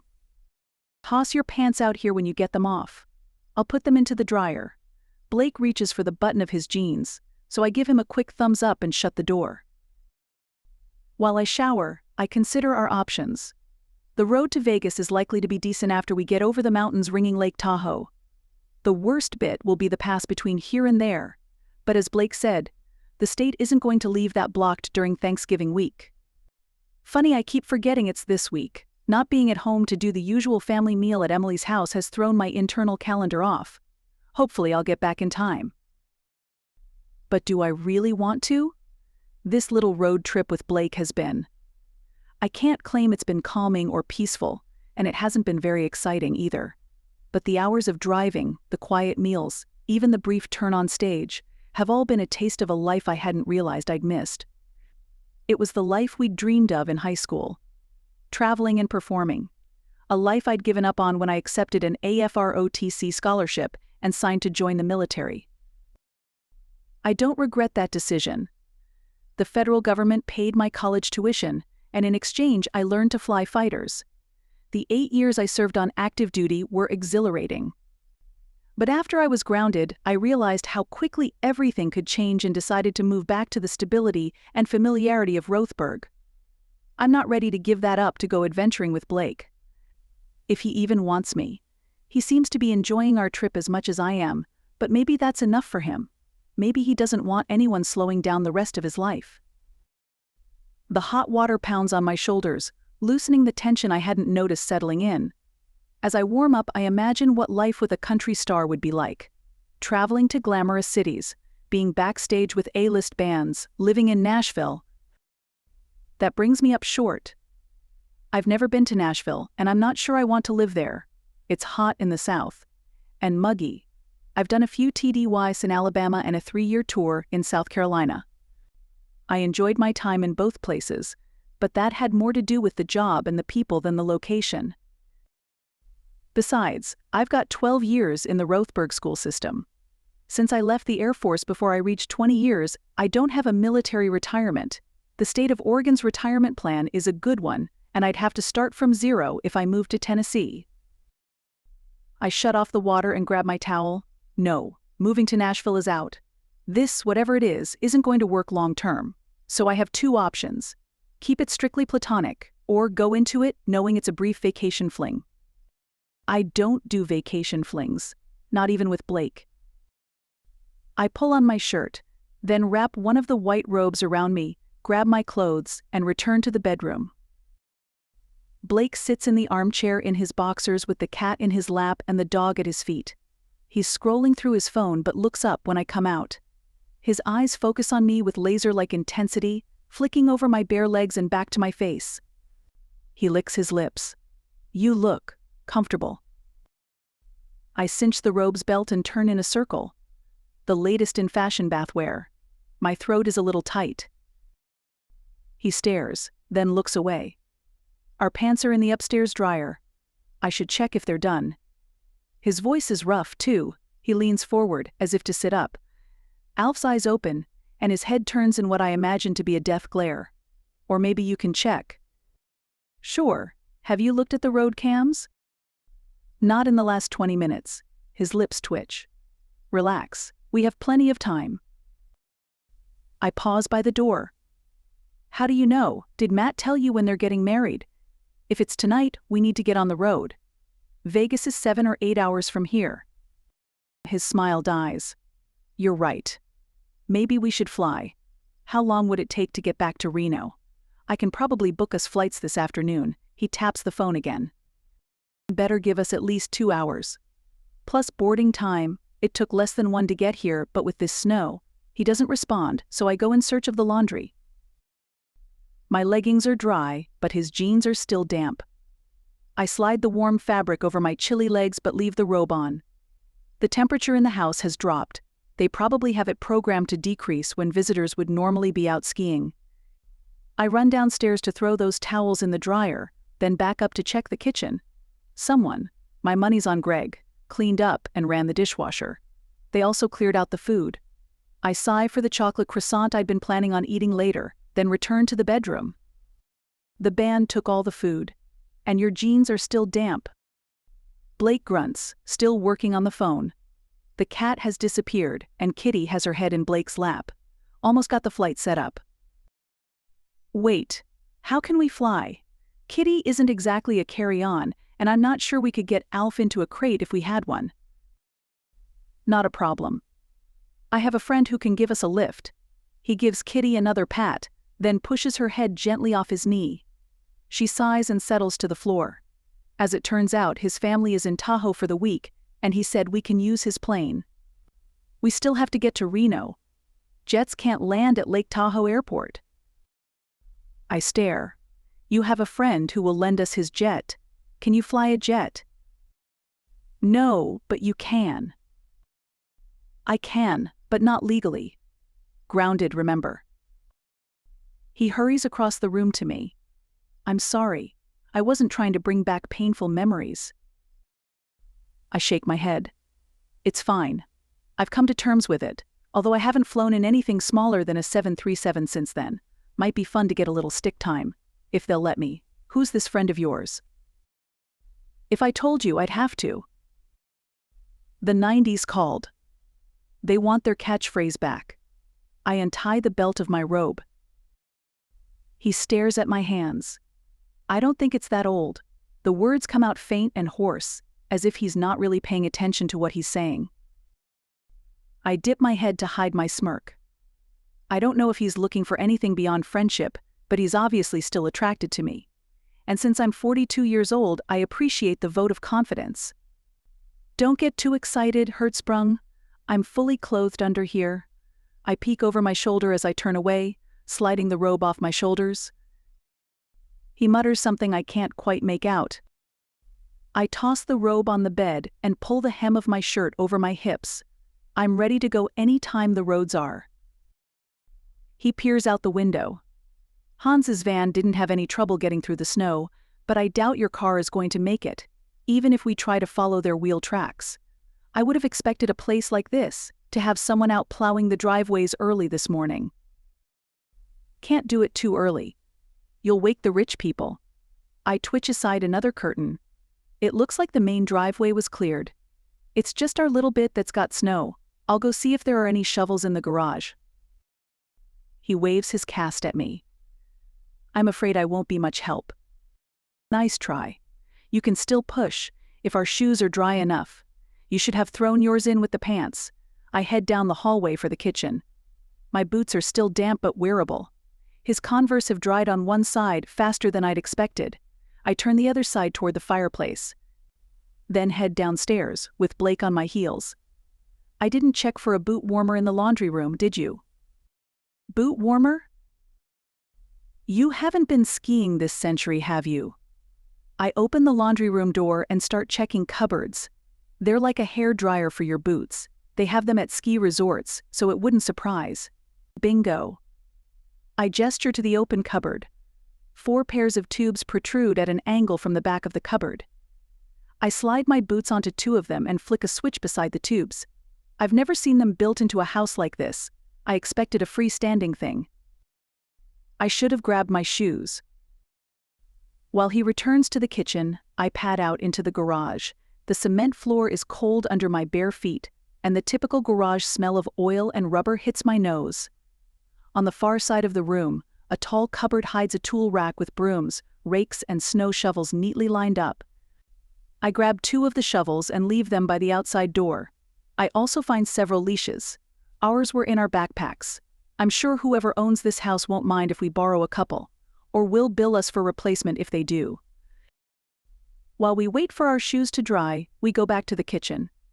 I reheat the leftover coffee, which Greg thankfully didn't dump out, and pour each of us a cup.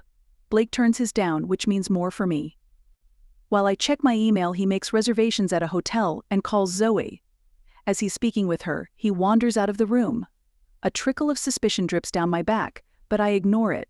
Zoe is his business manager. He probably has lots of private things to discuss with her. Friends don't share everything with each other. I check the road conditions again, then head downstairs to work off my stupid feelings. When I get outside, the driveway is clear. Someone came through with a snowblower. I've been hearing them in the distance all morning. One of them must have been closer than I realized. Having your driveway mysteriously cleared of snow is a perk I could get used to. I jog up the steps and stop at the dryer. The door is ajar, and my socks hang from the top of it. They're still warm. I yank off my clammy boots and pull the warm wool over my frozen toes. Ah. When Blake steps out of the bedroom, fully clothed and his phone out of sight, I smile. Looks like we're cleared for launch. Chapter 20. As we pass a sign that reads Galena Forest Estates, I peel my cold fingers from the door handle and start to relax. The snow had been plowed from the Mount Rose Highway, but the road was far from clear. Rachel spun around the hairpin corners at a speed that had me clenching my eyes shut more than once. According to the map on her phone, the worst is behind us now. And the road stretches out of the hills in a long, wide, gentle slope. Behind me, the animals seem to echo my relief. They shift around, then go quiet. That was fun. Rachel gives me a big grin and relaxes back into her seat, rolling her shoulders. Only about 10 miles to go. We drive through an In-N-Out Burger to pick up lunch, then approach the airport. I guide Rachel to a parking lot on the far side. We leave the car and hike across the asphalt to a building.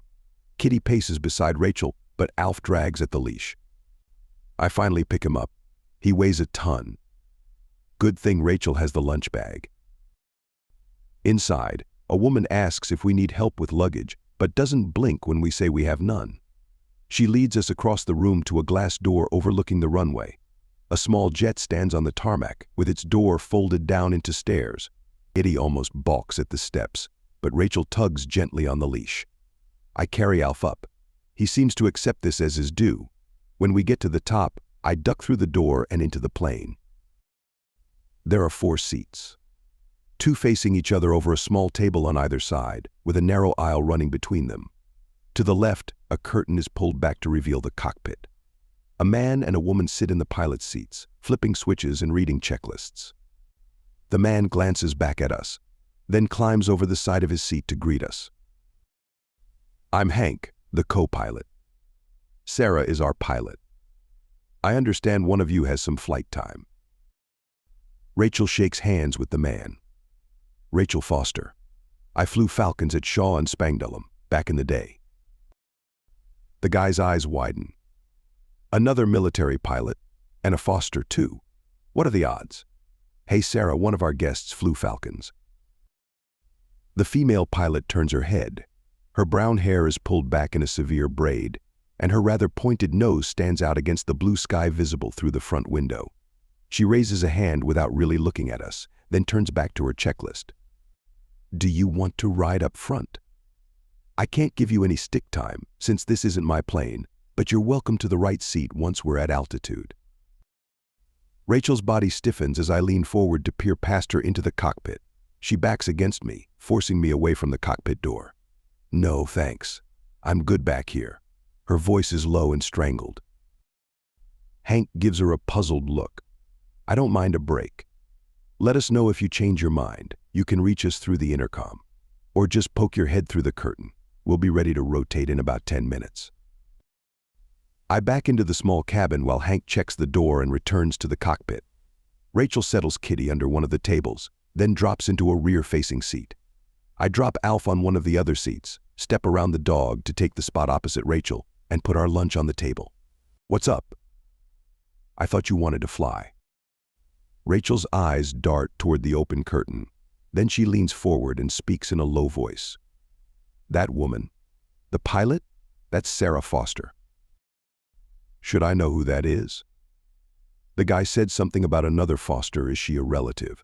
But Foster is Rachel's married name, so this woman would be a relative of her ex-husband. The answer hits me like a freight train.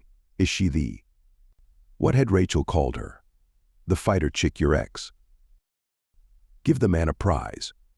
You'll understand if I don't want to sit up front with her. She takes a shaky breath and looks out the window. What are the odds? Astronomical. I watch her throat work as she swallows. I'm sorry. We don't have to go. You've got another friend with a jet waiting to take us to Vegas. Well, no, this was pure luck. Brad sent his family up here for the holiday, but he has to do another show in Vegas. He needs the plane back so he can fly up tomorrow. If we talk Matt out of this, we can all ride back with him. Brad? Her eyes flick around the plane, taking in the sleek interior, the leather seats, and the big windows. Would this be a well-known Brad of country music fame? Might be. It's common knowledge he owns a jet. Usually flies it himself, but in this case he had to hire a crew to fly the family. I nod toward the cockpit. Too bad. She looks out the window again. We unwrap our burgers and fries and start to eat. Then Sarah's voice comes over the intercom. We're ready to push back. Please make sure your seatbelts are fastened. Reno is a small airport, so we should be in the air in a few minutes. The jet rolls forward. Despite Sarah's claim we'd push back. And out onto the taxiway. We roll to the end of the runway and wait while a commercial jet takes off, then pivot to face the same direction. Sarah gives us a warning. Then I get pushed back in my seat as the jet surges forward. We rattle and bump, then the ride smooths as we launch into the sky. The buildings dwindle to toy size and are replaced by desert. We're on our way, folks. We'll reach our cruising altitude shortly and we'll reach Harry Reid International Airport at approximately 4:15. There's a fridge aft if you'd like a snack or beverage. Enjoy your flight. Ms. Foster, would you join me in the cockpit, please? What do you think she wants? Rachel crumples her burger wrapper and shoves it into the empty bag as Hank comes through the curtain and lets it drop closed behind him. I don't know, but you don't have to go up there if you don't want to. My shoulders have tensed in sympathy with her obvious unease. If the pilot asks you to come forward, it's good manners to go. And I'm not afraid of her. She stands, straightens her sweatshirt, and marches toward the curtain as if to her execution. Hank pauses by my chair on his way to the rear. You want anything? Coke, Pepsi, yoo-hoo. I lift my soda cup. No, I'm good, thanks. When he comes back, I gesture to Rachel's empty chair. You want to sit?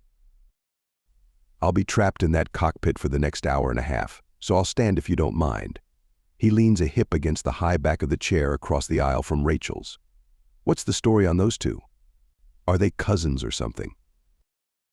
I lift both hands. No idea. I thought you might know. Hank sips his bottled water and shakes his head.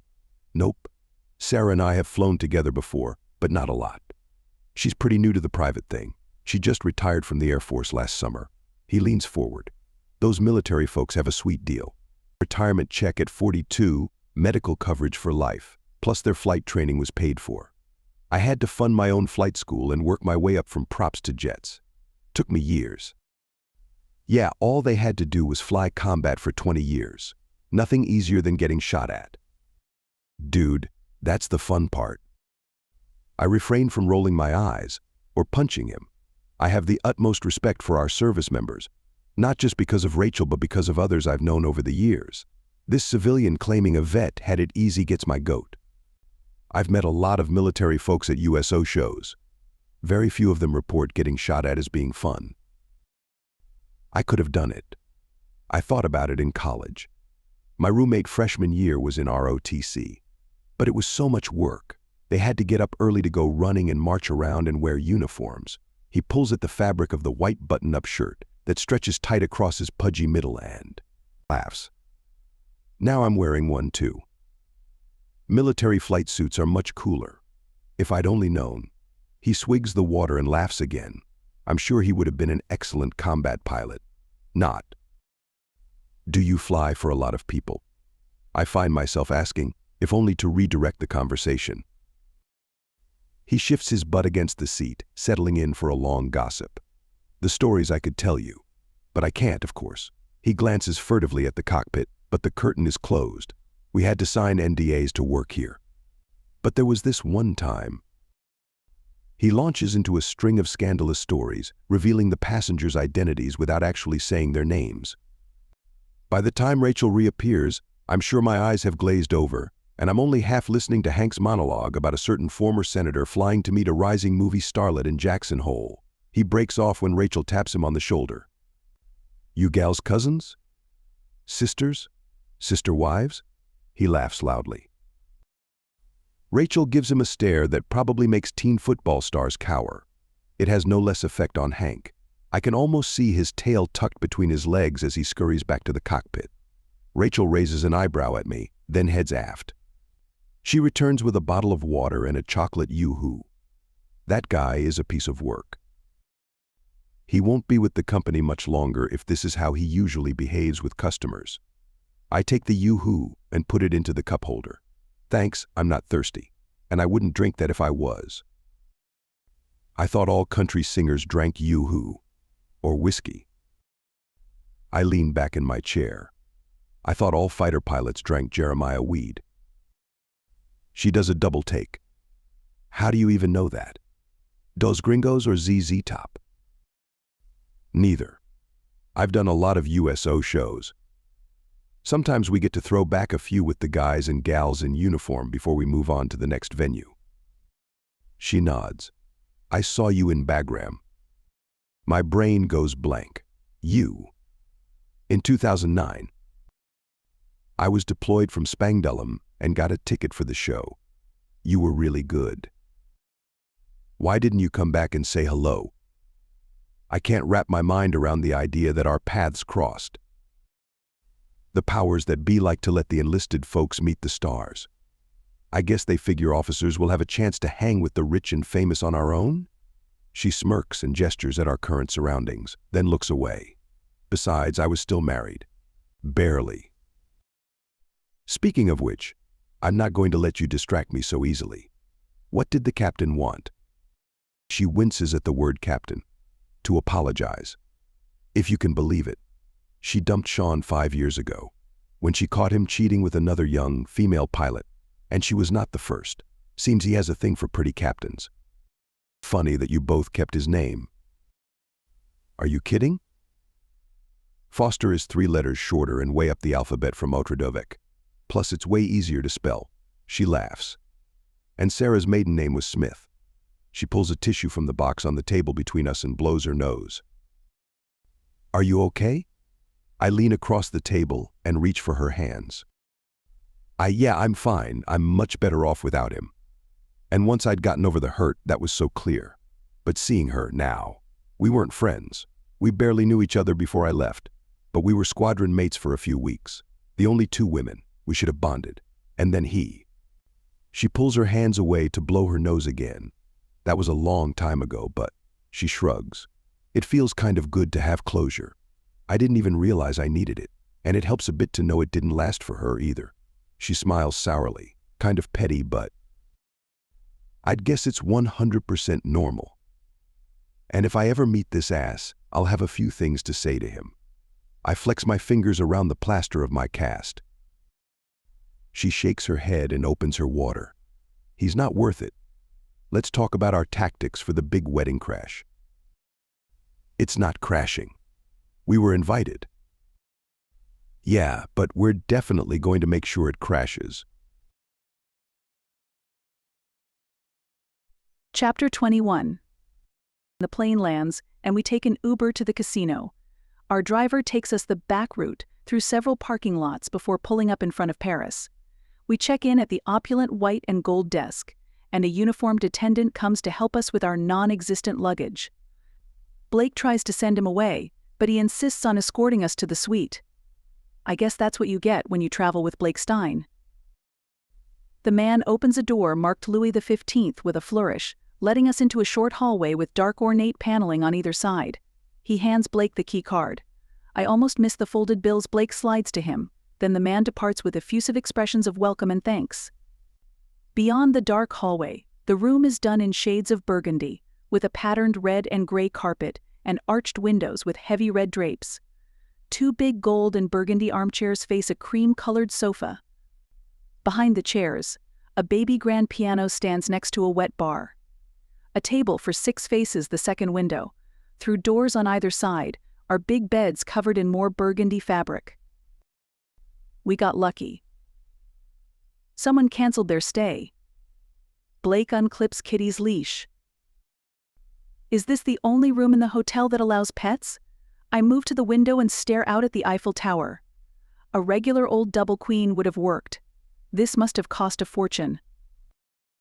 I've got a gig booked here next year, so they comped me the room. He peeks into one of the bedrooms. Which one do you want? This place is bigger than my house. I wander into the other bedroom. A king bed looks small in the middle, with a plush chaise lounge to one side and a desk on the other. A huge television hangs on the wall over a low dresser. The bathroom has an enormous soaking tub, a full-sized closet, a separate shower, and a toilet and bidet in a small inner room. I guess this one can be mine. Blake stands in the doorway. There's a pet bed in the other one. Not really big enough for Kitty, though. They said they'll send up some dog and cat food. Do you stay like this all the time? I turn in a slow circle, taking in the place. He moves back to the living room and plays a little melody on the piano. Not quite like this. They usually give me one of the smaller suites, but they had a cancellation. Believe it or not, there's a bigger one. I think they save it for the high rollers. High rollers like Dolly or Brad? He chuckles. No, high rollers who actually spend money downstairs.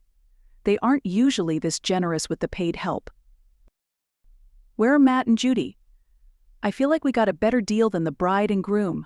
I hold up a hand. Don't get me wrong. In this case, I am 100% okay with that. He pulls out his phone. I'm not sure where they are. I'll ask Matt what the plan is. Maybe we can meet them for dinner somewhere and talk them out of this craziness. He holds up the phone. Got a text from Hans. They'll be here in a few hours. We can meet them at the Flamingo and get our bags. It's only a block that way. He points. You know Vegas blocks are huge, right? I look at my boots. The sole is starting to separate from the shoe and the faux leather finish is stained and scuffed. They don't live up to the Louis XV suite. They're barely passable for a discount room at the Motel 6. Not to mention it's almost 70 degrees outside. I don't suppose we have time to do a little shopping? Don't worry. I don't need much.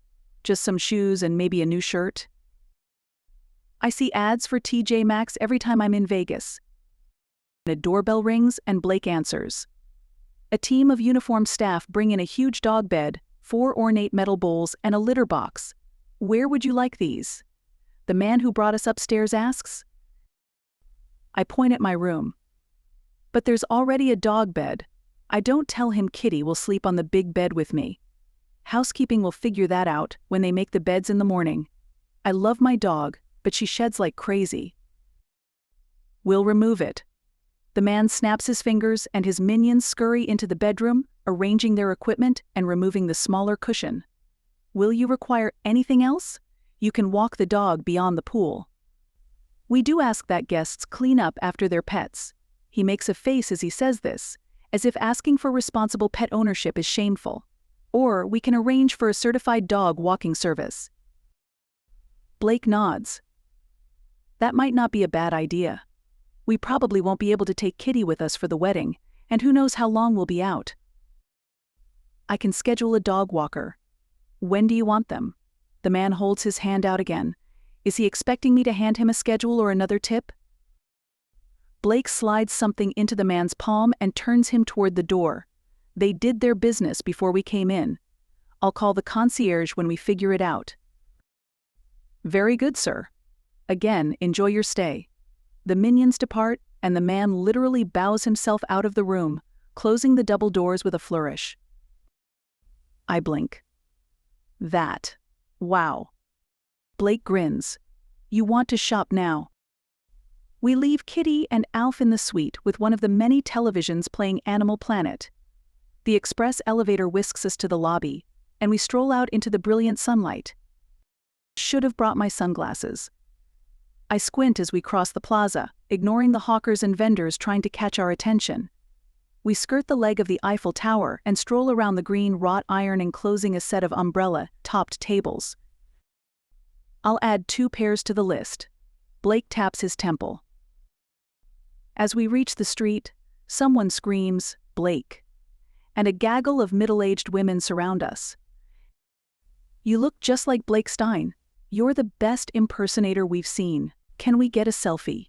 He's shorter than the real Blake Stein. And definitely not as handsome. I smother a laugh. They jostle around him, shoving me aside, taking dozens of pictures and videos. Finally, Blake holds up his hands. Thanks, ladies, but we need to get moving. Two of the women do double takes at the sound of his voice. A short one gulps. You sound just like him too. The plumper one steps back, doubt written large on her face. Are you the real Blake Stein? Afraid so. Blake gives them his 100-megawatt stage grin. The woman falls back another step and starts gibbering. Oh my gosh, I am so sorry, Mr. Stein. We thought you were one of those impersonators. Ramona said we could get a picture for $20. Her friend holds up a 20. Thanks, but that's not necessary. Blake attempts to slide past them. It really is him. The woman cries. Will you sign something for me? She pushes the 20 at him again and starts digging in her enormous purse. Let me find a pen, please. He glances at me, but I wave him on.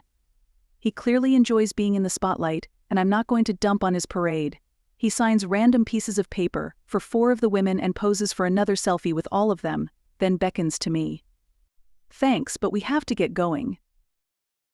The eyes all snap to me.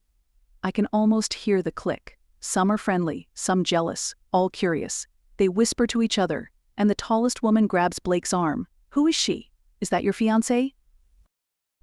I watch the expressions flick across Blake's face. Surprise, indecision, and something a little sad. I'm not sure what that means, but I don't wait for him to answer. We're just friends. Sorry to take him away from you, ladies, but we have an appointment.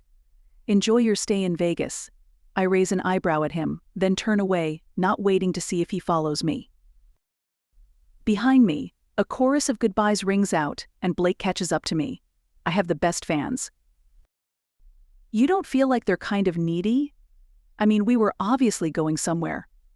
And I can't believe they thought you were an impersonator. You're not dressed right, no cowboy hat, no boots. He looks down at his clothing and shrugs. I'm surprised they recognize me at all. I'm not usually accosted on the street. And yeah, sometimes they get kind of clingy, but without them, I'm just another guy, you know? My fans made me Blake Stein, so where are we headed? I point to my phone. You suggested TJ Maxx, but they're way down by the airport. We'll need an Uber. We can go a little more upscale. There are some great shops at the Bellagio. He takes my arm and steers me past a CVS and the Horseshoe Casino to an escalator. We ride up, shading our eyes. On the downside, a pair of showgirls in feathers and bling wave at us. Blake nods at them. Those girls will charge you a 20 for a picture. As we cross the sky bridge over Las Vegas Boulevard, music blares from the property across the street, and the fountains blast. We stop in the middle of the bridge to watch the show. I've heard of the fountain show at the Bellagio, and the high spouts of water are certainly amazing, but I'm not sure what all the hype is about. It's nowhere near as exciting as watching the Thunderbirds. When I say as much to Blake, he laughs. You're comparing a fountain to an air show. It's my frame of reference for live entertainment. We watch the grand finale, then head into the glass-roofed shopping mall. Blake tries to stop at a Gucci store, but I steer him past. That is not me. I stare at the names above the stores as we stroll along. Designer labels I've heard of but never worn. The idea of spending that kind of money on anything is unthinkable.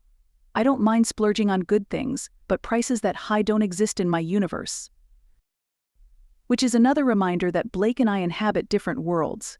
It's strange how much he's changed since we were young. When we took that road trip to California all those years ago, we laughed at the crazy people buying things in stores, just like this. We wander into the Dior store. An impeccably dressed woman strolls forward and offers to help us. I tell her I'm just looking, and she retreats to her post. I finger a few dresses on display, zeroing in on a pale green one. It has a slim fit, with a sweetheart neckline and subtle beading. I find the price tag and nearly pass out. Don't they have a discount section? I whisper as I hurry out of the shop. Vegas is about excess, not savings. He gestures at Armani as we pass. I wore one of those to the CMAs last year. I thought I'd feel ridiculous, but it's kind of amazing. It made me feel powerful, confident, sexy even. His eyebrows jitter in a ridiculous leer. There's no way I'd spend that kind of money. Living in the Louis XV suite might make me feel like Julia Roberts, but I'm not doing a pretty woman shopping montage. I flush as I remember why her character was in the fancy suite in that movie. Did you buy it or did they loan it to you? I've heard that's how those award shows work. He smirks.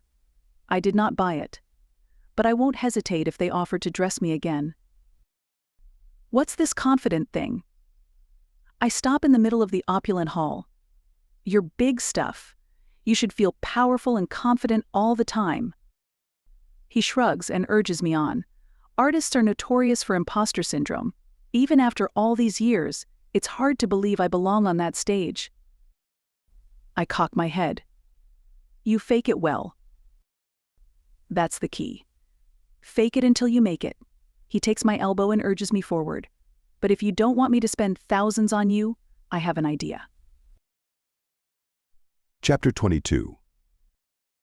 I guide Rachel through the noisy gambling floor of the Bellagio and out the other side. The casinos in Vegas are huge, and my shoe starts rubbing the back of my left heel.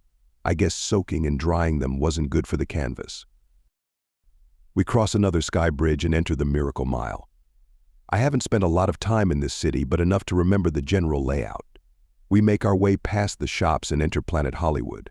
More ringing slot machines assault our eyes and ears, then craps tables, blackjack, and roulette.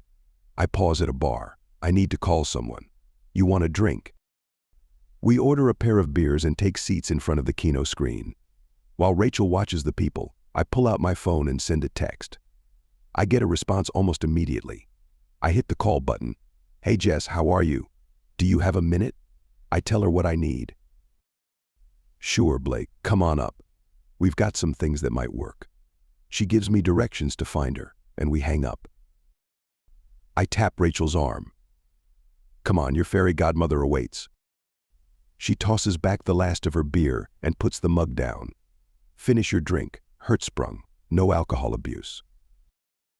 I take another sip and leave the half-full glass on the counter. If you finish every drink you start in Vegas, I'm going to have to pour you home. She smirks as we head across the casino.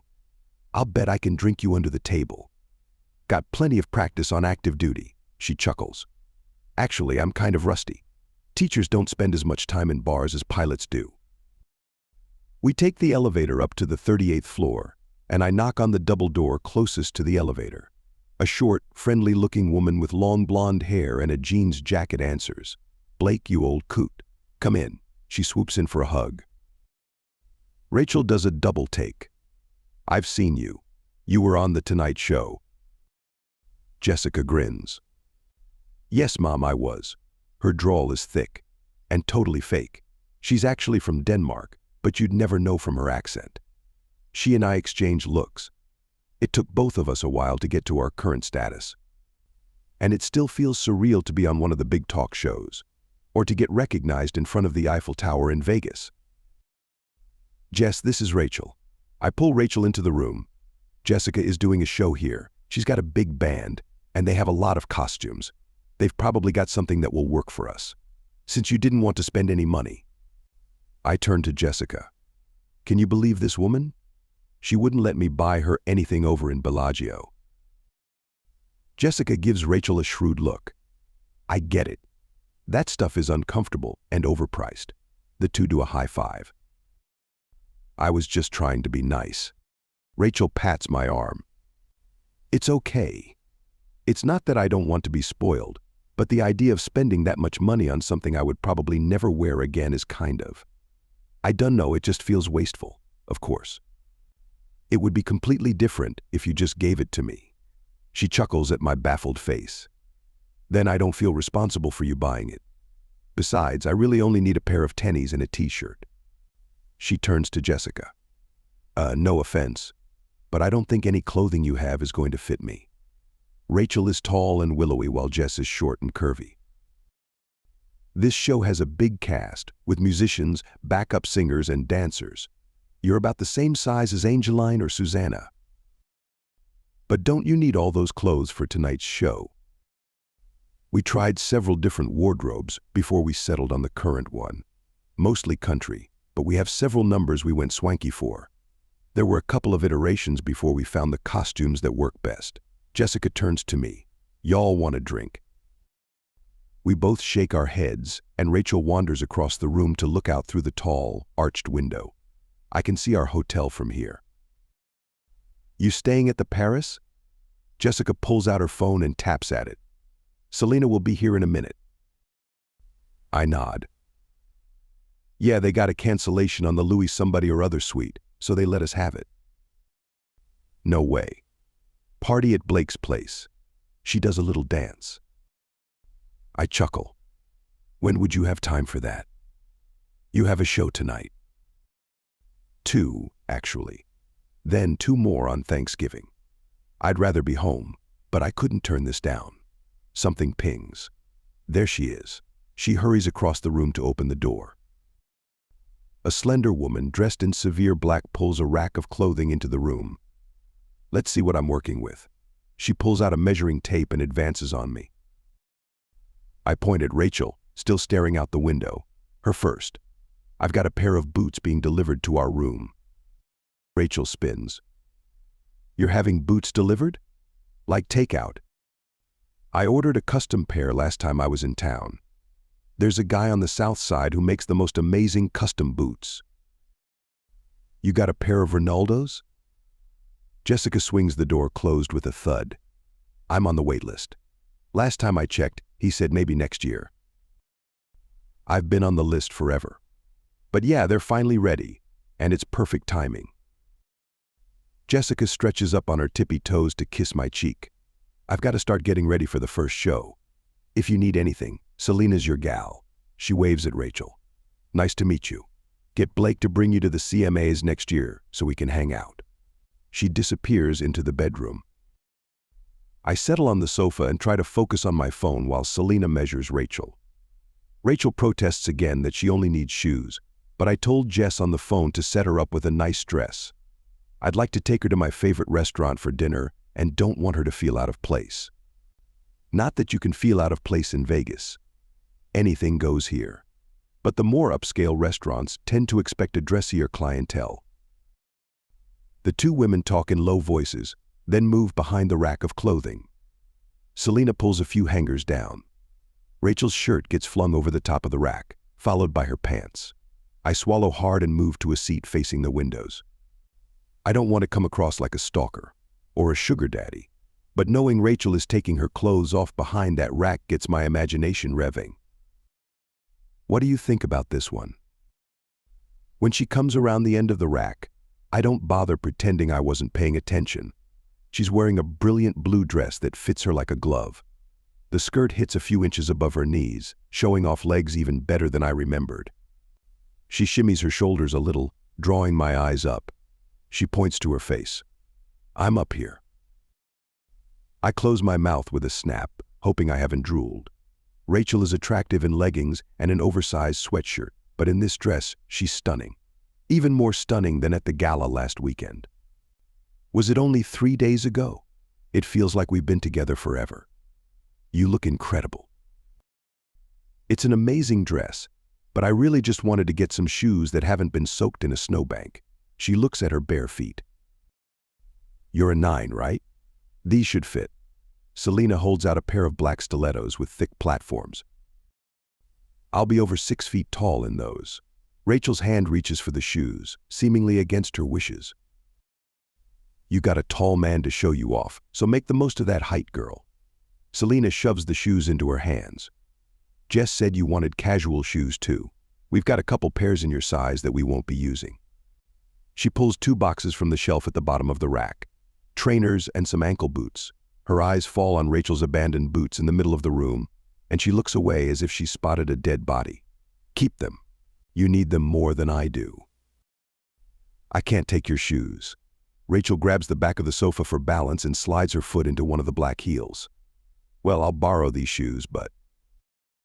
Selena shakes her head. No worries. If you don't take these, they'll go to a donation bin when we leave. They weren't right for the look. We buy in bulk. It's easier to overpurchase and donate. Balanced on the new heels, Rachel takes the boxes and places them on the counter to open the lids. Ooh, these are cute. She holds up a black leather shoe. It looks like a cowboy boot that's been chopped off at the ankle. And these tennies are amazing. She displays a pair of pink-trimmed, lime green running shoes. That's one word for them.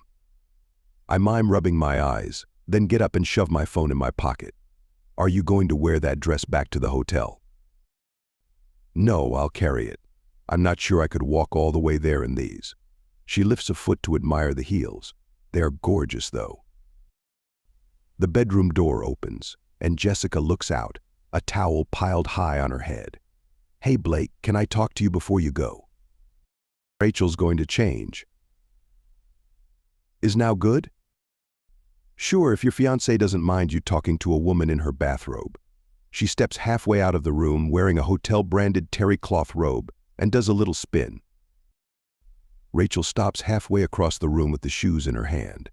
He's not my fiancé. We're just friends. Jessica waves her phone at the other woman. That's not what TMZ says. She winks at me, then disappears into the bedroom. Chapter 23.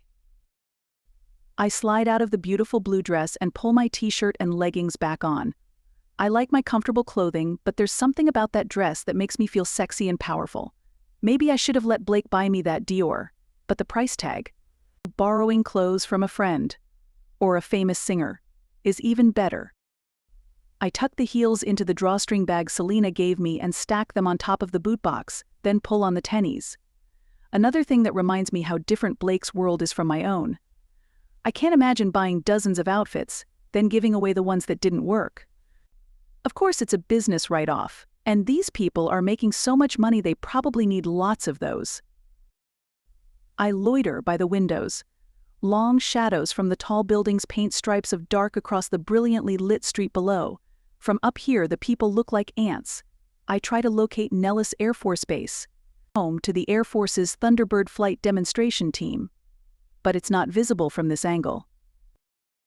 The door opens behind me, and Jessica and Blake emerge.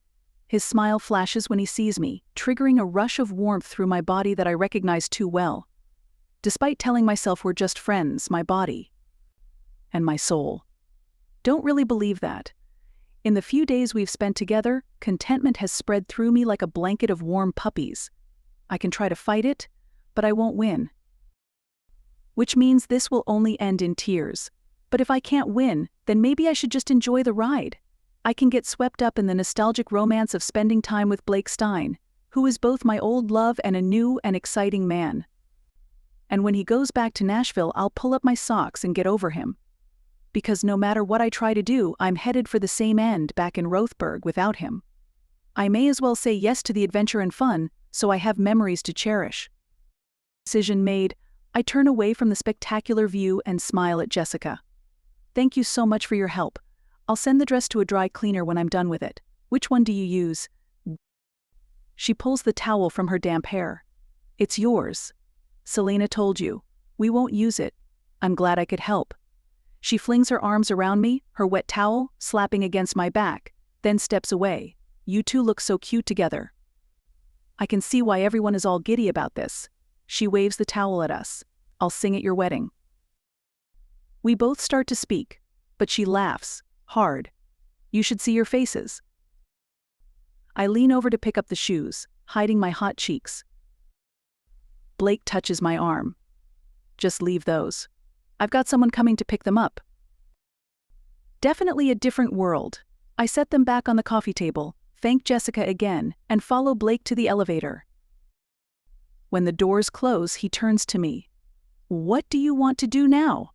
Matt texted. The wedding is Friday. Then we should meet him tonight and talk him out of it so we can get home for Thanksgiving. I'm supposed to bring pie to my sister's place. I glance at him.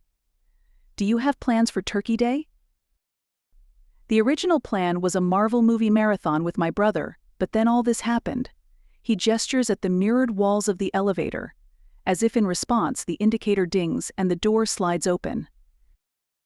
A flash blinds me, and voices shout, "Blake. Blake Stein. Is it true you're in Vegas to get married? Is this the lucky woman?" The shouted questions and lights hit me like physical blows. I duck back, pressing myself into the corner beside the door. Blake stabs a button. "Which chapel are you using? Will Elvis officiate?" The doors slowly close on the raging sea of photographers and reporters. I step away from the corner. How'd they find us? He shakes his head as the doors open onto a quiet floor. This elevator only stops in the lobby and the top floors. There's no way to sneak out. Maybe we can take the stairs. I move into the 30th floor lobby. If we walk down one flight, we can take the other elevator from there. How did they find us? I ask again as we head down the hall. No idea. Maybe that dresser told someone, or someone saw us in the bar and followed us to the elevator. They know Jess and I are friends. Did anyone come in while we were in the bedroom? No, and make sure you don't say that around anyone else. I laugh over my shoulder, then hit the crash bar on the door to the stairs. Hang on, these doors don't open from the inside. If we take the stairs, we're hiking down all 30 flights. He gives me an appraising look. Are you implying I'm not fit enough to walk down 30 floors? Not at all. Just making sure you know what you're in for. I'll race you. I take off down the steps, pausing on the landing. He stands at the top of the flight, shaking his head. I am not racing you. 1, you're undoubtedly in better shape than I am, and 2, I know how hyper-competitive you can be. He starts down the flight at a leisurely pace. Fair enough. This will give us time to come up with a plan, anyway. I wait for him to meet me on the landing, then we start down the next set side by side. We need to get our backpacks from the band, so we should meet up with Hans at some point. Then we can convince Matt and Judy to meet us for dinner, so we can talk them out of this. Then we fly home tomorrow morning. It occurs to me we can't just order up a private jet whenever we want. Well, maybe Blake can. Or we rent a car to drive back to Reno, pick up the smart car, and head home. That means we won't get there until Friday. And you'll miss Thanksgiving with your family? That might not be a bad thing. Mom has been a little hard to deal with lately. They think she's in early-stage dementia. I hate to abandon Emily, but honestly, it will be a relief to not have to endure a family event. Guilt pokes me as I say it, but it's true. Are Emily and Sil still together? Oh yeah. They got married in 2018. Nice. He pauses at the 28th floor landing and tries the door. Nope. That's the only thing that keeps me from abandoning you and the animals and jumping on a plane home. Sil can handle Mom. She has a calming effect. Like Matt and Judy, my sister and her wife met in college. But unlike Blake's brother and sister-in-law, their relationship has been relatively smooth, the way it's supposed to be. They both have good jobs, they adopted a couple of kids from overseas, and they're happy as clams. Although why seafood is supposed to be happy, I'm not sure. We finally hit the landing marked L, and I reach for the door. Blake grabs my arm. Let's go down to the basement. Less likely to be seen. With a shrug, I follow him down another flight. The next door opens at his touch, letting us into an underground parking garage. We stroll up the ramp behind a Mercedes and into the street. In the twilight, the casino lights have grown brighter, glaring garishly in every direction. We cut across the road between Planet Hollywood and Paris and duck in through a side door. Keeping his head down, Blake slinks through the lobby with me on his heels. We make it to the elevator and reach our room without incident. Kitty barks once as the door opens and rushes to me. She lets me get one swift pat in, then moves on to Blake in the doorway. At least I still get top billing. I fling myself down on the couch. Someone has been in while we were gone. The flower arrangement has been moved to the coffee table, and an enormous basket wrapped in pink cellophane sits on the dining table. As I wonder how the interlopers handled Kitty, I get up to investigate. What's this? It's addressed to the future Mr. and Mrs. Blake Stein? I thought the staff was supposed to stay out of the room while we were gone. Blake pulls the Do Not Disturb card from the outside of the door and lets it shut behind him. Maybe massive deliveries take precedence? Look at this. I wave the card at him. It's from your friends at Roberts, Detweiler, Goldman, and Levy. They must be lawyers. Congratulations on your engagement. Call us for advice on your prenup. How romantic. Blake laughs. Yeah, they handle my legal affairs, and they're nothing if not practical. Exactly what you want in a lawyer. He helps me pull off the cellophane. The basket contains a bottle of champagne, boxes of chocolates, cookies, coffee, and some large, pastel spheres. Scented bath balls. I open the box of cookies and help myself. If I were really your fiancé, I'd be offended by that. I tap the card. Good thing you're not, then. He moves closer and takes one of the cookies. I want to keep you happy. His low voice takes my breath away. Everything I thought earlier, about enjoying our time together, comes back to me in a rush, and my cheeks go nuclear. I step back, banging my legs against a chair. Then don't eat all the cookies. My voice is high and breathless. He reaches out slowly and takes a second cookie, even though he hasn't eaten the first one. What are you going to do about it? Our eyes lock, and it's clear we aren't talking about the cookies, but I'm not sure what we are talking about. My brain spins in a buzz of hazy indecision. I feel out of control, a feeling I don't particularly enjoy. But tonight, with the heady mix of luxury and craziness, I don't care. My eyes stray to his lips, and I swallow. This is Blake. I've kissed those lips more times than I can count. But he was a boy. This is a man I hardly know. A man who makes my heart pound just like the boy did, but who comes with a life I barely understand. All I know is I'd like to kiss those lips again. I lean forward a fraction, pausing to meet his gaze. The toilet flushes. We jerk apart, and I bang my hip against one of the tall back chairs. Blake moves toward the bathroom. Hello? Who's in here? The door handle rotates and the door swings open. Alf stalks through the opening, tail swaying over his back. Blake slaps a palm to his forehead. I still cannot believe the cat uses the toilet.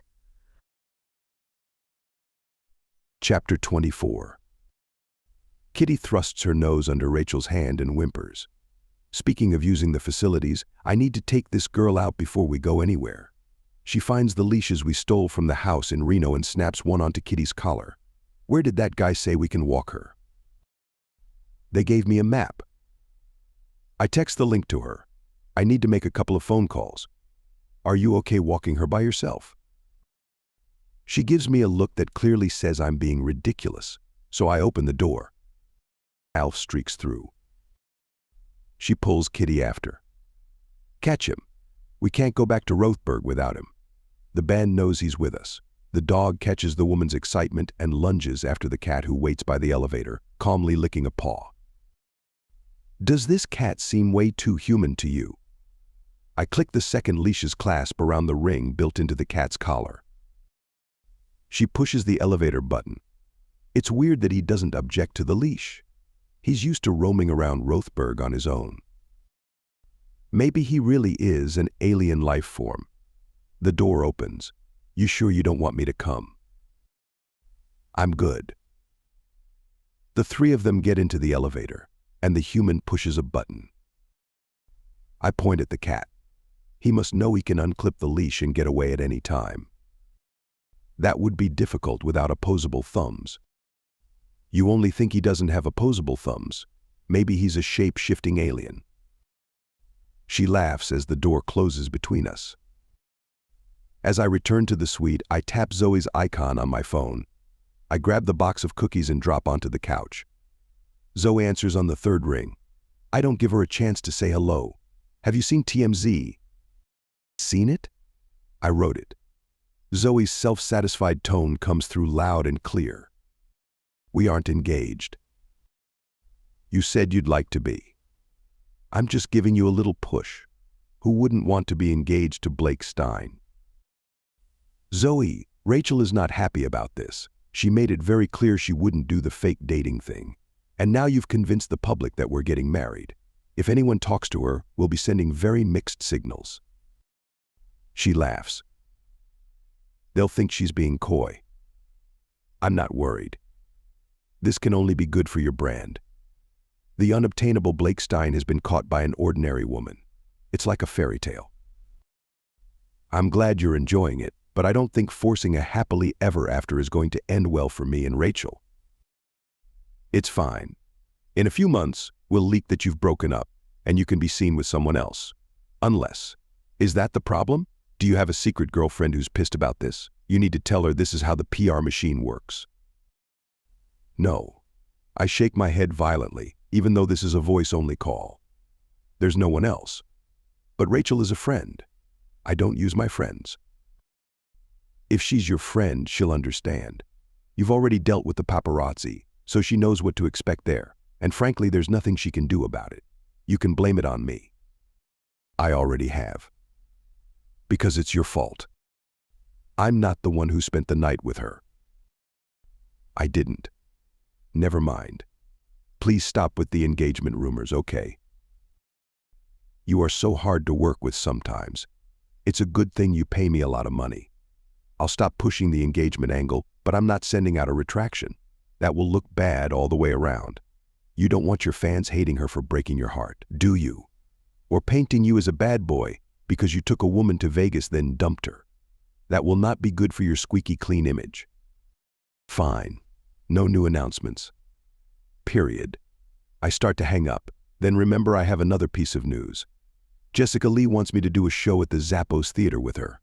You don't have a problem with that, do you? I didn't commit, and I'm not sure it's going to happen. Depends on my next phone call. Is she solo, or does she have the band with her? On the band.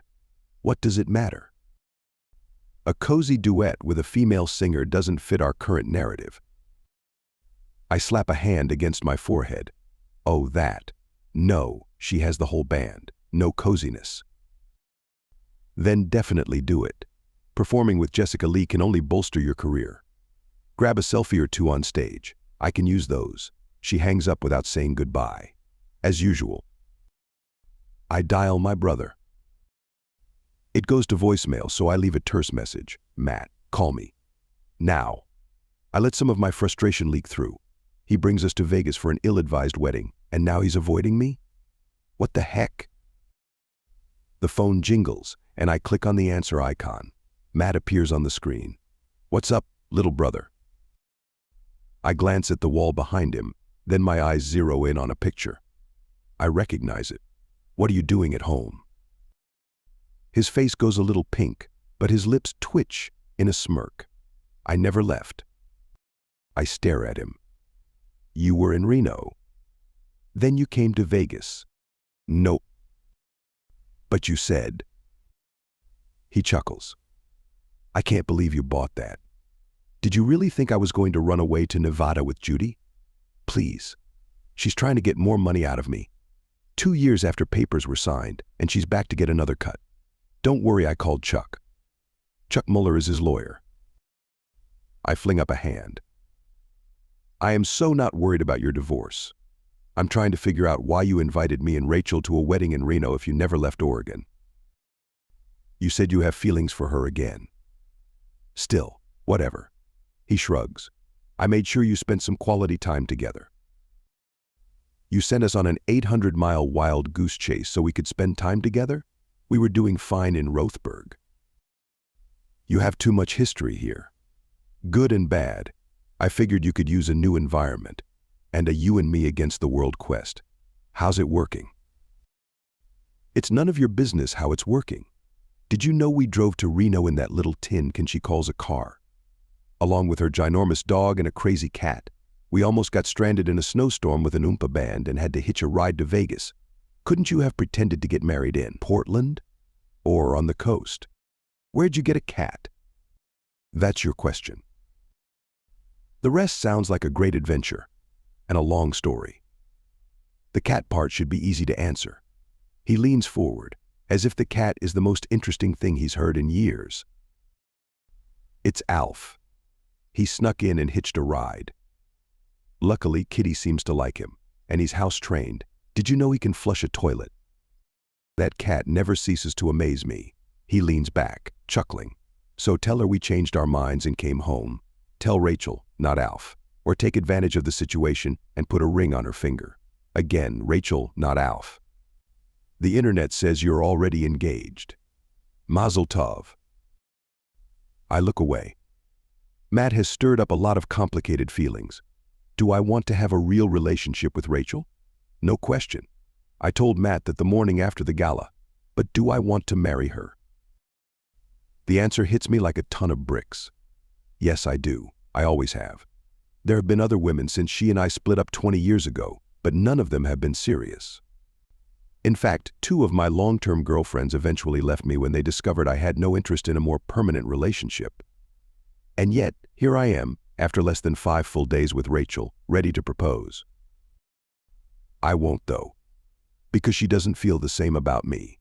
She came to Nevada to stop her best friend's wedding, not to fall in love. Can I change that? If I had enough time, maybe I could. But if I tell her Matt's not here, she'll want to go home. She said she should be with her family for Thanksgiving. Even if she'd rather stay here with me, she's going to take the next flight because she doesn't want her sister to have to deal with her mom alone. Blake? You still there? You look frozen. Matt taps at the screen, his finger looming large. I'm still here, just trying to figure out what to do. If I tell her about you and Judy, she'll want to go home. Then don't tell her.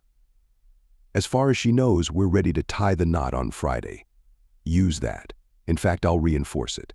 His face goes still and fuzzy as he switches to another app. What are you doing, Matt? Just texting Rachel.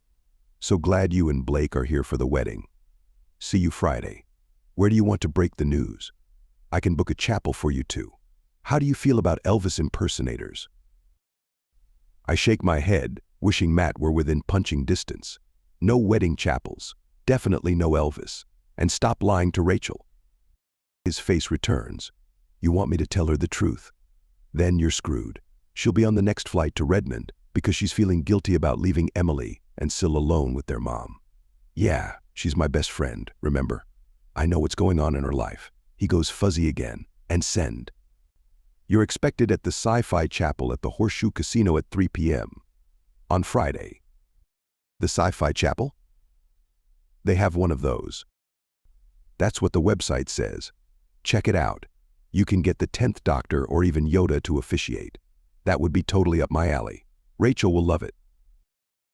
Since we aren't really going there, it doesn't matter what Rachel thinks. And you just blew your cover. Judy would never agree to a Doctor Who wedding. Good point. I'll tell her I was kidding and find somewhere more believable. You owe me for this, little brother. Like 25-year-old Scotcho. I live in Tennessee. I think you mean whiskey. Nope. I'm looking for a bottle of Glenfarclas. This is going to completely backfire, so don't get your hopes up on the scotch. I need to tell her the truth. The deed is done. Make the most of it. And don't say I never gave you anything. I gave you a week with your soulmate. He hangs up before I can respond. My soulmate. When we were kids, I thought we were destined to be together. Then I grew up. When Matt told me Rachel got married, I realized soulmates don't exist and that I should move on, too. And now here I am, back with her. God, the universe, fate. Someone is stacking the deck in my favor, and I'd be crazy not to see where it leads. But the whole house of cards is based on a lie. Is that how I want to start our second chance together? You already have. Yeah, but I didn't know it was a lie. Now I do. Chapter 25. The elevator dings, and I peer through the widening space between the doors. No paparazzi. Looks like we're good to go. The animals do not respond. I follow the map Blake sent me to the dog walk area, while Kitty does her business. Alf, still firmly linked to me by the bright green leash, prowls around the edges of the small dog park. Each time he reaches the end of the leash, he glares at me, and I move a little closer. Eventually, he gets tired of this game and sits, his back to me, to wash his paws. As I clip the blue leash to Kitty's collar, she barks. A man approaches. The photographer who staked out my house. I glare. What do you want? He holds up both hands, empty. Nothin'. I don't need any shots of you and the giant dog. I see you have my cat. I look at Alf. He's not your cat. He's Rothberg's. He shoves his hands in his pockets and shrugs. He snuck into my car. We bonded until you stole him at that rest stop. I don't bother explaining that Alf found us, or that an hour drive is hardly enough time to bond with a cat. What do you really want? He crouches beside Alf and scratches behind his ears. The cat accepts this homage without comment. The man looks up. I told you. Nothing. But now that I know you're staying here, I'll be watching. He mimes taking a picture with one hand. You and a gazillion other photographers. They already scooped you. I tweak the leash, and Alf stands, ignoring the puny human who strokes his fur. The cat jumps to the dog's back and stretches out, legs hanging over the sides. He places his chin on Kitty's broad, flat head and closes his eyes. Now that is irresistible. Boitano pulls out his phone and snaps a picture of the two of them. It's cute that you think one picture in an elevator is enough. Get used to it, honey. This is your life now.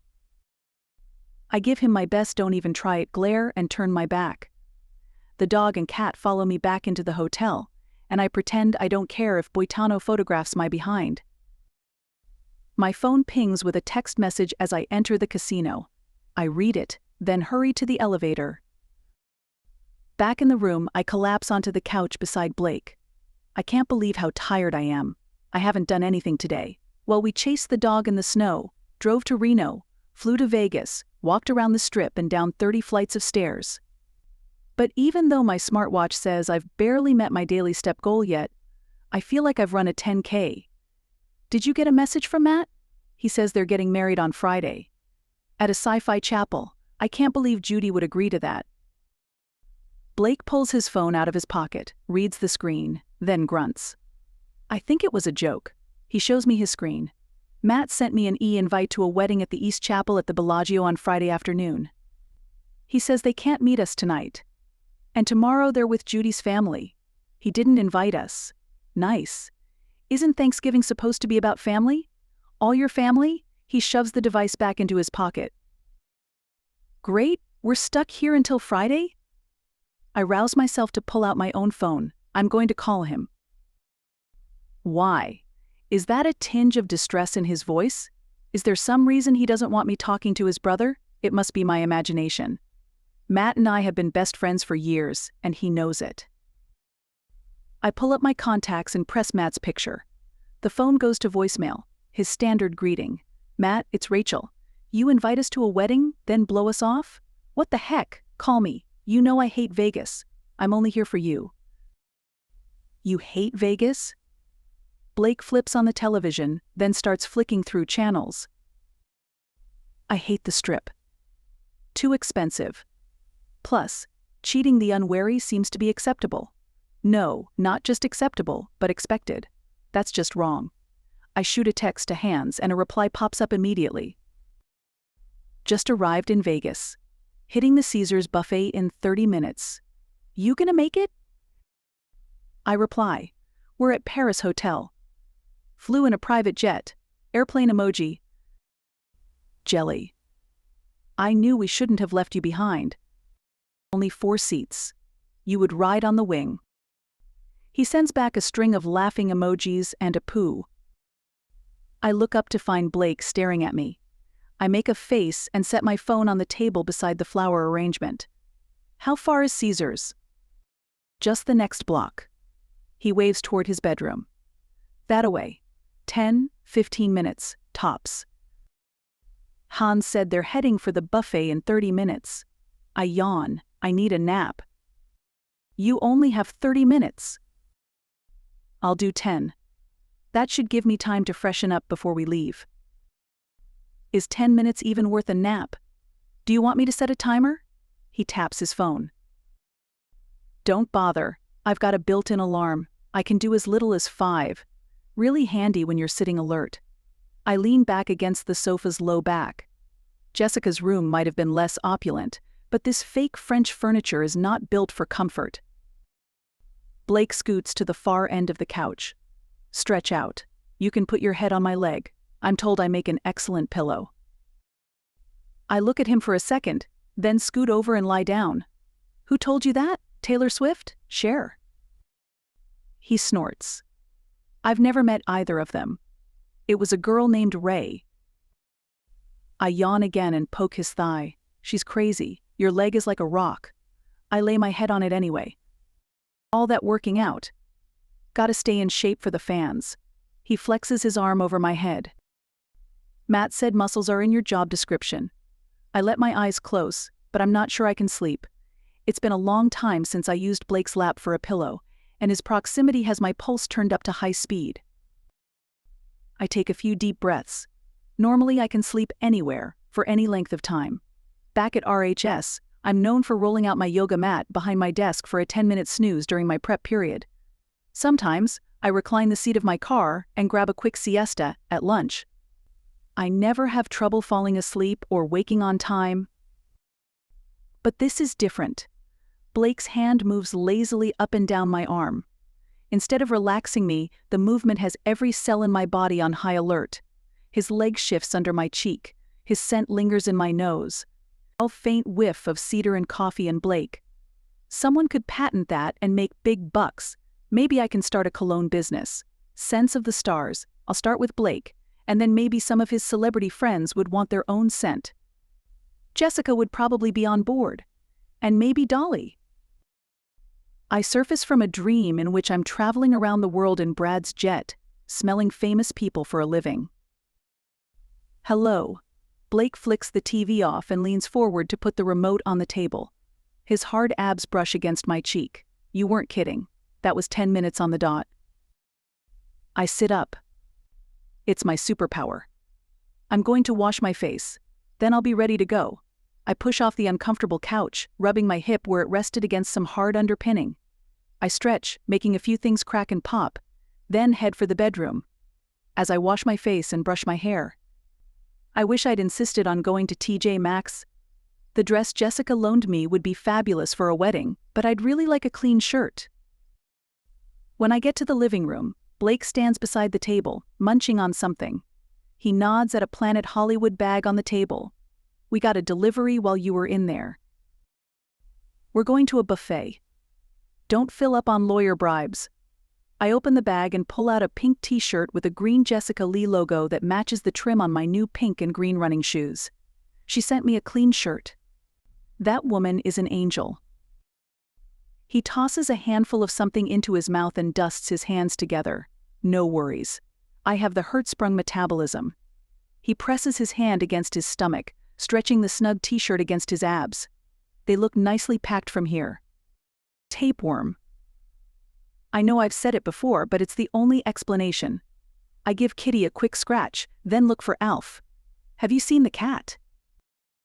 He's asleep on my bed. He points at the open bedroom door. I put food out for both of them, and set up a dog walk for 9, in case we aren't back by then. They walk at night. Vegas is crazy. You can schedule anything at any time of day or night. He starts to reach for the snack basket again, then pulls back and grins. They're coming up in about 5 minutes to meet her. I return to the bedroom to change, hurrying back out in my new shirt as the doorbell rings. Blake, wearing a plaid shirt I don't recognize, pulls on a cowboy boot. That must be them. Not only can you schedule anything at any time, but you can also get it at the drop of a hat or boot. I open the door. A young woman with a nose ring and 3 eyebrow piercings presents a card. Hey, I'm Serafina. I take the card. It says, Serafina, Canine Care, 24/7 dog walking, feeding, grooming, bonded. It includes a license number. That was fast. Do you live in the hotel? I step back to let her into the room. Nah, you got lucky. I was just dropping off another client. She turns as Kitty bounds forward to sniff her. Her voice changes to the one everyone uses for babies and animals. Who are you? Are you a good doggy? As the woman and dog get acquainted, Alf strolls into the room. Serafina looks up. Is that a cat? What else would it be? Blake winks at me and mouths alien. The Paris doesn't allow cats. She crosses her arms. Did you sneak him in?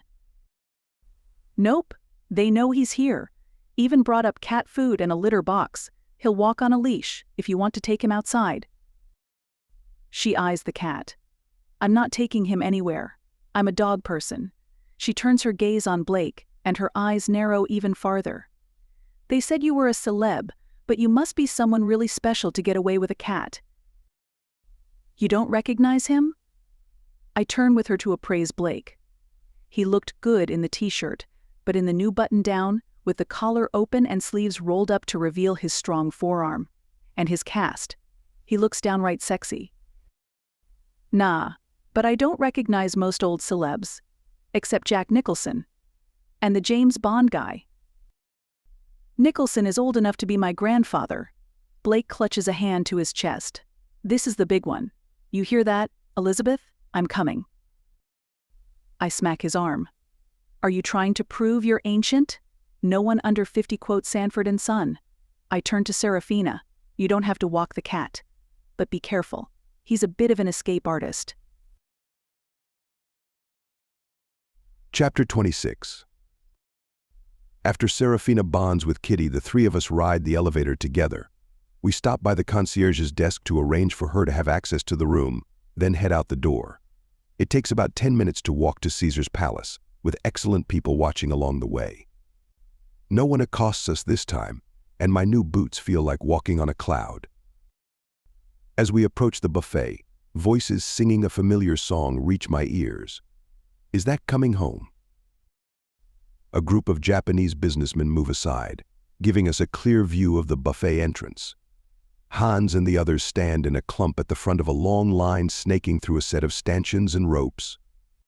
They sing loudly and quite badly. Greg spots us and breaks off with a yodel. He points. I wish I had my cowboy hat to hide my face. Blake, Rachel, here you are.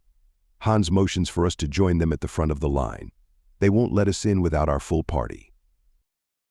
A woman dressed in an ornate white and gold toga fixes a stern look on Hans. Are you all here, now? Hans's eyes go wide in mock fear, and he stands up straight. Yes, Mom, we're all here. Then we will prepare your table. It will be a few minutes. She motions for Hans to step back and beckons a couple forward. Next, Lloyd hands me a backpack. Hans has been going on about your private jet. Can't believe you held out on us. The group gathers around me while I explain about the plane.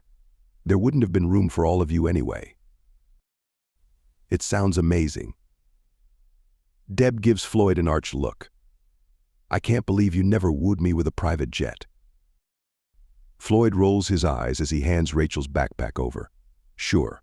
Unlike most school bus drivers, I can easily afford one. He snorts. I might manage a paper plane.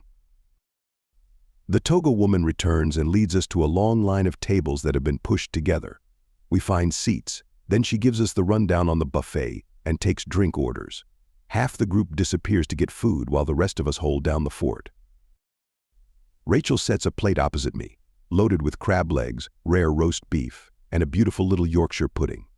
This place is amazing, the mise. Normally, I'm an eat your vegetables kind of girl, but I'm going to fill up on protein and dessert tonight. That Yorkshire pudding doesn't belong. I reach my fork toward it. Get your own.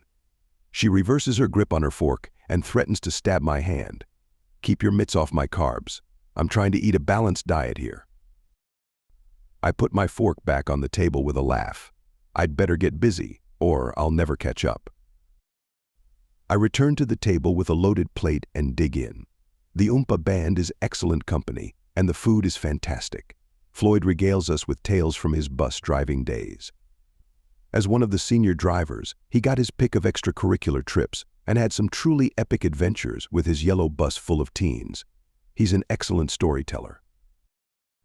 After a particularly harrowing tale involving snowstorms, rival teams attempting to steal the Fighting Edelweiss's head, and a goat, Rachel holds up a hand. No more.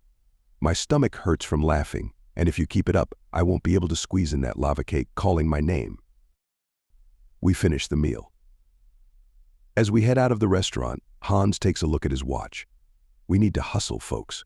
Showtime in 30 minutes. Julie squeaks and throws her hands to her gray head. I need to get my braids on. She grabs Pete's hand, and the two of them take off at a fast walk. Fast for them, anyway. Will she have enough time? Rachel asks as we follow a little more slowly. No worries. Floyd sidesteps a pair of showgirls and jogs a few steps to catch up. It's a wig and she can put it on in about 10 seconds. She just likes drama. That's rich coming from you. Deb nudges Floyd with an elbow. The master storyteller doesn't like drama. Fair enough. But my drama is more interesting than a lost wig. We ride the escalator down to the street. The band members hurry into the hotel, and we take another escalator to the skybridge across Flamingo Road. We probably should have arranged to ride home with them. I wonder if they'd be willing to detour through Reno so I can pick up my car. Rachel ducks around a man handing out flyers. It depends on when they're heading back. We could get a lift with Matt and Judy. I break off. Matt and Judy aren't here. They aren't coming. Pretending we can ride home with them only adds another lie to the pile I seem to have built. Rachel stops dead on the sidewalk, staring at me. You want to spend 2 days in a car with Judy? If we're successful, they won't be riding home together. In fact, I suspect Matt will be looking for a ride himself. I should tell her the truth. Surely I could convince her to stay a few more days anyway? She has no way to get Kitty home, for one thing. But if we wait until the band goes back to Rothberg on Friday, we could ride with them. That gives me a full day and 2 more nights to convince her we belong together. Blake, are you coming? She started moving again but turns to look at me. It's my turn to stand in the middle of the sidewalk. The crowd eddies around me as I debate my choices. As she pivots toward me, someone knocks into her. Sorry. Oh, it's you. Sarah Foster, the pilot from our flight, puts out a hand to steady the taller woman. Sorry, what are the odds? Rachel shakes her head. The universe seems to be throwing us together. Don't you live in Vegas? What are you doing on the Strip? I thought the locals never came out here. Only when I have out-of-town visitors. They all want to come down. Her arm swings out to indicate a couple behind her, but she freezes mid-gesture, as if she's realized this meeting is not fortuitous. Her friends, a tall, good-looking man and a short redhead, stare at Rachel. Then the guy laughs and races toward us. Yo, Alphabet. Alphabet? I repeat. Before she can answer, the guy throws his arms around her. He spins her in an epic hug, then drops her and punches her shoulder. You fell off the face of the earth. The short woman crowds in for a hug, too. Rachel returns it and swings to face to me. Blake, this is Jeremy and Celeste. Jeremy and I flew together at Spangdahlem, in Germany. Blake, good to meet you. Jeremy shakes my hand with a speculative look, then turns back to Rachel. You got time? Let's grab a beer. We walk to the beer park, an outdoor bar across the street from the Bellagio. A hostess shows us to seats at the railing of the rooftop bar, while Rachel and Jeremy chatter about people I've never heard of. The woman, Celeste, joins in, breaking off to squeal in excitement every time the Bellagio fountains start playing. The third time Celeste squeaks, Sarah, sitting across the high table from me, catches my eye and winks. I smother a laugh. Do you know any of these people they're talking about? Sarah shakes her head. Not most of them. I got to Spang just before Rachel left. Overseas assignments are 2 or 3 years, and most people rotate in the summer. Rachel and Jeremy got there at the same time. So they knew a lot of the same people. I was a little off the normal schedule and got there in February a couple years later, so I only overlapped with Rachel for a few months. We never flew together. Why does he call her Alphabet? That was Rachel's call sign. At my raised brows, she goes on. Pilots get nicknames that we use when flying, usually related to something embarrassing you did or to your name. They change every assignment. Unless you've been in combat. Rachel flew in Iraq, so she kept her call sign from there. She glances at me. Does it mean something? They all mean something. Hers is based on her maiden name, some long Polish thing. Check. Check. She raises her glass in acknowledgement. I only knew her as Foster. Anyway, the alpha part is alphabet for her long name. Plus, she's definitely an alpha female, which ties in with the end. You can imagine what the bit part is short for. Alphabet is the family-friendly version. I repress a twinge of anger that this woman would refer to Rachel in a derogatory fashion. But the nickname isn't her fault. What's yours? She snorts. I got stuck with Freeze. Foster's Freeze was an ice cream store in California. Apparently I can be a bit icy. Not hard to imagine. I'll stick with Sarah, I say. She clicks her glass against mine. We drink in silence for a while, then she looks up at me from under lowered lashes. I assume she told you about Sean. She mentioned him. I sip my beer, so I don't have to say anything else. Sarah is charming, but I'm not going to get cozy with Rachel's nemesis, even though she apologized. Sarah looks past Jeremy, watching the fountains play for a few seconds. I was young, stupid, and alone in a foreign country. Sean kind of took me under his wing. I thought he was just being nice to the new kid. Then Rachel went back to the States, and he started paying more attention to me. It went to my head. He was older. One of the big dogs in the group. We started dating in secret. Everyone liked Rachel, and he didn't want to catch any flack. Of course, he said it was to protect me. He moved to the wing. She notices my blank look, up a level in the command structure. It allowed him to stay in Germany another 2 years, so we could be together. We got married, and I put up with him for 7 years before he moved on to another young female pilot. She looks back at me. What about you? What do you do? I always hate this question. I only get asked if the person has no idea who I am, of course, which sounds kind of smug and self-important, but it's true. If a stranger asks, I'll usually say I'm a musician and leave it at that. But I have to weigh the likelihood of a continuing relationship with the person and decide how much I want to reveal. I'm a musician. Really? What instrument do you play? I specialize in guitar and mandolin. I wave my cast. When I'm not laid up. Do you play in a band? Give lessons. What's your average day look like? Most people don't ask this many questions, but she seems interested. I'm supposed to be writing since I can't perform. I need to get a couple more songs done this month, then we'll record in January. Oh, so you're a performer. She leans forward, elbows on the table, laser focused on me. Where would I find your work? Jeremy chokes on his beer. How do you not know who he is? What do you mean? The pilot's brow crinkles. Rachel crosses her arms. He's in the same line of work as your boss. My boss runs Interwest Aviation. You don't work for Brad? Rachel asks. Who's Brad? The guy whose plane you drove this afternoon. Sarah sits up with a laugh. I have no idea who that plane belongs to. We usually fly the company's jets, but sometimes we get hired to drive someone else's. I rarely talk to the passengers, so I don't know who I'm transporting. Rich people like their privacy. Was it someone important? I laugh. It's kind of refreshing to not be recognized and fawned over. I'll have to tell Brad next time I see him. Jeremy rolls his eyes and points at me. I don't know whose plane you flew, but he's Blake Stein, the country singer. Blake Stein is here? Where? Celeste shrieks. She spins away from the fountain show and stands on the lower rung of her stool to peer through the busy bar. Where? Rachel bites her lip, but she can't hide the smirk twitching at the corners. Sarah looks bewildered. Jeremy closes his eyes, shaking his head in distress. Then he puts his hand on his wife's shoulder to push her back into her seat. He grabs her chin and turns her face toward me. There, that's Blake Stein, sitting next to Rachel. That's Blake. Rachel's Blake. Her eyes go wide and a hand goes to her lips. Oh my God, you're Blake Stein. Who is Blake Stein? Sarah looks from Jeremy to me. Sorry, should I know you? He won the Country Music Association's Song of the Year last year.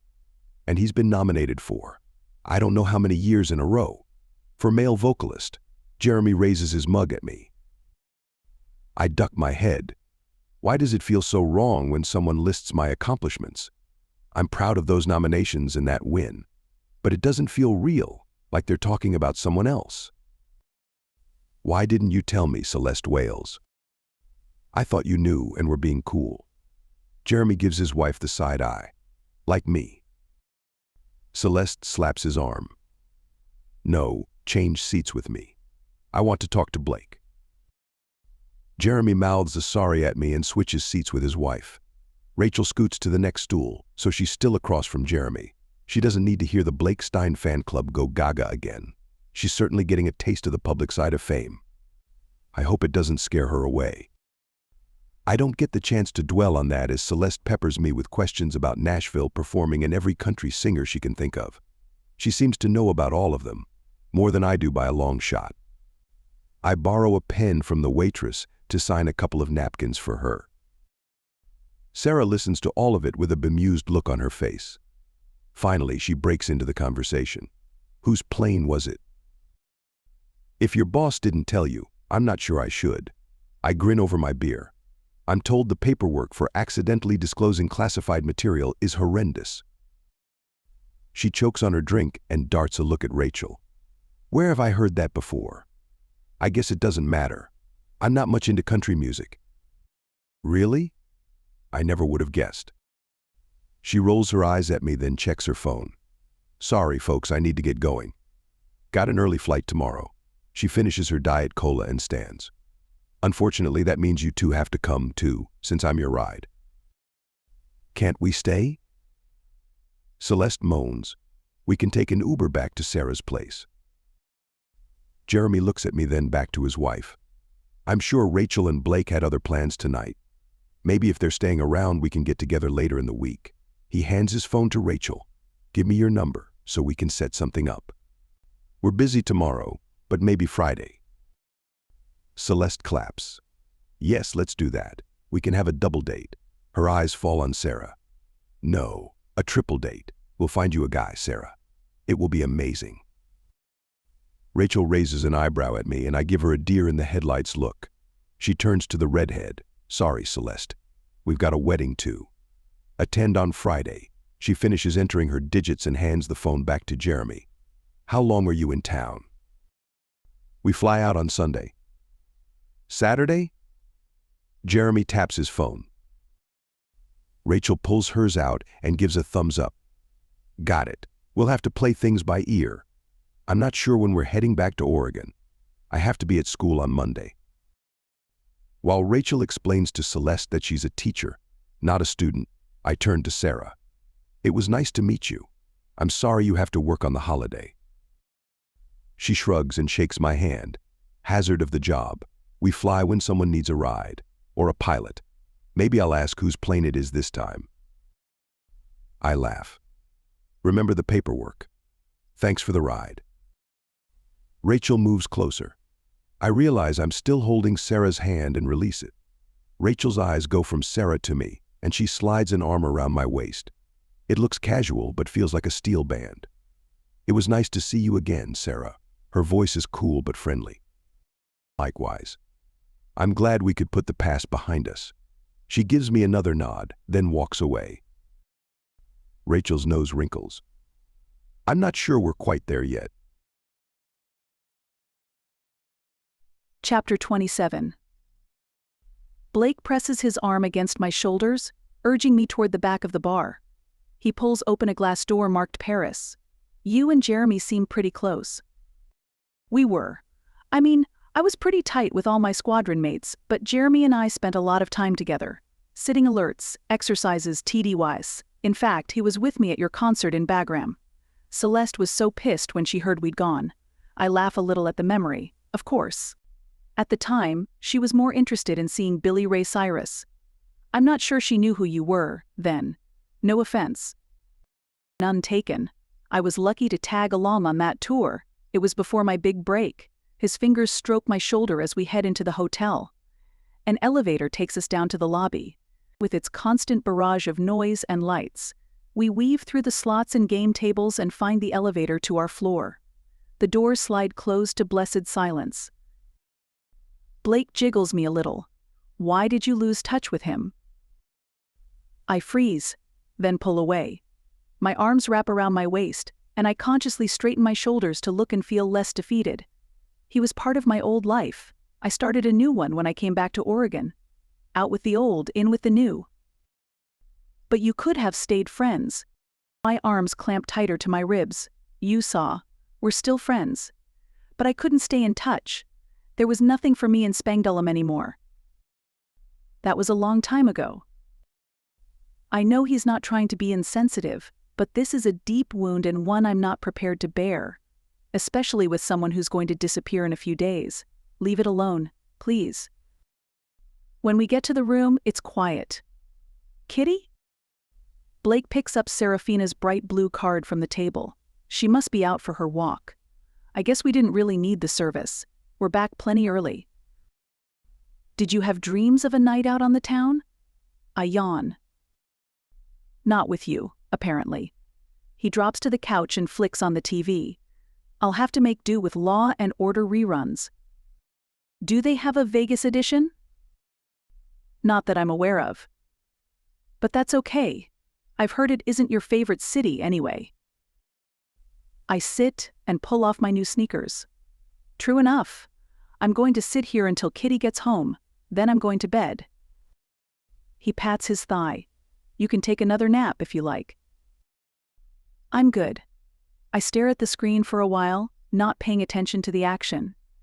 Listen, I've been thinking about Matt and Judy. He gives me a sideways glance, then mutes the television.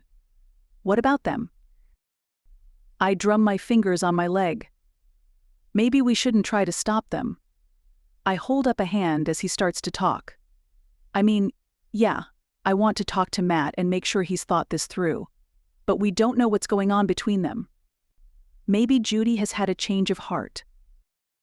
He laughs. A hard, disbelieving bark. I doubt it. People don't change. That's what I thought, too. But Sarah turned out to be okay. Is that what this is about? He plays with the remote. Don't get me wrong. I think you're right about Sarah. She seems like a decent woman. But I'm not sure she changed. It sounds like you didn't really know her before. I clamp down on my instinctive reaction, which is to tell him off, because he's right. I didn't know her. I only knew she dated my ex after I left. It's not like she broke us up. That was 100% Sean. Or 90% Sean and 10% me. Fair point. But what I'm getting at is if Matt is happy, it shouldn't matter what we think of Judy. He nods. I agree. But I need to tell. A knock at the door startles us. Then a voice calls out, "Dog walker." I'm coming in. The door opens and Serafina walks in. Alone. Where's Kitty? I jump up and come around the sofa toward the girl. And Alf. She stares blankly. She's here. I came to get her. She points at the phone in her hand. You were scheduled for a walk between 8:30 and 9:30. She's not here. A cold wave of panic washes over me, squeezing my lungs in a suffocating vise. She's not here. Where? I lunge into the bedroom. Kitty? Kitty. Alf isn't here either. Blake comes out of the other bedroom. Did that darn cat let the dog out of the room? We both turn to look at the door. It has lever handles, like the house in Reno. Crap. I grab my shoes and shove my phone into my pocket. They can't have gone too far. Blake puts a hand on my arm as I reach for the door. They must be on this floor. No one would let them on the elevator alone. Have you seen the size of that dog? Serafina asks. Most people wouldn't try to stop her from doing anything. My guess is they'd just back out of the way. Blake taps his phone. Let's check this floor first. I'll call the concierge and ask if anyone reported finding them. He puts the phone to his ear and heads to the right. I turn left and hurry past the elevators. This hotel is huge, and there are 4 different hallways laid out in an X. Unlike a lot of big hotels, the halls are straight, with no odd turns or jogs. Serafina, take that one. Check the ice machine and any unlocked closets. I jog away, pausing at an open room with vending machines. Nothing. None of the other doors are open. I try the handle on one marked staff, but it's locked. We meet Blake at the elevators. Anything. Blake presses the call button. The concierge says a man took them for a walk about 30 minutes ago. A man? Don't they know who the dog walkers are? I squeeze my hands together so I don't press the button a zillion more times. They do, Serafina says. We have to stop at the concierge desk to pick up a key so we can get the dog from the room. But they don't know what guests look like. They probably thought it was him taking the dog out. She nods at Blake. But we talked to the concierge before we left. She recognized Blake. I'm sure she did. The elevator dings. Probably someone new on duty. And they don't know what your dog looks like. I'm surprised anyone remembered. Although Kitty is kind of hard to miss. And even harder when there's a cat riding her back. Blake follows us into the elevator car, which is what the concierge noticed. Can she describe the man?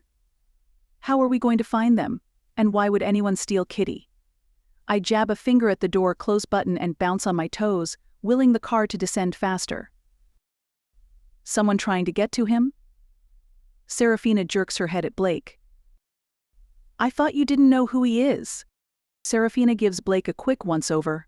I didn't, but the concierge is old, so she probably does. I have young fans too, Blake says in a plaintive voice. We arrive in the lobby and hurry to the concierge's desk. The woman behind it looks about 30. She's not old, Blake whispers to Serafina. I ignore them. Who took my dog? The woman stands. Madam, I'm so sorry. I thought it was your companion taking the dog out. I didn't realize he was this Mr. Stein. She gestures at Blake. Obviously, I would have recognized him. But in my defense, a guy taking a dog out of the hotel isn't that extraordinary. I lean across the desk, glaring down at the short woman. It's extraordinary when it's my dog and I don't know the guy. What did he look like? She takes a step back. I didn't really notice. The cat. We don't usually allow cats, but there's a note on your file. That's the only reason I noticed it all. And how I knew it was your dog. Do you have surveillance footage? Blake puts a hand on my shoulder. Every inch of this hotel has cameras. He points at a black globe embedded in the ceiling. Can we review the video? I don't have that kind of authority. The woman lifts the handset of her phone, and normally I wouldn't ask, but for you, Mr. Stein. There are some advantages to celebrity. Although I never expected anyone would pet nap my dog, we need to start looking. Blake's hand holds me in place. Let's be smart about this. We could wander the strip for weeks and never find her. But if we can identify who took her, we can get her back. The concierge hangs up the phone. Come with me, please. She takes us behind the check-in desk and presses the wall. A gold-framed section pivots away. A hidden door leading to a utilitarian hallway. We pass several plain, gray doors, then she ushers us into another elevator. We descend for a few moments and step into another unadorned hallway. This way. At the end of the hall, we enter a control room. A half-dozen people sit at computers with multiple monitors, and a large screen covers the far wall. It shows a picture of Kitty pacing out of the elevator with Alf on her back. The man holding her collar is Louis Boitano. Chapter 28. Anger surges through me like a tsunami of fire. That bastard. How did he get into our room? Rachel stares at the picture. How did he even get upstairs? Don't you have to have a room key to get into the elevator? We've identified the man as Louis Boitano. He's currently a guest of the hotel. That weasel is staying here? How did he know? You told him we were coming to Vegas. Rachel's voice is high-pitched and edging toward hysterical. Remember? Yeah, but I didn't know he actually came here. Heck, we didn't know we were really coming here. I did. Rachel drops into an empty chair. You knew we were coming to Vegas? I sit beside her and take her hand. How? Not Vegas. I told him about this hotel. I saw him when I walked Kitty. Didn't I tell you? She wipes a hand across her eyes. How are we going to get them back? I pull my phone out of my pocket. We're going to call the police. Crap. I have no service in the bowels of the Paris hotel. We can do that, sir. The concierge, Angela, says. She glances at the man standing in the back of the room. I'll take you back upstairs now, if you don't mind. It's okay. The guy, his name tag says Bradley, holds up a hand. Mr. Stein and his guests can stay here, or go back to their room. Rachel shakes her head. No, I need to go look for Kitty. Ray, you won't find her on the strip.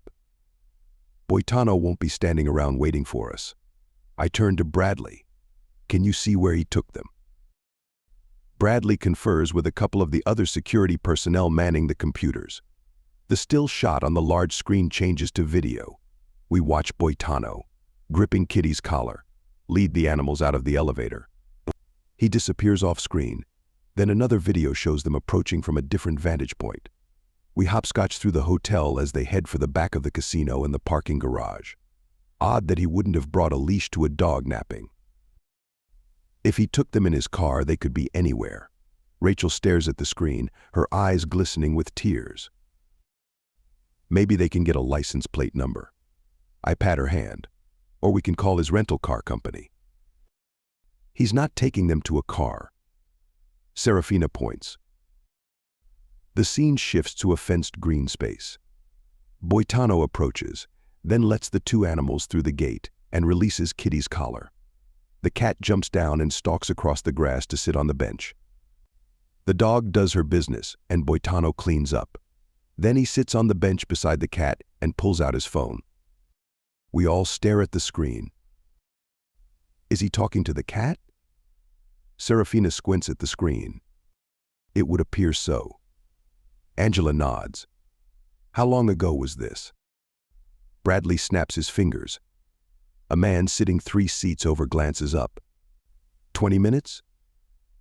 The video goes into fast forward. Boitano and the cat sit on the bench while the dog sniffs around the edges of the little green space.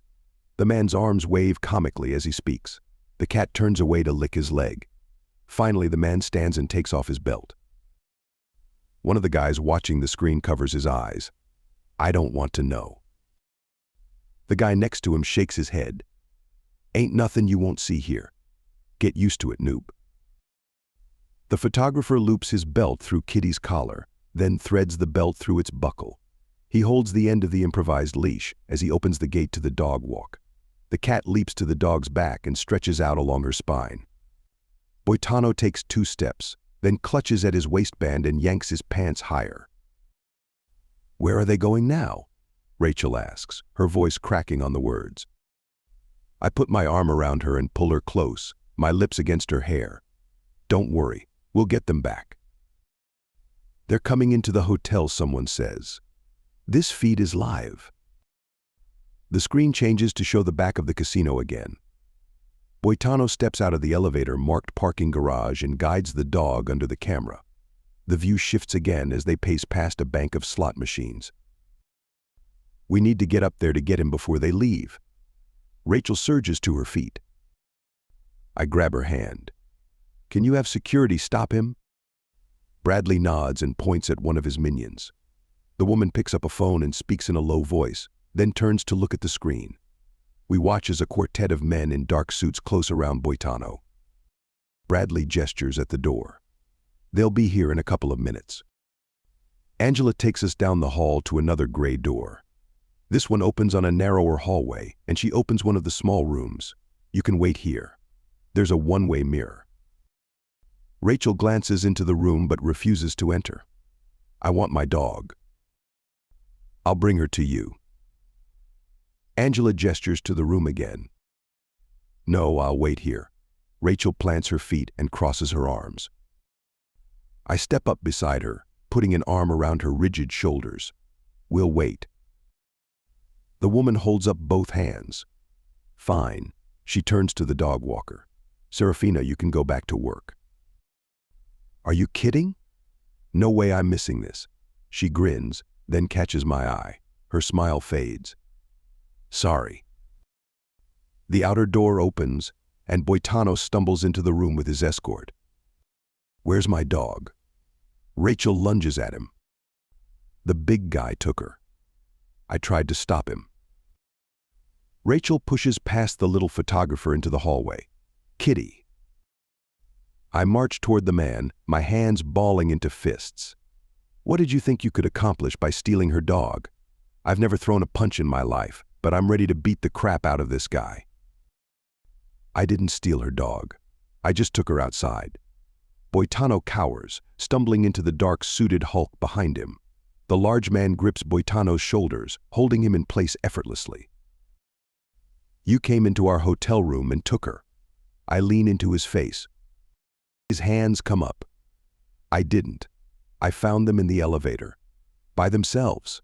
I didn't want them to get lost, so I took them out for a walk. Why would I believe that? Because it's true. I brought them back. If I was stealing them, why would I come back to the hotel? That's a really good question. You found them in the elevator. Yes. I cross my arms, staring down at him. Alf strolls into the room and winds around Boitano's legs. The man's pants fall to his knees. Boitano lurches, but the big man's grip keeps him from pulling up his pants. You want me to put him in the room? The suit asks. I shake my head. No, you can let him go. He's not going anywhere. Let him pull up his pants. The man's lips purse, then he releases Boitano. The little man yanks his slacks up to his pudgy belly, then rolls his shoulders and glares at the guard. Remind me not to hire you for a massage. The big man's eyes narrow, but I hold up a hand and focus on the photographer. Why were you in the elevator? I'm staying here. His lips tighten at my disbelieving stare. You think I'm not good enough for the Paris? I think your per diem isn't high enough for the Paris. Normally you'd be camped out in your car. I got a good last-minute deal on Priceline. His shoulders hunch. I knew this was where you'd probably stay. And your girlfriend confirmed it. I've also heard they patrol the garage. I snort. That seems more likely. He didn't want to get arrested for sleeping in his car, so he got a room. Really, Stein? I'm not a thief. I'm just trying to do my job. And when the animals got in the elevator with me, I figured you'd be grateful if I returned them. He crouches to stroke the cat, still rubbing against his legs. I just did you a huge favor. You owe me. How do you figure that? I rescued your girlfriend's dog. If they'd gotten out to the strip, you'd have never seen them again. You could have taken them to the concierge. The suit steps closer to Boitano. That's what an honest person does when they find something that doesn't belong to them. The dog obviously needed to go out. Why else was she wandering the hotel alone? The little man stands, the cat held in his arms. Alf struggles and Boitano relaxes his grip. His pants fall again. He yanks them up one-handed, still clutching the cat. After the walk, I was going to ask the concierge to take them back to your room. You want us to call the police? The suit asks me. You can file a report of theft. We have the evidence to corroborate it. Or we can just ban him from Paris and let him go. That sounds good to me. I reach for the cat, and Alf stays with us. Is that how you thank me for saving your dog? He holds back for a second, then releases Alf. The cat gives me a slit-eyed look and jumps to the floor where he ostentatiously turns his back on me. I think he's telling the truth. Rachel stands in the doorway, holding the end of Boitano's belt, still attached to Kitty's collar. Just let him go. No banning necessary. Boitano points at Rachel. See, she believes me. Why? I ask Rachel. She shrugs. He brought them back, and Alf seems to trust him. He probably has catnip in his pockets. Or tuna. Right. Boitano rolls his eyes. Believe it or not, I'm just trying to do my job. Get a few photos of celebrities. I'm not a dog napper. What would I do with a monster like that anyway? He points at Kitty. I would like my belt back, though. Rachel blinks, then leans down to pull the belt free. She takes the pink leash from her pocket and clicks it onto Kitty's collar. Thanks for saving her. You still haven't explained how they got out of the room. The big guy in the suit grabs Boitano's arm. They didn't let themselves out. Actually, they probably did exactly that. I pointed Alf. While we talked, he sauntered away from the puny humans and wandered toward the door. He springs upward, as if on cue, and latches onto the door handle. His weight pulls it down. And the door swings open. The cat drops and snakes through the narrow opening. Kitty pulls Rachel toward the open door. Someone stop that cat. We stampede into the hall. Alf sits by the elevator licking a paw. The light comes on, bell dings, and the door slides open. A couple of large, suited employees march out, pushing a metal cart, not noticing the cat who streaks into the open elevator. They do notice us and slam to a halt. One vaults in front of the cart, landing in a crouch, hands up. The other spins the cart around and shoves it back into the elevator. The doors slide closed with cart, man, and cat all inside. Stop. I'm not sure who yells it, but the dangerous-looking man in front of the elevator has my attention. I stop short and throw up both hands. We're trying to catch our cat. Kitty, sit. Rachel skids to a stop a few feet from the man. The dog follows directions, dropping to her rear end between the woman and the suit. A menacing growl rumbles through the narrow hall. It might have been the dog. The man sizes us up, then straightens. He looks past me and raises an eyebrow. I turn slowly, not wanting to set off anyone, to see Angela a few paces behind me. She shakes her head. Situation nominal. Recall Fenton. The big man nods and touches his earpiece, muttering. After a moment, he gives me an odd look. Fenton says the cat is on the floor. I thought I knew all the code phrases.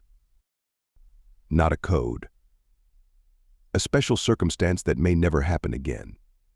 Angela glares at me. Not my fault. I pointed Boitano. He let the cat stow away in his car. I didn't bring him to Vegas. The photographer throws up both hands. And I didn't lose him. He's wandering the casino, and you're down here arguing over who brought him. I'm out of here. He moves to the edge of the hallway and tries to get around the large man. Nice try. The big guy grabs Boitano's shoulder. You go nowhere. Angela looks at me. I shrug. Let him go. Maybe he can find Alf before he makes a break for the front doors. Angela makes eye contact with the big guy, and he releases Boitano. We all jump as the elevator dings, then move out of the way to allow the man with the cart through. Angela ushers us into the elevator and out through the hidden door behind the front desk. You're all free to go. Find the cat, please. And get him out of my hotel. She shoos us away and heads for her office near the entrance. Serafina checks her phone. I gotta run. I got another client. She bolts after Angela. I put a hand on Rachel's shoulder. Why don't you take Kitty back to the room? We'll find Alf. We. Boitano folds his arms. Why would I help you? Because it's your fault he's here. Rachel gets right in his face. And don't say you didn't bring him. If you hadn't followed us, he wouldn't be here. Boitano holds a belligerent pose for a few seconds, then his shoulders sag. You win. I like the little guy. Don't want him to get lost. Where do we start? We gaze around the lobby. The large space is tucked to one side of the vast main casino, and at this time of night, it's mostly deserted. Reflections of the crystal chandeliers shine in the white paint and gold trim. At the far end, a solitary employee stands behind the desk, staring at a computer screen. I glance at the hidden door. He could still be back there, but knowing Alf, he's out causing havoc among the gamblers. We should have asked Bradley to look for him. Rachel pats Kitty's head. Do you know where Alf is? The dog's head comes up, and her mouth opens in a doggy smile. She's not smart enough to find the cat. Boitano starts across the white and red patterned carpet. She's smarter than you, Rachel mutters. We pass Angela's desk and step into the casino, a structure of iron girders. The leg of the Eiffel Tower protrudes from a building marked Total Rewards and disappears into a ceiling painted to resemble a blue sky. Slot machines and gaming tables fill the huge room, and large, bright swirls of color cover the carpet. A wave of casino noise assaults our ears. We stare across the expanse, watching for any sign of Alf, but he's nowhere to be seen. What if he climbed up there? Rachel points at the faux marble balustrade of the balcony near the front entrance. He could have gone into the beer park, or out the front door. I'll go up. Boitano angles away. He's not afraid of anything, so he's not likely to hide. I'll bet if we just hang out down here with Kitty, he'll show up. I wave at the gambling floor. I thought I was supposed to take Kitty back to the room. We'll walk slowly, so Alf has plenty of time to find us. I nudge her toward the front door instead of the elevators, and take the long way. We wander past the glass doors at the main entrance, weaving between the banks of slot machines. Several gamblers do double takes, and a couple throw out questions about the dog. While Rachel answers, I let my gaze wander around the room. There, I point. The cat leaps from the top of a slot machine to a tall lamppost with 5 lit globes. He scrambles down and disappears into the crowd. Someone shouts, but I can't tell if it's about the cat or a win. I desert Rachel and the dog, lunging across the room toward the feline. When I reach the lamppost, the cat is gone, of course. I let my eyes wander over the room, watching for his fluffy tail. He weaves between the legs of a group of drunks. Got you. I dodge around them, but he slides between wrought iron rails and into a restaurant. Crap. I hurry to the hostess outside the Café Americano. Did you see that cat? The woman gives me a look worthy of a bored Parisienne. There are no cats here.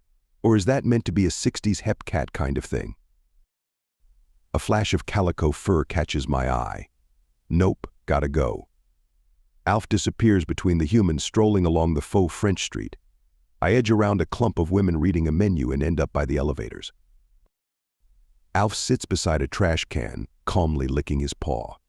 I scoop him up, then try to transfer him to my casted arm. He protests. Fine. I push the elevator button.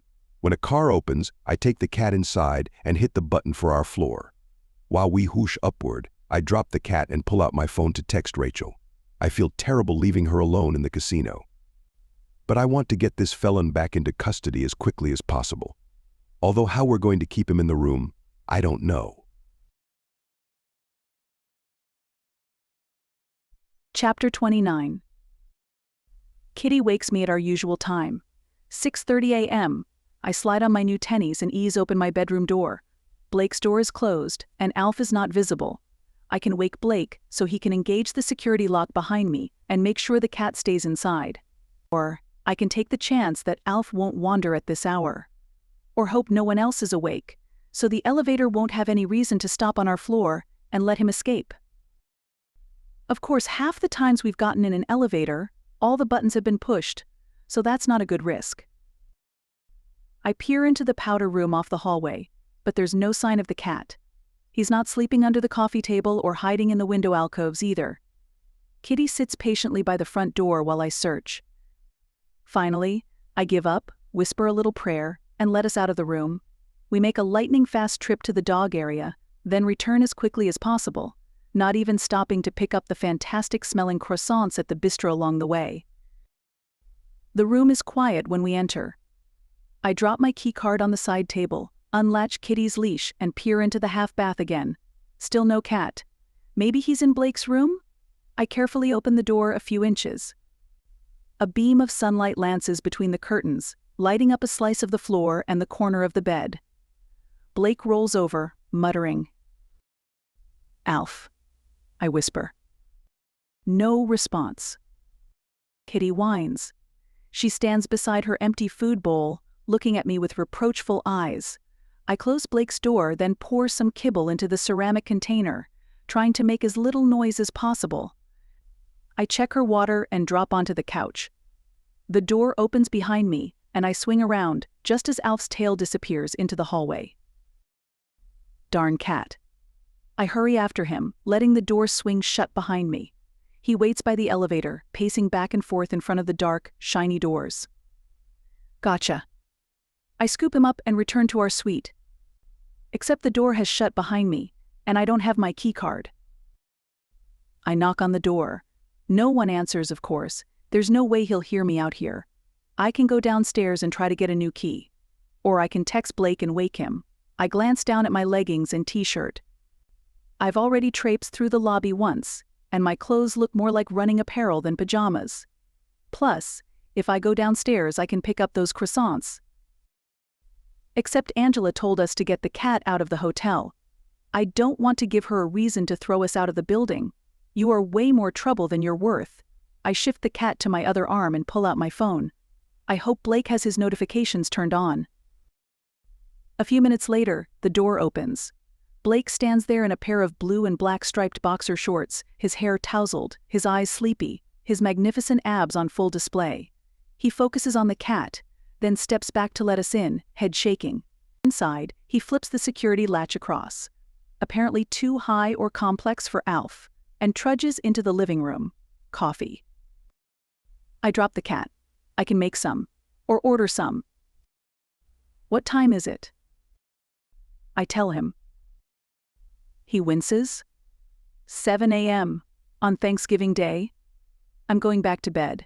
He doesn't even glance at me as he shambles into the bedroom. I look at my clothes again.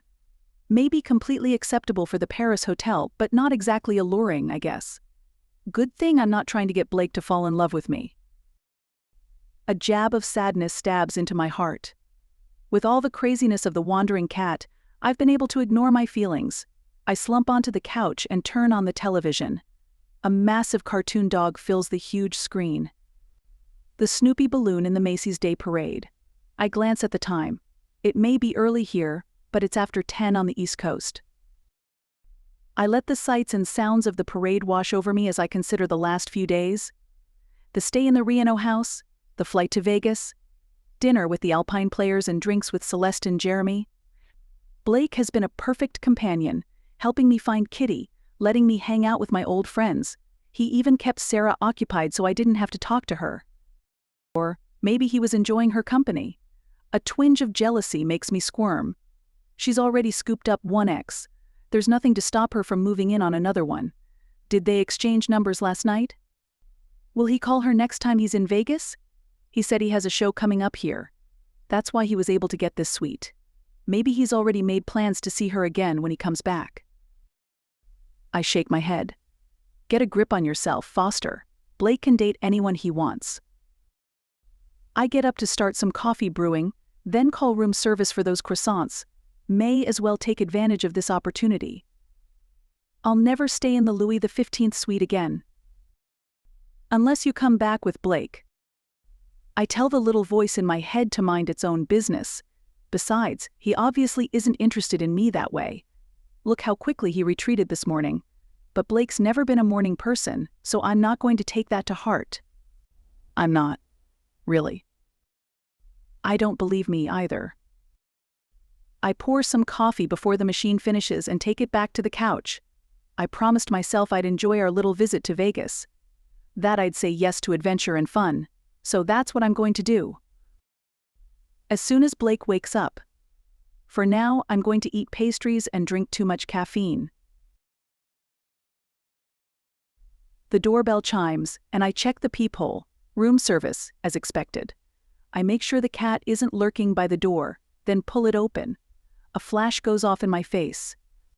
What the heck? Boitano grimaces at me from behind his dish cart. I don't need more pictures of you in your workout gear. What are you doing? How'd you get my breakfast? It's not yours. I ordered room service, then brought mine up. Never fails. He pulls the cart away from the door. I grab the other side and yank it away from him. Nope, you brought it to my door. I get to keep it. Get out of here before I call Bradley and his security goons. Boitano stops pulling on the cart. You wouldn't. I would. Get lost. I pull my phone out of my pocket and tap the screen with my thumb. 5, 4, 3. He gives the card a little pull, but I hold on with my free hand. 2. 1. He throws up both hands. Fine. But you owe me breakfast. No, I don't. I pull the cart into the room and let the door shut. Then I throw the security lock for good measure, and to keep the cat inside. Who was that? Blake comes out of the bedroom again, this time wearing jeans and a t-shirt. His hair is damp, and he looks more awake, and country star handsome. My breath catches in my throat, and my words come out a little airy. I thought you were going back to sleep? I roll the cart to the table and uncover the tray. It holds a single glass of orange juice, a plate of buttered toast, and a tin of anchovies. Seriously, this is breakfast. Blake picks up a triangle of bread. You eat anchovies on toast. That must be for Alf. I explain about Boitano's ruse. I have our real breakfast coming, but I wasn't going to let him have this, although I feel kind of bad if this is all he can afford. Don't worry about him. He makes plenty of money invading others' privacy. He takes a huge bite of the toast and drops the remains on the plate. Hey, why's the parade on so early? Time zones, remember? The doorbell rings again. As Blake moves, I grab his arm. He wants pictures of you. Or us together. He doesn't care about me. He deleted the one he took earlier. I'll take care of him. He sweeps a bow toward the door. I leave him up to you, fair protector. I chuckle as I push him toward the bedroom. Stay out of sight. I grab the half-eaten toast and hurry down the short hall to swing the door wide, looking for this. The hotel employee standing outside blinks at me. No, madam, I'm delivering your meal. He gestures at another covered cart. Oh, sorry, I thought. Never mind. I back into the room, giving him space to push the cart down the hall. Predictably, the cat zips between us and out the door. Not this time, Houdini. I stomp to the elevator and scoop him up. If you don't stop doing this, I'm going to order a crate for you. They have same-day delivery around here. The cat's ears twitch. The suite's door is closed, of course. Blowing out a sigh that ruffles Alf's fur, I pound on the panel, then wait for Blake to open it. He grins and shakes his head. Again. I glare and shove the cat at him. I need breakfast. The hotel employee pushes Boitano's cart out, and I drop the toast on it as he passes. Thanks. Happy Thanksgiving, madam? He smiles. Blake must have tipped him well. I follow the scents of bacon and chocolate into the room.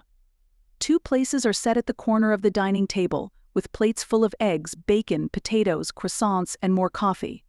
I add some cream to mine and sink into the chair. If we were at home, I wouldn't eat this much on Thanksgiving, but unless you have plans for a huge dinner. He shakes his head and drops into the other seat. I have no plans, and since Matt is unavailable, he winces a little. We can do anything you want to do. It's not your fault he's dumped us. I pat his hand, then grab a piece of bacon. Kitty looks up hopefully, but I shake my head. Sorry, only the 2 legs get bacon. We finish breakfast, then I shower and change. Like Blake, I'm wearing jeans and a t-shirt. My last clean one. Good thing I have a dress for the wedding tomorrow. I take a minute to wash some clothing in the sink and drape it over the shower rod to dry. Kind of tacky in a place like this. I could send it out for laundering, I suppose. But my frugal heart won't let me spend that kind of money when this works just as well. Plus, I don't like the idea of random people touching my undies. I slide on the shoes Jessica gave me, grab my wallet, and meet Blake in the living room. You said you don't like Vegas, so I've got something else lined up.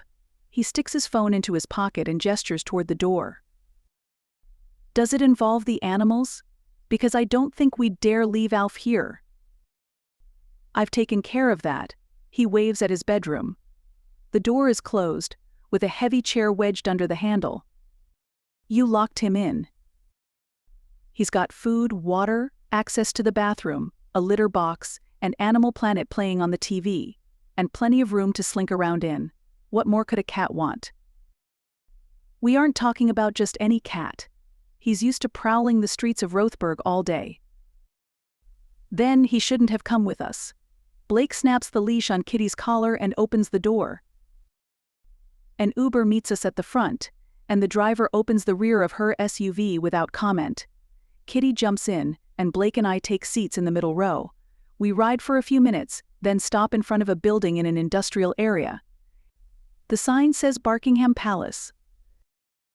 I stare at Blake. You want to dump poor Kitty at a random dog kennel. Blake pauses with his door halfway open. They have a really good rating on every pet website I checked. And Serafina said her neighbors bring their dogs here. When did you talk to her? Last night. I mentioned my idea for today, and she suggested it. Trust me, Kitty will be happier here than with us, or alone in the hotel. And Serafina gave it high marks. The building looks like a warehouse. The double glass doors have some kind of reflective coating, making it impossible to see inside. The sign on the front is the only indication this place might be pet-friendly. I climb out of the SUV. If Serafina recommended it, I'll take a look, but I don't leave Kitty with just anyone. Blake hands me the leash and opens the front door. We won't leave her if you aren't 100% happy. We step into a small room with a smooth cement floor. A window in the opposite wall reveals a desk and a wall of computer monitors. I lean forward to see two of the screens. A German Shepherd chases a lab across a gym-sized room with green turf-style carpet. At the far side, they both make tight turns, and the lab chases the Shepherd back. On the other screen, a Westie and a Chihuahua bask in the sun. The window slides open, and I jump back. The woman who opened it laughs a little. Welcome to Barkingham Palace. I'm Lonnie. How can I help you?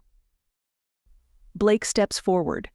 We have a reservation for today under the name Foster, but we'd like a tour first if you don't mind, just to be sure. He trails off suggestively. Of course, we can't let you in with the dogs, liability issues, but we have an observation area. Is this Kitty? She nods at the dog, not registering any surprise at the name.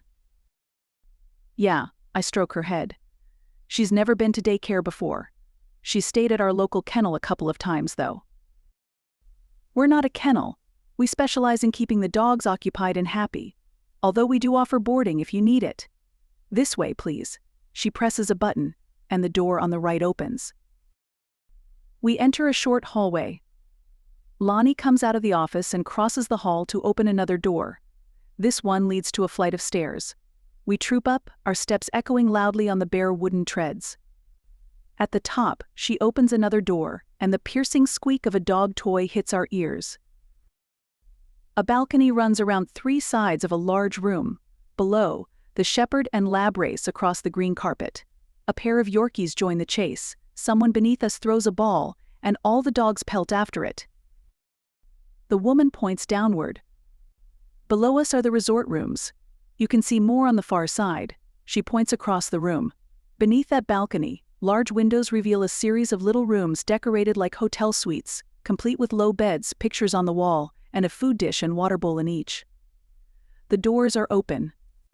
And as we watch, a Great Dane wanders out to join the ball chasers. Lonnie takes us to a door at the far end of the balcony. We step out into the brilliant Las Vegas sun. A plane takes off, flying low overhead. Blake ducks and I chuckle. Below, the Westie and Chihuahua I saw on the screen glance up, then go back to their naps. A calico cat paces along the top of the fence. Blake points. That's Alf. It can't be. How would he have gotten here? My voice sounds unsure, even in my own ears. Lonnie shades her eyes. That's Cindy Clawford. We're a regular stop on her morning rounds. Blake mouths, alien life form. I bite back a laugh. You can see we have an extensive outdoor recreation space.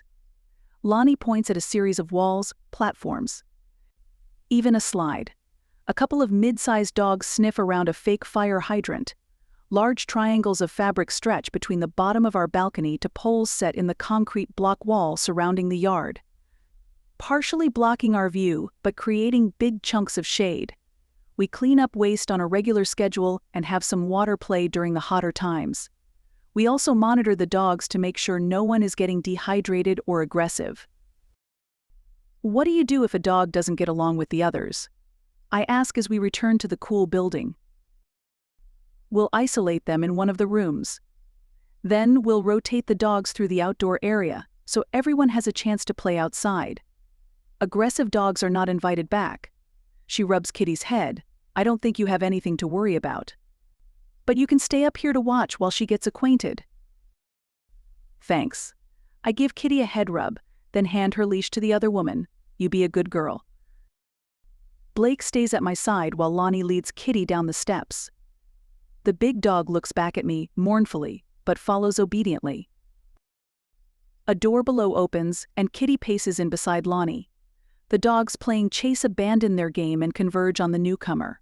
There's the usual sniffing and circling, then the lab barks. Kitty replies with her deep woof. Lonnie unlatches the leash, and Kitty bounds across the room with the two bigger dogs, the littler ones chasing behind. We watch for a few minutes, then, reassured, head downstairs to take care of the financial details. When we get back outside, the SUV stands at the curb, engine running. I climb into my seat. I didn't know Uber would wait. Blake shuts my door, then goes around and climbs in on the far side. You can get almost anything if you're willing to pay for it. Next stop, please. Chapter 30. Rachel loves the helicopter tour of the Grand Canyon. When we return to Vegas, the aircraft takes a detour over the Strip.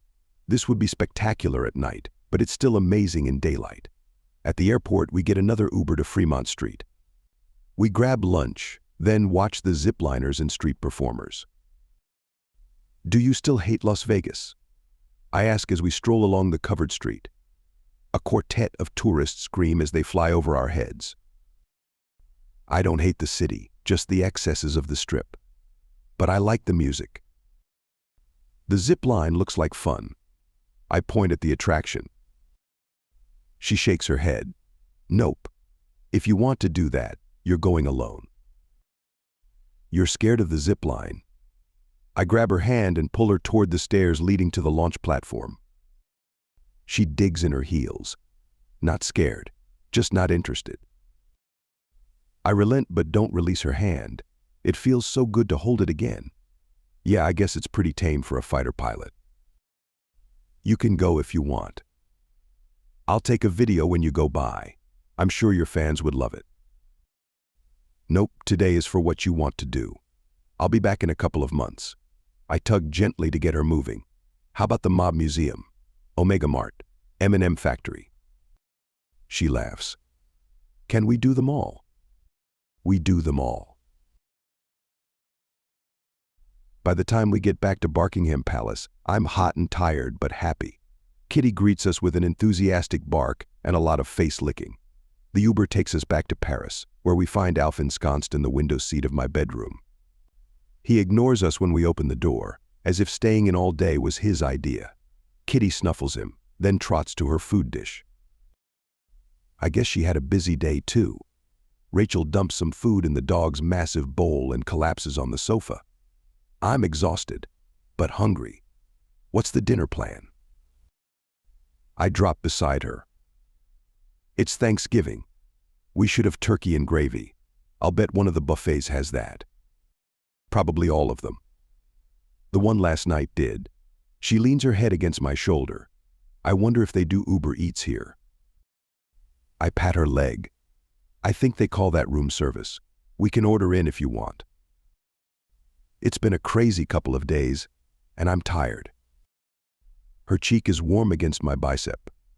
I try to figure out how I can put my arm around her without disturbing her, but I can't. Today has been wonderful but frustrating, and almost like a first date. Laughing together, tentative hand-holding, the occasional shoulder touch. I want to move our relationship to the next step, but for some reason, I can't seem to do that. It's as if she's planted me in the friend zone. I had hoped today's extravagant date would give me the opportunity to make a move, but Rachel isn't like any other woman I've dated. Theoretically, our past relationship should make it easy to reignite the old feelings, but I'm finding that much more difficult than I anticipated. Not on my side, of course. A constant hum of desire has kept me on edge all day. But I feel like a teen nerd. None of my attempts has gotten me past hand-holding. Maybe it's time to take a risk. Just as I come to this decision, Rachel sits up.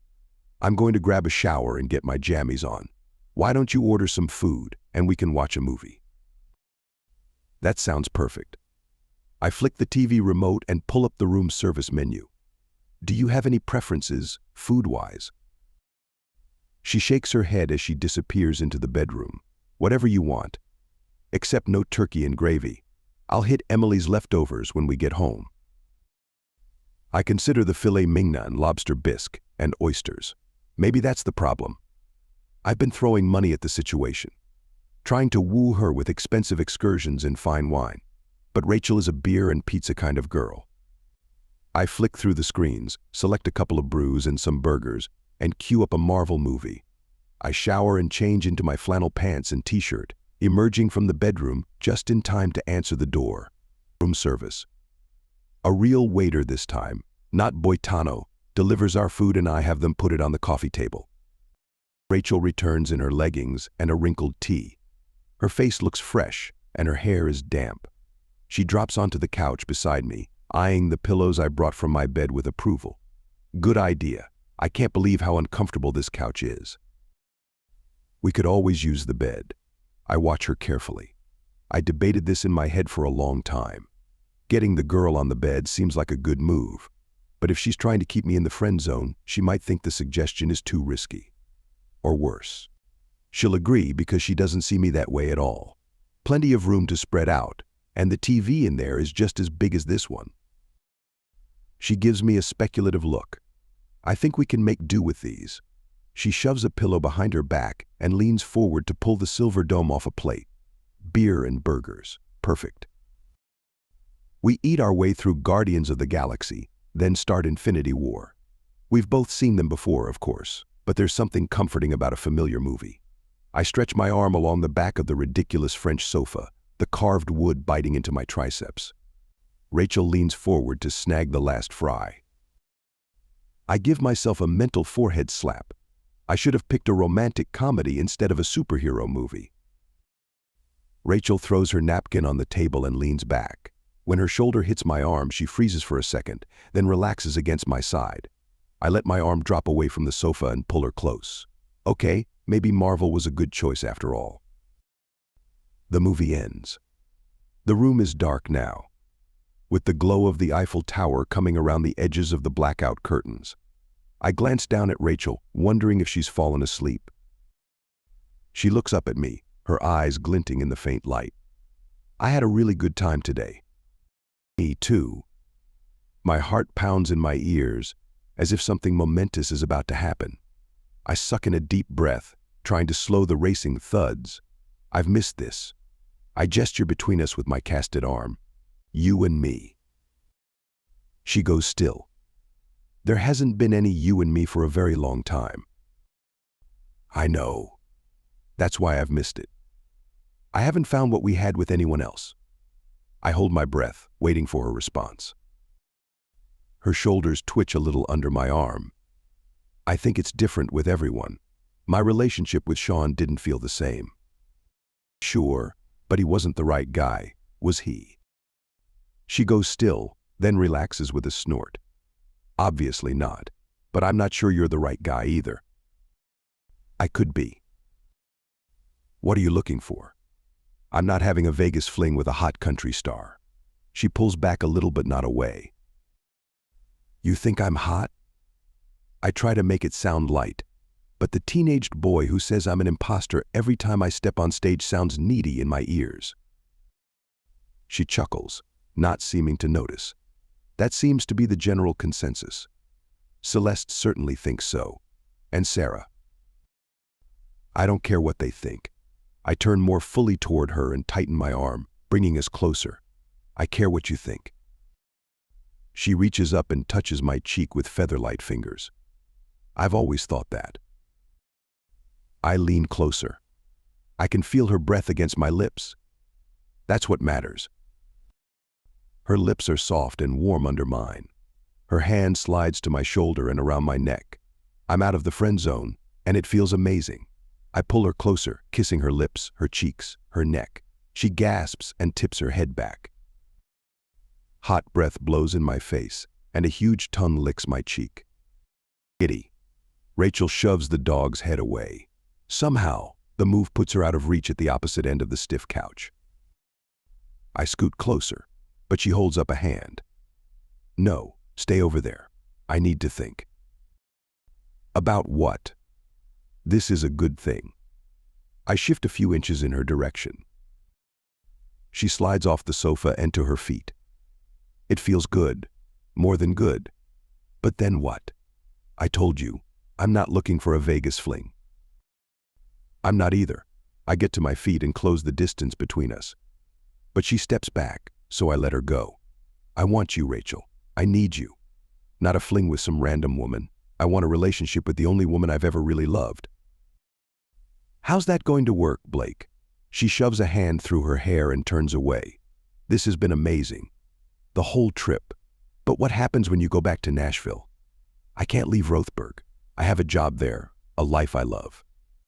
I'm not going to give up everything to be Blake Stein's girlfriend. I'm sorry if that sounds less romantic than you'd like, but it's the truth. I've worked too hard to rebuild my life, and I'm not ready to throw that all away for anyone. Not even you. I don't expect you to throw your life away. Your independence is part of what I love about you. I don't want a woman who doesn't have a life of her own. Then, how would it work? You need to be in Nashville, I need to be in Rothberg. I have students. You have crazy paparazzi and demanding managers and hordes of adoring fans. We can figure it out. Jessica doesn't live in Nashville. I reach for her, but she steps back. Behind me, one of the phones rattles against the coffee table. I ignore it. She lives in Seattle and travels to perform or record. Her husband has his own career. They make it work. Does she have fans throwing themselves at her everywhere she goes?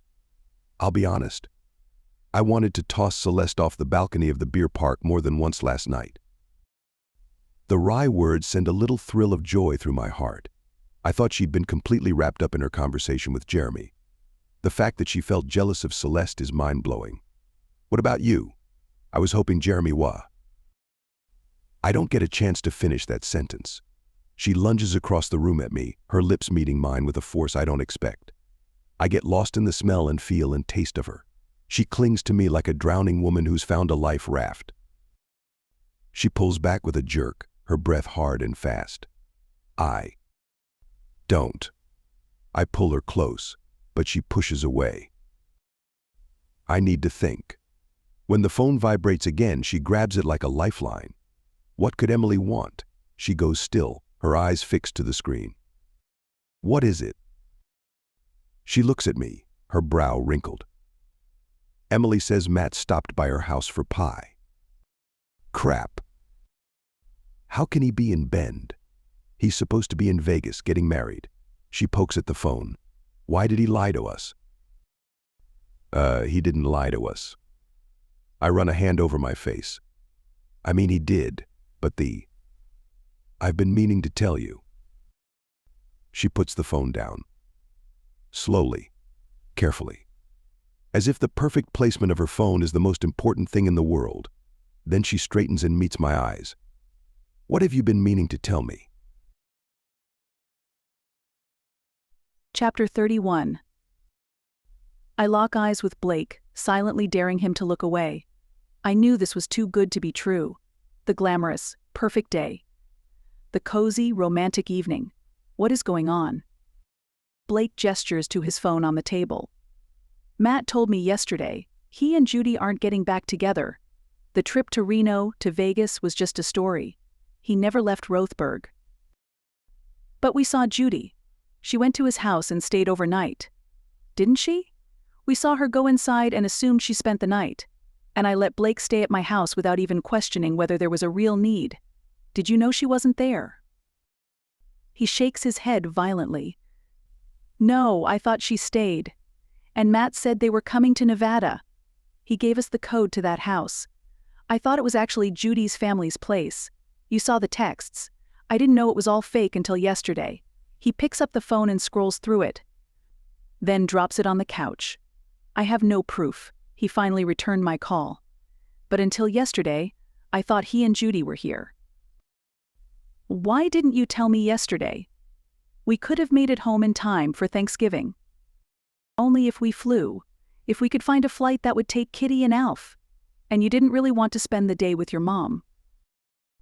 I glare because he's right. It was so much easier when I lived across the country, or on a different continent. I had an excuse to not be home for Thanksgiving or Christmas. But since I moved back to Rothberg, I've been there for every holiday. And every excruciating one. Missing today was a relief. But acknowledging that makes me an ungrateful daughter. He holds out a hand. We wouldn't have made it back anyway. We'd have spent the entire day driving and still not be home.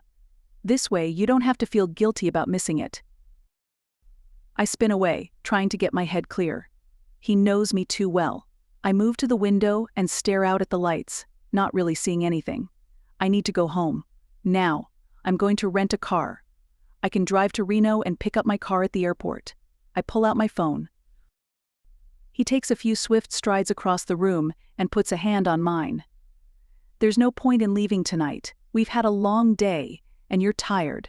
Let's go in the morning. His touch on my hand reminds me of the kiss. Being too close to him has my brain buzzing in reaction mode. I pull away and stalk to my bedroom. Don't tell me what to do, Blake. I'm not Celeste. Or any of your other mindless groupies. I'll make my own decisions. Where did that come from? I'm not asking you to be a mindless groupie. I'm just suggesting that leaving on an 800-mile drive at this time of night might not be the best idea. You'll still have missed the turkey dinner. I spin around and stab a finger at him. He's silhouetted against the lights of the Eiffel Tower, so I can't see his face. You don't get to be the reasonable one. You lied to me. The ends don't justify the means. I'm going home. And you can't stop me. I whirl and stomp into my bedroom, slamming the door behind me.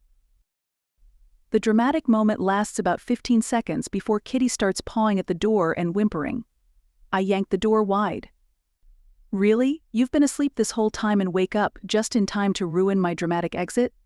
Thanks a lot. I grab the dog's collar and pull her into the room, then slam the door again, just for good measure. I flick the lights on, squinting in the bright glare. You, go lay down.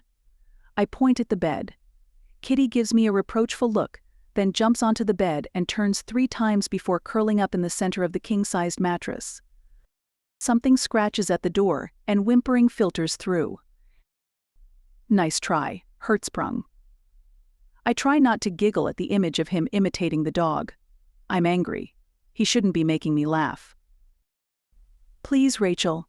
His voice comes softly through the door. Don't leave tonight. I'll get you home tomorrow, I promise. Go away, Blake. There's silence, then his footsteps retreat. The soft thuds against the plush carpet feel like nails in a coffin. The daydream is over.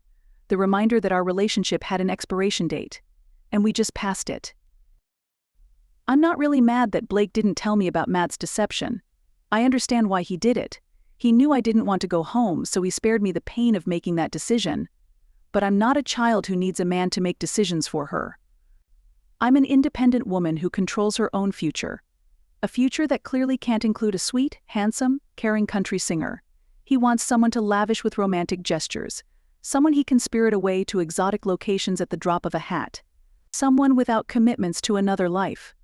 That's not what he said, but it's obviously what he wants. And that isn't me. It can't be me. I knew that when we started this crazy journey, and I decided to play along for a few days, that this trip could be a sweet interlude with an old flame. I knew I was risking heartbreak when it ended, but I didn't think it would happen so fast. And now I need to pick up the pieces and get back to living in reality. Time to pull up my socks and be a big girl. Great, now what? I pull out my phone and start searching. How do you get a 120-pound dog from Vegas to Reno on Thanksgiving night? A vibration against my face wakes me. I pull my phone from under my cheek, and the lighted screen illuminates the room. It's 1:15. I must have fallen asleep while researching. I'm sprawled across the bottom of the bed, with Kitty snuggled against my back. A blanket drapes over me.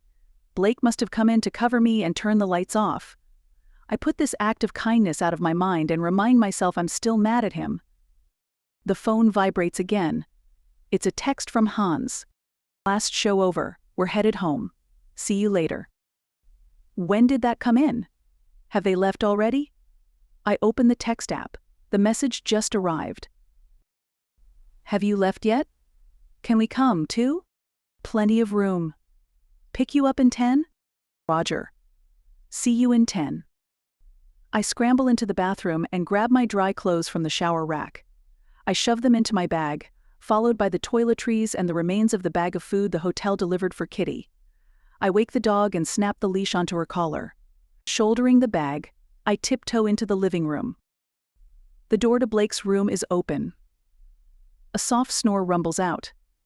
As I scrawl a note on the hotel stationery, Alf stalks through the opening and into the living room. I'm tempted to leave him here. Let Blake deal with getting the independent creature home. But the cat is a fixture in Rothberg. If I leave him behind and something happens, I'll never forgive myself. And if he doesn't have a reason to return to Oregon, maybe Blake will head directly to Nashville. That would be easier for all of us. I add that to the note. Draping the beautiful blue dress over one of the dining room chairs, I sniff back regret that I never got the chance to wear it. But it belongs to a different life than the one I've chosen to lead. I gather up my bag, clip the cat's leash to his collar, and let us out of the hotel room. It feels so final. The casino teems with gamblers. I guide the cat and dog through the throngs and shuffle them under the Eiffel Tower leg to the curved doors. A uniformed man looks up from his kiosk as we exit, but I shake my head. Friends picking us up. The air feels cold against my arms. I dig in my bag for my sweatshirt but come up empty. Did I leave it in the hotel room? I can't remember the last time I saw it. It might be in Reno, for all I know. I squash the instinct to run back up to the room to look for it. It's a great sweatshirt, but not worth the drama of seeing Blake again. The big van pulls up to the curb, and the side door slides open. Hans leans out. Rachel, where's Blake? I push Kitty toward the open door. He's staying here. Thanks for the ride. Hans's eyes narrow, but he doesn't say anything. Greg helps me get Kitty into the van, and Randy grabs Alf. Bart loads my bag into the vehicle, and we all climb in. As Deb pulls out of the circular drive, I turn my eyes away from the bright lights of the Eiffel Tower and the glittering drama of life in the spotlight. Chapter 32. When I wake, the hotel is quiet. Too quiet. I lie still listening, but there's nothing. No rustle of the cat prowling along the edges of the room. No snuffling of the dog. No soft breathing from the other bed. I shove myself off the mattress and hurry into the living room. The blue dress draped over a chair tells me everything I need to know. Rachel has gone. I check her room, just to be sure. Her green Oregon sweatshirt lies crumpled in a corner, forgotten. I shake it out, then bury my face in the folds, breathing in her scent. A note on the table tells me I should go back to Nashville. She's right. Rothberg holds nothing for me if I can't have her. Only my brother, and he's just as capable of getting on a plane as I am. I suck in a deep breath. Visiting home while Rachel was there had been a huge mistake. I implied she's been avoiding me, but for the last 12 years, I've been planning my visits around her absences. Not because I didn't want it to be awkward for her, but because I knew this would happen. That seeing her again, and not being able to have her, would kill me. I slump to the couch, the sweatshirt clutched to my chest. She's gone, and there's nothing I can do about it. Sure, I could chase her down, or fly back to Oregon and force a confrontation. But she's right. She has a life that doesn't have room for me, and I can't begin to deal with that. The doorbell rings, drawing me out of my stupor. I look at my phone. It's mid-afternoon. Vegas hotels won't leave a room undisturbed for more than 24 hours. I've been moping here since early this morning. I answer the door to prove I'm still alive and send the housekeeper away. Then I grab the remains of the basket the lawyers sent and turn on another Marvel movie. My phone rattles with an incoming text, vibrating off the table. I scoop it up, glancing at the screen in case the message is from Rachel. Instead, it's Jessica Lee. "You coming to the show tonight? Got a spot for you." I rub the back of my neck. I don't really want to leave this sanctuary, but I'm running out of cookies, and my stomach is starting to rebel against the solid sugar diet I've been feeding it all day. I could get room service, but that reminds me of Rachel. If I go anywhere, I'm likely to be recognized. As I've proven several times this week, if I'm going to be noticed, why not do it from the safety of a stage with Jess's security keeping the fans away? Count me in. I can't play, but I can sing. Works for me. See you at 7. Need a costume? I'm good. See you soon. I get up, groaning as my muscles complain. Getting old is not for sissies. I wander into the bathroom to shower and dress. As I button my white dress shirt, the one I brought to Crash Matt's wedding, I wonder how Jess knew I'd be available. I was supposed to be stopping my brother from making a huge mistake. I tap my phone and do a search on my name. The headlines blare. Blake Stein dumped. My heart contracts and drops into my stomach. I click on the first hit, which takes me to a gossip site. The site has a link to a video. The thumbnail shows Rachel's face. I don't want to click it, but my thumb hits the screen despite my desire to remain ignorant. An ad plays, then Rachel faces the camera. "Hi, my name is Rachel Foster." Dark circles make her face paler than usual. There have been rumors about me and Blake Stein for the last few days. While it's true we dated in high school, there is no truth to the rumor we've reunited. Blake's brother is a friend of mine, so we've been spotted together over the last few days. But we aren't dating. There's no secret engagement. She smiles at the camera, her eyes tired. "You're welcome, ladies." The screen freezes, and the site's well-known celebrity chaser appears in front of it. You heard it here, straight from the source. I have with me well-known celebrity photographer Louis Boitano. He tracked Blake Stein and the Foster woman to Vegas. Tell us what you think about this development, Louis. Boitano grimaces at the camera. I got an exclusive interview with Ms. Foster. Apparently the entire engagement story was a misunderstanding. Foster and Stein went to Las Vegas to attend his brother's wedding, but it was called off at the last minute and Foster went back to Oregon. Forgive me if I'm wrong, but you're a photographer, not a journalist, the woman says. How did you happen to get an exclusive interview with Ms. Foster? Boitano smirks at the camera. I was in the right place at the right time. Boitano's face disappears as the camera flicks back to the sleek blonde. Thank you, Louis Boitano. We haven't been successful in reaching Mr. Stein, and his manager offered no comment. Back to you, Mario. I swipe the browser off my screen and check my email. There's a message from Zoe, with lots of exclamation marks and swear words. The gist is she's disappointed I didn't stick to her carefully scripted story. I ignore her griping and tell her I'm on my way to Jess's show. I get stopped twice on my way to the Zappos Theater, but no one mentions the story.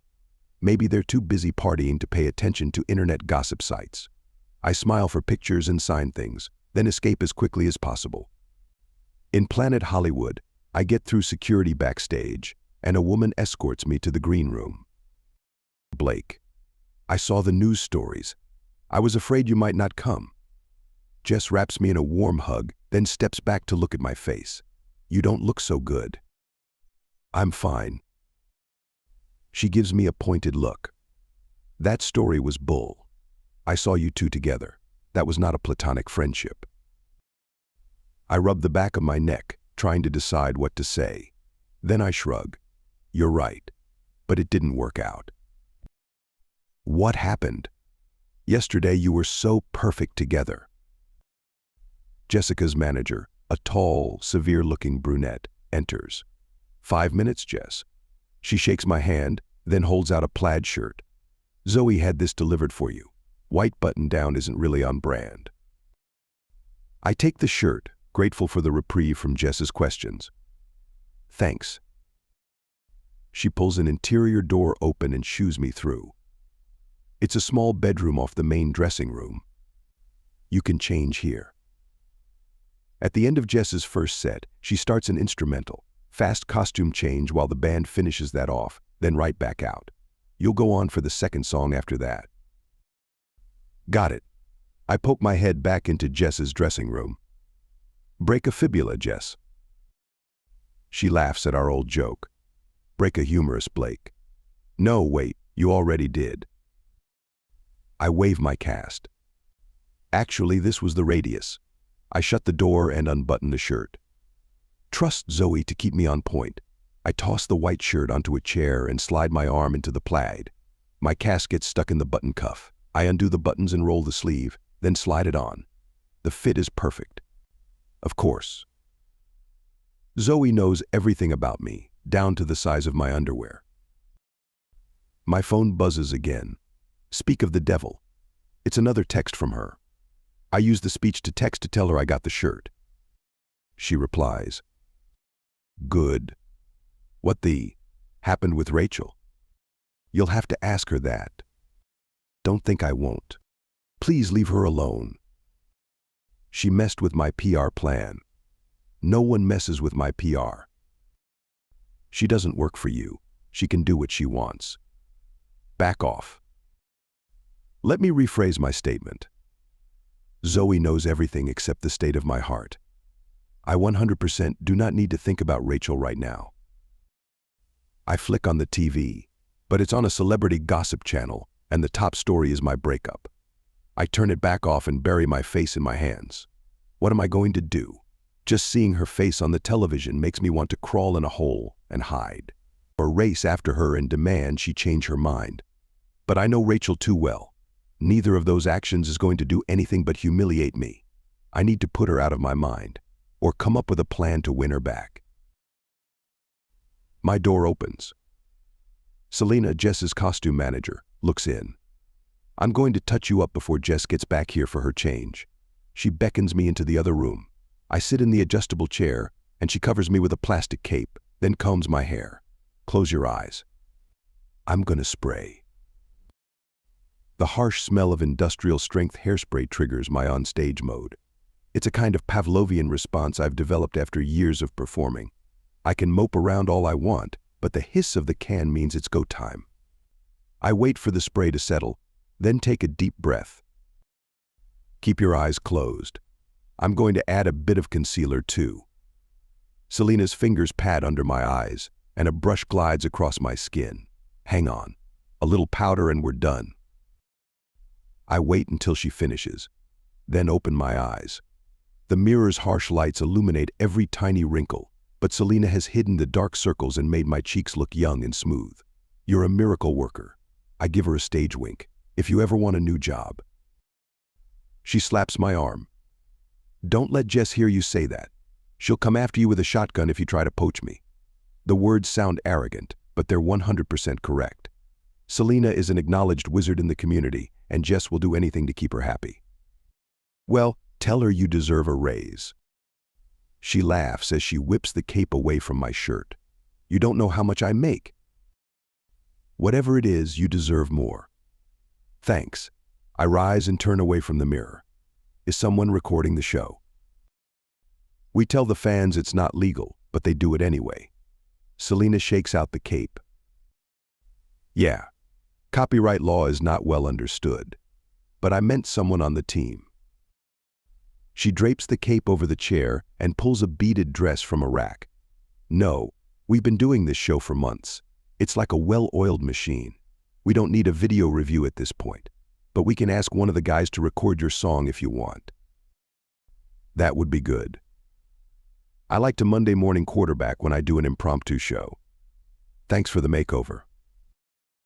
"Oh, honey, this wasn't a makeover. You're too perfect for that." She pats my cheek. "Thanks. I'm not feeling very perfect right now." The door bursts open, and a man dressed in black sticks his head in. Just started Firebird.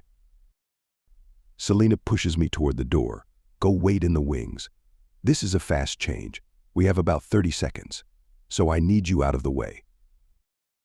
I follow the dark-clothed man to the stage. He points to a spot between the second and third legs, the side curtains that hide the wings from the audience. I take my position in the deep shadow, knowing the choreography is carefully planned, and this might be the only place where I won't interfere. The bright lights stab onto the stage.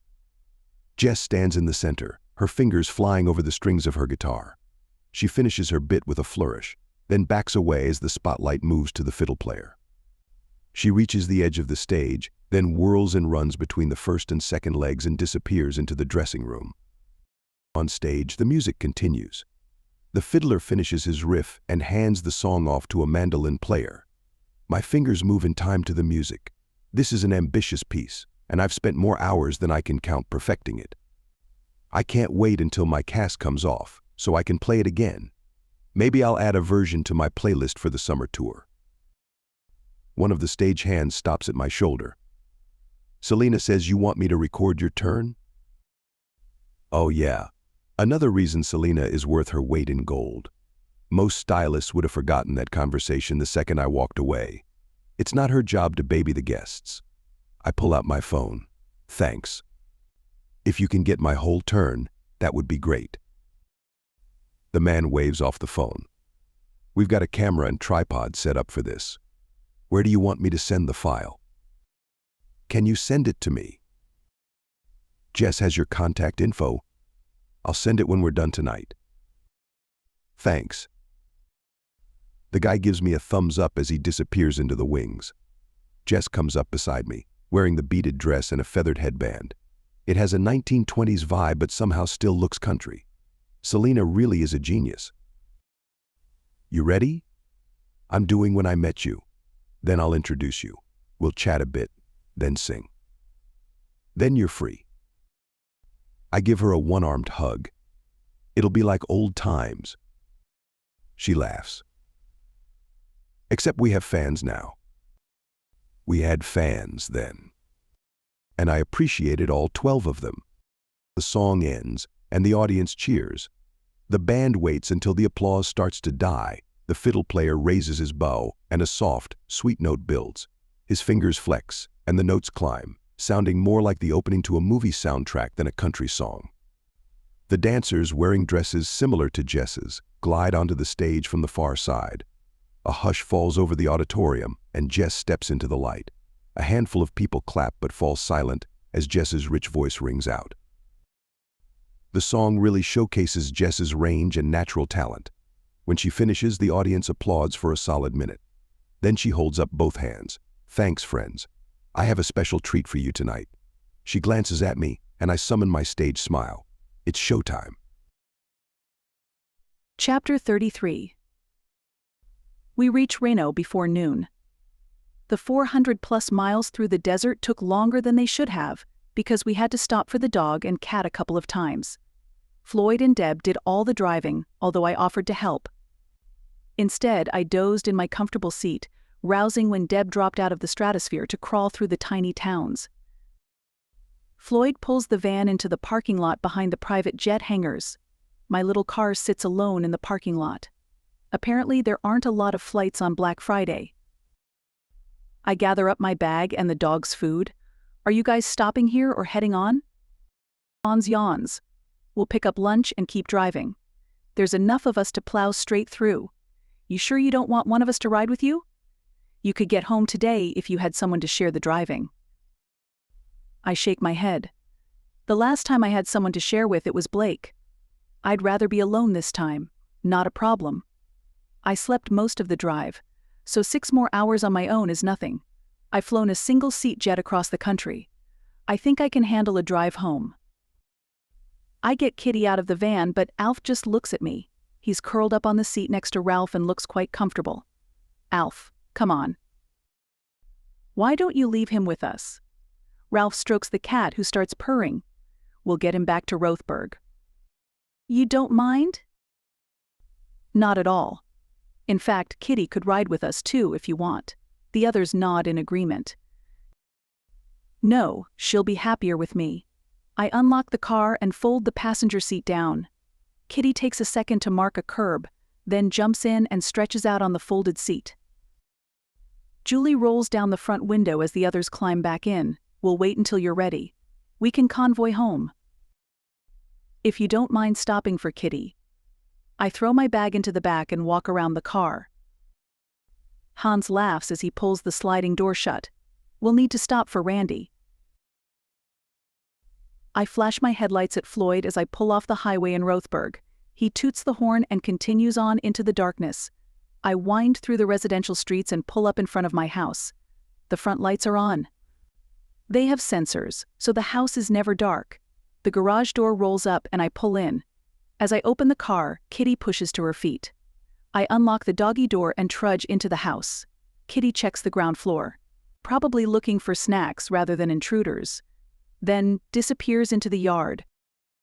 I yawn widely as I unload my clothing directly into the washer. I slide off my new tennies and carry them and the boots upstairs to my room. I consider going to the kitchen for a snack, but decide on a shower first. When I get out, Kitty is asleep on the bed. She slept most of the drive, so I'm not sure why she's so tired, but I'm not ready to join her yet. On the drive home, I manage to keep my mind busy with an audiobook. But now the quiet house gives me too much time to think. I check the clock. It's 8:45. We ended up taking longer for lunch than expected and made a dinner stop in Klamath Falls at Hans's favorite Thai restaurant. The 6-hour trip turned into 8. I prowl down the stairs. Kitty lumbers behind me and dances beside the front door, as if it's time for our morning run. Fine. I need to check the mailbox anyway. I click on her leash, and we stroll down the quiet street. Cold air bites at my face. My damp hair steams gently. Only 2 days in Vegas, and I forgot it was winter. I should have grabbed a coat and gloves. I empty the mailbox and hurry back to the house. The lights on Matt's front porch catch my eye, and I change trajectories. Muffled Christmas music filters out. Transferring the mail to the hand holding the leash, I pound on his door. "Let me in, Hertzsprung. I know you're in there." The music cuts out and the door opens.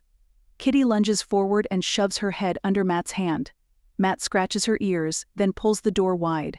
"Come on in. Is Blake with you?" I release Kitty's leash and follow her into the warm house, giving Matt the stink eye as I pass. No, he's not with me. As far as I know, he's still in Vegas. Or maybe on his way back to Nashville. He follows me in. But, catching sight of my face, he stops. But what? What were you expecting? He lied to me, and I don't like being lied to. I prop my butt against the back of the couch. Kitty goes on an investigative tour, sniffing for any dropped food. You lied to me too. Matt sinks onto a chair at the table. I figured you'd have time to reconnect. You two belong together. I drop my mail on the couch and cross my arms. We haven't been together in 20 years. You've been watching too many Hallmark movies. You know I love those. It's countdown to Christmas. He points the remote control, and the volume on the television goes up. I turn. Sure enough, a beautiful couple argues, although they still look adorable together, with the Hallmark logo in the corner. The 12 Days of Love is on right now. He mutes the thing again and drops the remote on the table. I don't know how you can watch those. They're so predictable. That's part of their charm. They fall in love, have a big breakup over something ridiculous, then they get back together. Everyone gets a happily ever after. He stands and opens the fridge. Beer? At my nod, he pulls out 2 bottles, pops the tops, and hands me one. What happened to yours? I hold up the bottle. It's right here. Not your beer. Your happily ever after. You two were supposed to fall back in love, and maybe make use of the chapel I reserved. I stop with the beer halfway to my lips. You actually reserved a wedding chapel? And you thought Blake and I might. I break off, dumbfounded. He shrugs. I figured if the ceremony was already paid for, and you were there. What happened? What happened is my life was not written by Hallmark. People don't get married just because someone paid for the ceremony. Blake and I weren't ready to get married 20 years ago, and we're different people now. For all you know, we don't even like each other. He points the neck of the bottle at me. We both know that isn't true. For one thing, I saw you two together at the gala. It was just like old times. And I know Blake stayed over there on Sunday night. He stayed there because he thought Judy was here. I didn't blame him. I do a dramatic shudder. I am so glad you two didn't really reconcile. Matt's lips quirk, a little sadly, and he looks away. Yeah, that wasn't going to happen. She wanted more money. Apparently her current salary doesn't provide enough to keep her in the style to which she'd like to become accustomed. And she thinks I should pay alimony, despite the fact that she makes more than me. But that's what gave me the idea to send you to Reno. Our wedding there was so much fun, I thought if you two could relive some of that. I guess you're right about real life. He drinks some more beer. Then puts the bottle down. I'm sorry if I overstepped. I really did think you'd be happy together. And don't blame Blake. He didn't know what I was up to. Until Wednesday. He could have told me. He waited until Thursday. Ooh, he waited a whole 24 hours to tell you? Maybe because he was enjoying the trip, and he knew you'd insist on coming home, even though we both know Thanksgiving with your mom would be miserable. As always, Matt raises his eyebrows at me, then drinks some more beer. I sip my own and think about it. Matt is right. I would have busted my butt trying to get back here because it's my duty to be with family for the holiday. I probably wouldn't have made it before the pie was all gone. And that's the high point of Thanksgiving. Was it so wrong to spend the day enjoying myself? Especially since I could take pumpkin pie to Mom tomorrow, and she'd have no idea I'd missed the actual date. Matt grabs my arm and pulls me into the living room, then pushes me into the recliner. Take a load off while you finish your beer. I've been sitting all day, it's true, but I feel no need to get out of this comfy chair. Matt hits the remote, and the footrest rotates up. Don't use your old man chair on me. You can leave any time. He tosses the remote into my lap and drops onto the couch. Kitty sinks to the floor with her chin on Matt's feet. We watch the beautiful couple pout, cry, and complain to their best friends, then reconcile when they rescue a dog from an icy lake. Did I miss the ice skating scene? That's always in the first half. Before the big breakup, what are you going to do? Matt flicks the television off and regards me through the dim light of his Christmas tree. The perfect distraction. Hey, you put your tree up. Of course. Eva and I always put it up on Black Friday. Matt's daughter attends college over the mountains in Eugene. Eva's home. I lean forward but can't get out of the reclined chair. I try a couple of buttons on the remote and succeed in lifting my legs higher. Matt waves me off. She's out with friends. Don't try to change the subject. What are you going to do about Blake? Because I like you, Rachel, but Blake's my brother. I want both of you to be happy. Together. You can't force people to fall in love. I fiddle with the chair remote and finally get my feet back onto the ground, where they belong. We had a beautiful, made-for-television-style interlude in Vegas, but it's time to return to the real world and face the truth. Blake and I have different lives, different goals, different needs. You can't force those to be compatible. Neither can I. You can compromise, though. A really good relationship is worth a few trade-offs. I rise and take my empty beer bottle to the kitchen to rinse it. Yeah, a good relationship is. Matt waits by the door, with Kitty beside him. He hands me the leash, then gives me a hug. I cling to him, then let him go. Thanks, Matt, you're a good friend. But a terrible matchmaker. We'll see. He opens the door and points. Who's that? I squint at a car parked across the road. That's the photographer. He followed us to Vegas. He's the one I sent my video to. Boitano climbs out of his car, groaning. I wave. He makes a rude gesture. Stay here. Matt strides across the residential street. I hurry after him, grabbing his arm. He doesn't mean anything by it. That's just how he communicates. Then maybe he needs to learn to use his words. Boitano takes one look at Matt, then jumps back into the car and raises his window. I knock on the glass, as if he doesn't know we're there. He lowers the window a few inches. Hey, that was loud.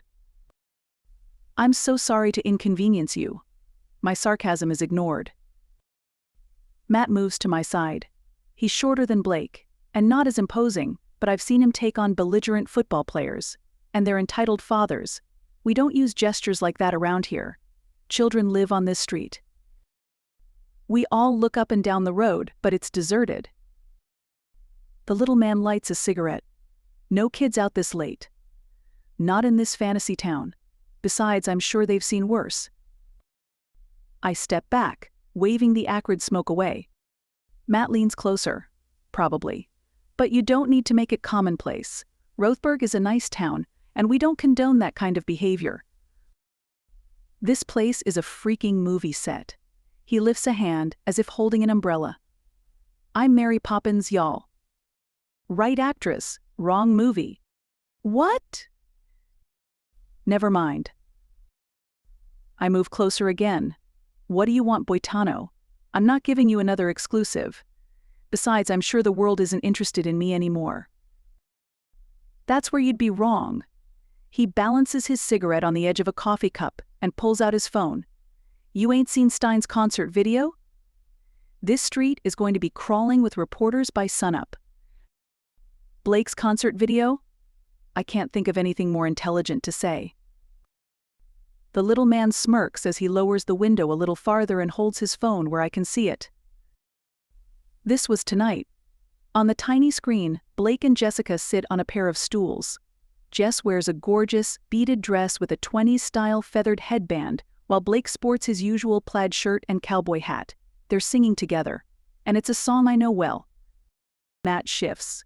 You know he wrote that song for you. My eyes cut to his face, which has an idiotic "I told you so" grin spread across it. He says that. Before the song, Boitano taps the phone, pausing the video. Where did you find that? My voice comes out hoarse. Boitano shrugs. I'll send you the link. Matt grabs my wrist. Don't give him your phone number. He'll never leave you alone. Too late for that. Rachel and I are old friends, aren't we, Ray? I narrow my eyes and lean closer to the car, holding my breath against the stench of cigarette smoke. Don't call me that. And don't push it, Boitano. The little man sits back in his car and grins. You got it, Alphabet. That was your call sign, right? You haven't earned the right to call me that, either. I glare at the little man as I jiggle Kitty's leash. Kitty, come. I'm going home. See you tomorrow, Matt. See you tomorrow, Matt. See you never, Boitano. You wish. I glance back to see Matt leaning toward the window again, and the little photographer hurriedly raising the glass. Inside, I pull out my phone and hit the link Boitano sent. The YouTube logo pops up, and after a commercial for a romantic cruise, a video loads. Blake and Jessica sit on tall stools on the Zappo stage. Spotlights illuminate them, glinting off the blue beading on Jessica's dress. I hardly notice her. All my attention is centered on the man. Blake looks casual in his jeans and plaid shirt. He props one foot, clad in his new boots, on the lower rung of his stool, and his marker-covered cast shows below the cuff of his right sleeve. Applause dies down, and Jessica gestures to her guest. Blake, what have you been up to here in Vegas? A little drinkin' and gamblin'. Afraid not, Jess. I came out for my brother's wedding, but he came to his senses. Blake pauses briefly for the laughter and groans, then holds up a hand. His timing is immaculate. He wasn't really getting married. It was kind of a joke. Anyway, I came down with my friend Rachel. I know a few of you have seen her online. A spear of despair goes through me at his casual tone. The crowd rumbles, and a few people yell out indistinguishable, but obviously negative, comments. Clearly they saw my video claiming we were just friends and felt it was an insult to the singer. Hey, now we don't talk about a lady that way. Jess shakes a finger at the crowd. I met Rachel. She's a lovely girl, so let's keep it civil. In fact, the song we're going to sing is one I wrote for her. Blake gives Jess a little grin. It's not the one we planned. I hope that's okay. Jess looks over her shoulder at the band. Do they know? Blake turns. Sorry guys, change of plan. But y'all can take a break if you want. The drummer stands and mimes cracking open a beer. The crowd laughs. Blake turns back to Jessica. You know this one. We used to sing it together back in the day. Will you play for me? He raises his plaster-wrapped arm. A black-clothed tech runs out of the wings and hands Jess a guitar. The woman takes it and settles it across her lap, accepts a pick and strums a soft chord. Still don't know what I'm playing. She runs through the opening notes of dueling banjos. Blake waits for the laughter to die, then covers his mic and whispers something to Jessica. Shock and surprise flow across her face, then a sad smile. She strums a melancholy chord. He nods, then opens his mouth and demonstrates why they call him the velvet drawl. As it ends, I sit on my couch in the darkness, drained. My eyes sting and I blink, defying the tears. My phone lies quiet in my hand, then launches a video of a cat and an elephant. I slap the pause button and shut off the phone. I recognize the song Blake sang, My One. He wrote it years ago. He performed it during that USO show in Bagram. If I'm honest with myself, I wondered at the time if he wrote it about me, but convinced myself it couldn't be true. We hadn't seen each other in over a decade, and the lyrics didn't specifically say it was his first love. I was still married at the time, and thinking the song was about me felt unfaithful, somehow. But I wondered, nonetheless. Tonight the words spotlight me like a beacon. The song tells a story of loss and regret and lifelong yearning, and it breaks my heart all over again. Chapter 34. Thanks for the ride. I pull off my headset and unbuckle my seatbelt. Sarah works her way through a checklist, pausing to tap a hook in the dash where I can hang the earphones. Thanks for the big tip. It wasn't necessary. I love flying this thing. I rub my hip, where my wallet sits, and give a wry grin. I wish this was something I could do all the time. A private plane would make tours so much more comfortable. You aren't really going to buy this baby? She convinced her employer to let me take a test flight in the slick little two-seat jet. As long as I paid for gas, she's a really good deal for someone like you. I wish I could afford her. Are you staying in town for a while? I recommend the Lonely Goat Herd if you're in the mood for a schnitzel. Her eyes light up. I do love German food, but not this time. I've got another flight scheduled for tomorrow and I need to get some laundry done. This Cirrus is fun, but it's a bit slower than the Embraer, so I need to head back to Vegas straight away. I'll fly up another time, maybe for a wedding. A burst of hope warms my heart, but I try to keep it in check. I guess that will depend on Rachel. Thanks again for the ride. My pleasure. She goes back to her checklist. I duck between the seats and follow the directions to open the door. It folds down, forming stairs, and I thud to the pavement. I take a deep breath of the familiar pine-scented air. The bright sunshine sparkles off the swiftly melting snow left from last weekend. As I stride across the tarmac toward the small parking lot, I pull out my phone and text my brother. Thanks to the wealthy inhabitants of Copper Butte Ranch, Rothberg Alpine Airport is long enough to allow small jets to land. It's home to multiple high-end private hangars, an engineering company, and a flight school that has a cooperative training program with the high school. The strip parallels the main highway on the edge of town, just beyond the athletic club. Matt's Subaru pulls up beside me as I reach the sidewalk along the edge of the airfield. I swing the passenger door wide, throw my bag into the back seat, and climb in. Did she see the video?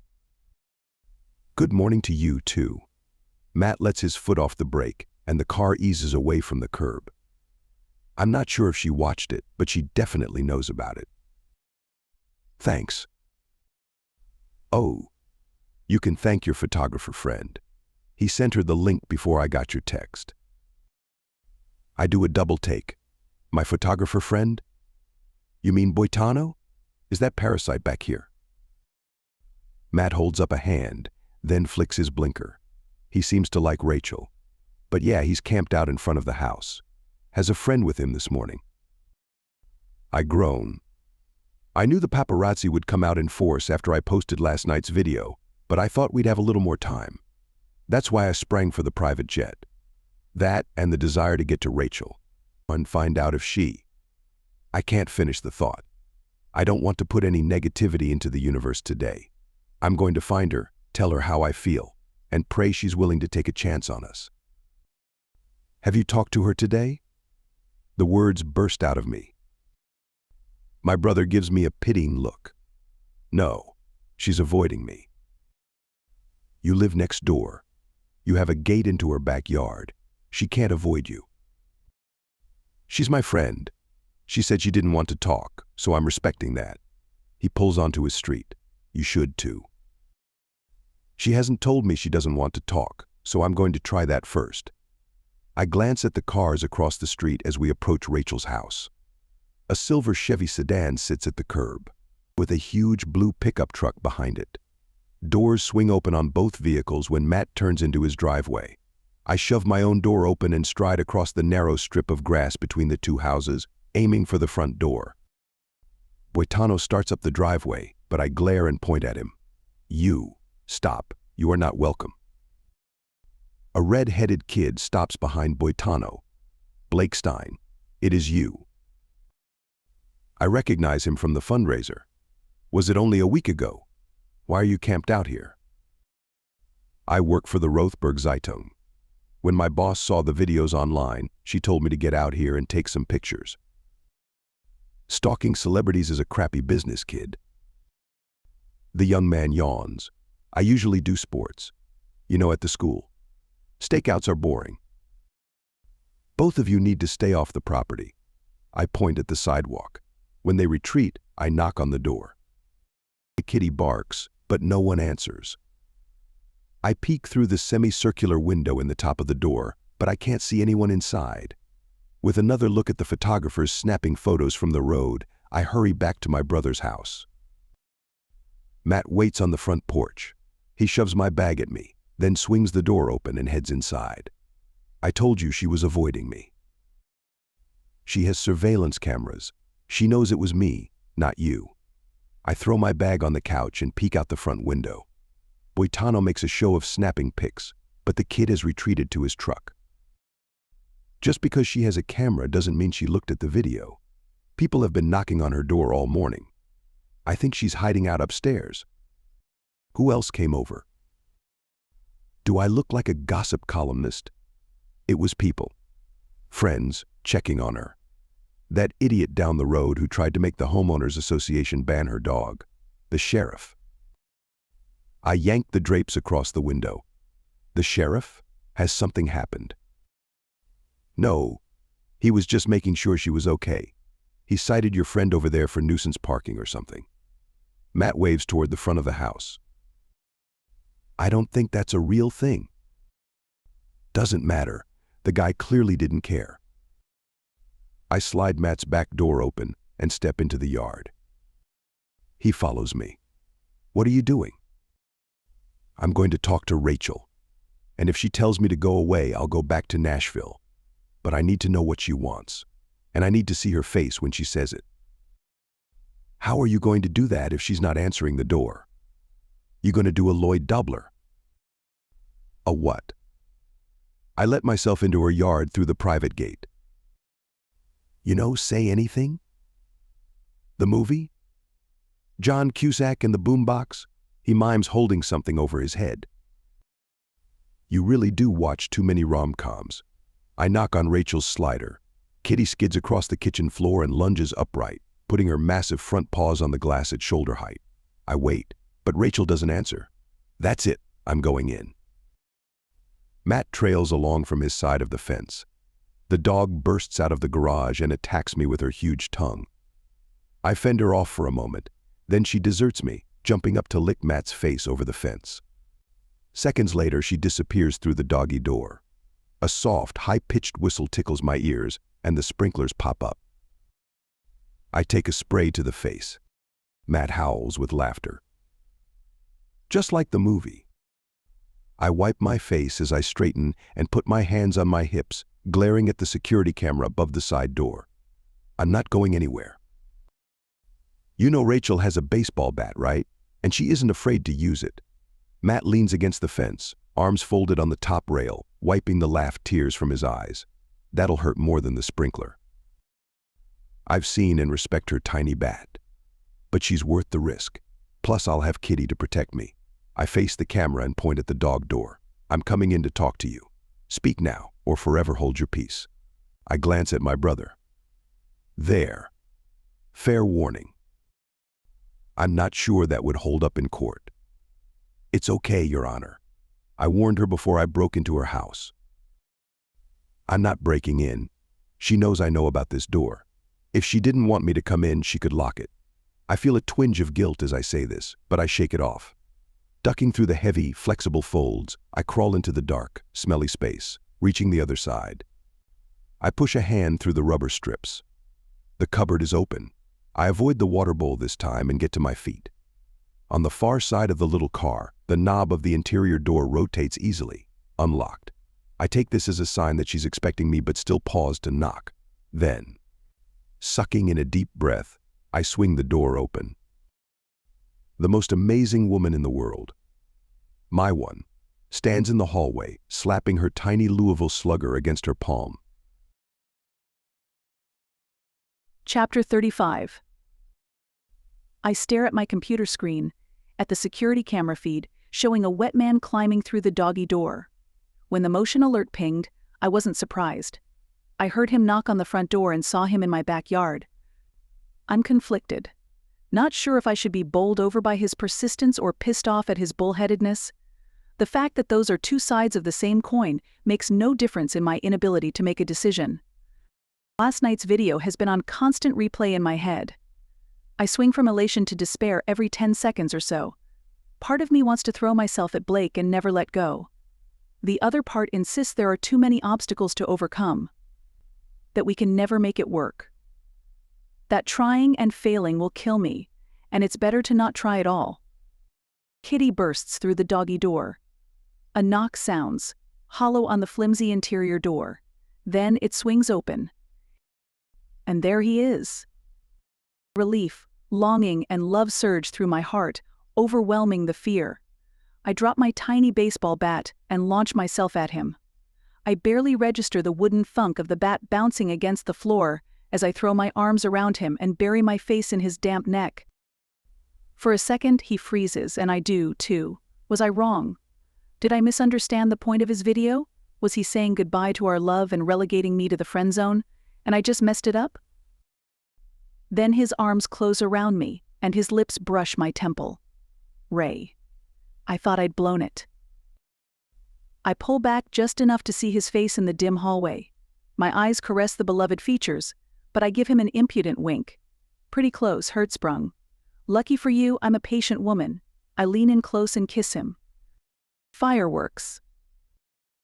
Kissing Blake Stein is nothing like kissing anyone else. When I met and married Sean, I assured myself it was normal. That first love was different, that nothing would ever live up to that rush. But now I realize I was wrong. The relationship between me and Blake is not based on physical attraction, but this kiss proves it's a pretty solid piece of the pie. For a few moments, or a lifetime, I lose myself in that kiss. Kitty blunders against the back of my knees and I stagger. Blake's arms hold me upright, the cast rough through my t-shirt. I take a step back, but don't leave his encircling embrace. Kitty, go lay down. The dog gives Blake a longing look, then her head droops, and she trudges into the living room. A loud doggy sigh accompanies the groan of the couch as she jumps onto it. Maybe we should keep her company. Blake leans down to scoop up my bat. This hallway isn't very romantic. I poke his chest. We need to talk before the romance takes over. I'm looking for long-term, not a quick fling. I thought that's what your song meant last night, but how are we going to make this work? You live in Nashville. I live here. You're right. Let's talk. He swings me around and urges me toward the couch. The dog sprawls across the entire length. Blake releases me and approaches her back end. Her head comes up and she stands to turn around. While she's shifting, Blake shoves on her butt, pushing her to the far end while he drops into the middle. He pats the cushions on either side. Enough room for both my girls. I'm not sure I appreciate being categorized with the dog. I drop into the narrow space between him and the arm. His damp shirt soaks into mine. And while I do appreciate your underestimation of the width of my rear end, I could use a few more inches over here. He shifts away infinitesimally, pushing against Kitty with his leg and shoulder. The dog sighs again. She sounds so put out. He strokes her head, now settled firmly on his thigh. She'll have to learn to share. His arm tightens and he turns toward me. I push a hand against his chest. Talk first. I'm not getting all cozy with you until I know where we stand. He leans back. Fair enough? How do we make this work? We get married and live happily ever after, like one of Matt's movies. Those movies end. We never see how they make it work. That's the problem with them. No blueprint for success. He laughs. You sound like a corporate shill, or a tour manager. He stops petting Kitty long enough to stroke a finger against my cheek. The dog hair-umps and he goes back to scratching her ears. I'll move here. I can write anywhere. And when I'm on tour, you can come visit on the weekends, and travel with me during the summer. Jess and Raymond make it work, so we can too. I thought you didn't want to come back here. At your mom's funeral, you made it very clear you'd never live in Rothberg again. A sad smile crosses his face. I was grieving, both for my mom and our relationship. You said we were done. I'd lost the two most important women in my life, and I didn't need a constant reminder of that. My face goes hot, and my heart squeezes in remorse. I am so sorry for what I said. I know you cared about her, and I never should have. He touches my cheek again. It's over. You were right. I didn't come home while she was in the hospital, because I couldn't stand to see her like that. It was selfish. But I dumped you at your mom's funeral. I cover my face. Even 20 years later, the guilt gnaws at me. You didn't. We stopped being a couple long before that. You were brave enough to point out the elephant in the room. Of course, doing that at the church might not have been the best choice. His laugh rumbles against my shoulder. You are not helping. And technically, we were outside. I keep my face turned away. But I was a monster. The arm wrapped around my shoulders shakes me a little. You weren't a monster, you were grieving too. We both know my mom was as much a parent to you as your own. We all react to death differently. I forgive you. Really? I peel one hand away to see his face. Really? Do you forgive me for being a stubborn idiot? I wait for a second just to make him sweat, then nod. Yes. He jiggles me again. I love your protective nature, which I guess comes out in monster-like ferocity sometimes, and I deserved it. All of it. I should have visited my mom more often. And I shouldn't have expected you to be waiting for me whenever I bothered to come home. Let's put this behind us. We were young and stupid, and we wanted different things. But those experiences helped make us who we are today. I think I'm a better person because of you. I wipe my tears on my sleeve and lean against him, the rock I always wanted him to be. We sit together for a long time. I let the swirling emotions envelop me, then settle and dissipate. The dog snores on Blake's lap, her even breaths fluttering the untucked bottom of his trademark plaid shirt. The clock chimes, and my stomach growls. Blake laughs. The dog's head comes up. How about we get some lunch before you perish? I'm not going to waste away. But I agree on lunch. I'm not sure I have more than PB&J though. I scoot forward and stand. My body is stiff from sitting still for so long. Blake groans as he gets up. I thought staying physically fit was supposed to prevent the old man getting up groan. I nudge him with an elbow. You're still supposed to get up and move around every hour. I make sandwiches while Blake washes a couple of apples and pours some milk. Put a chunk of apple in her bowl, will you?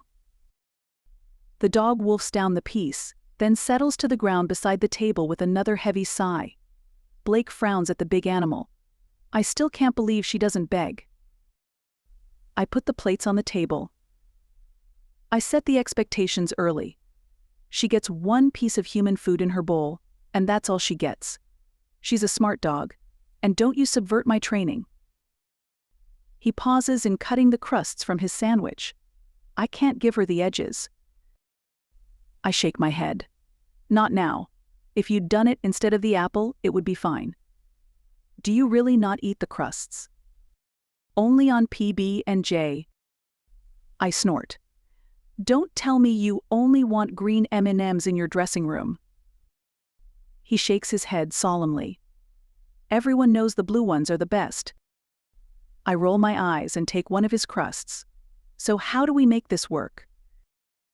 He gives me a narrow-eyed look. How do you feel about Sarah? The non sequitur leaves me speechless for a moment. I'm not a fan, but I don't hate her. Why? She has this jet. It's called a Cirrus. I nod and he continues. It's considered affordable, which means it's only really expensive instead of stupid expensive.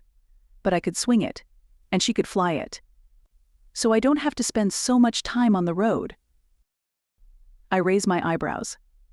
A Cirrus costs about $2 million. Then there's fuel, hangar space, and airport fees. I knew he was raking in the cash, but I had no idea. You can afford all that? Hiring a pilot would not be cheap. I asked Sarah if I could learn to fly it, but I wasn't sure how you'd feel about me flying when you can't. She said getting my license wouldn't take too long.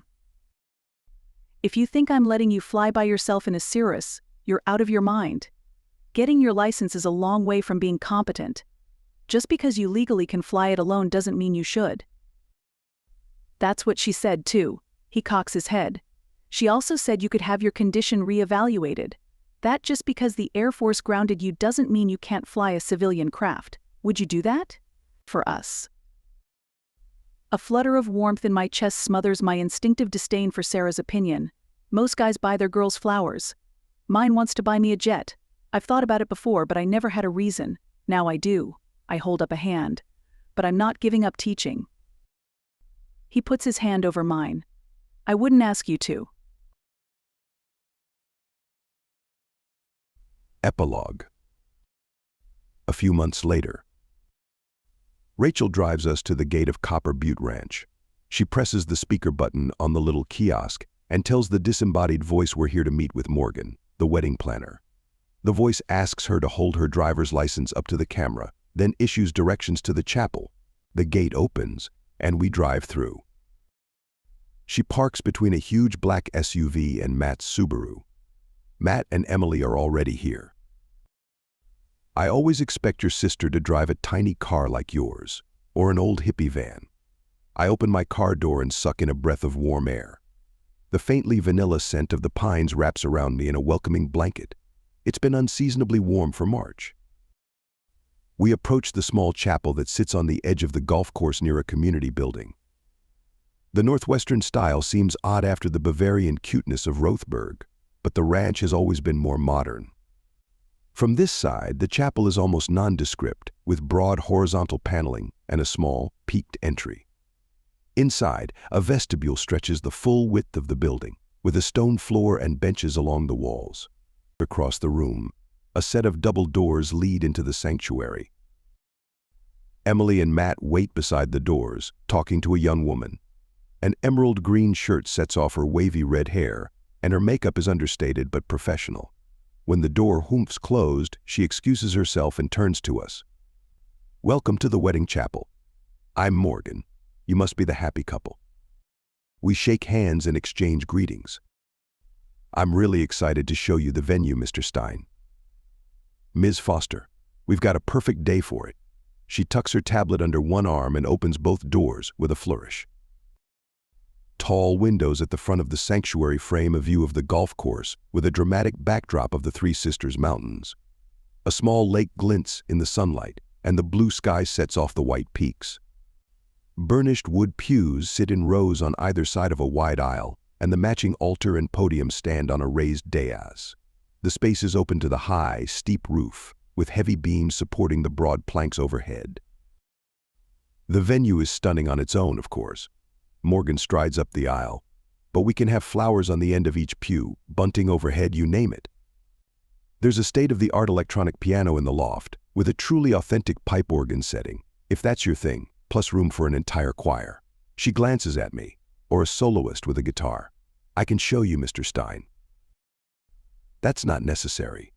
I've already sent the specs to Jess. She said it's more than sufficient. The woman's eyes widen. Jess? Is Jessica Lee singing at your wedding? Matt nods. It's one of the reasons they wanted to have it here. There are no gates on the Lutheran church in town. With two music superstars, we'll generate a bit of interest. Rest assured, Mr. Stein, we've held weddings for some very high-powered couples. I can't divulge most of their names, of course. Confidentiality is part of the service.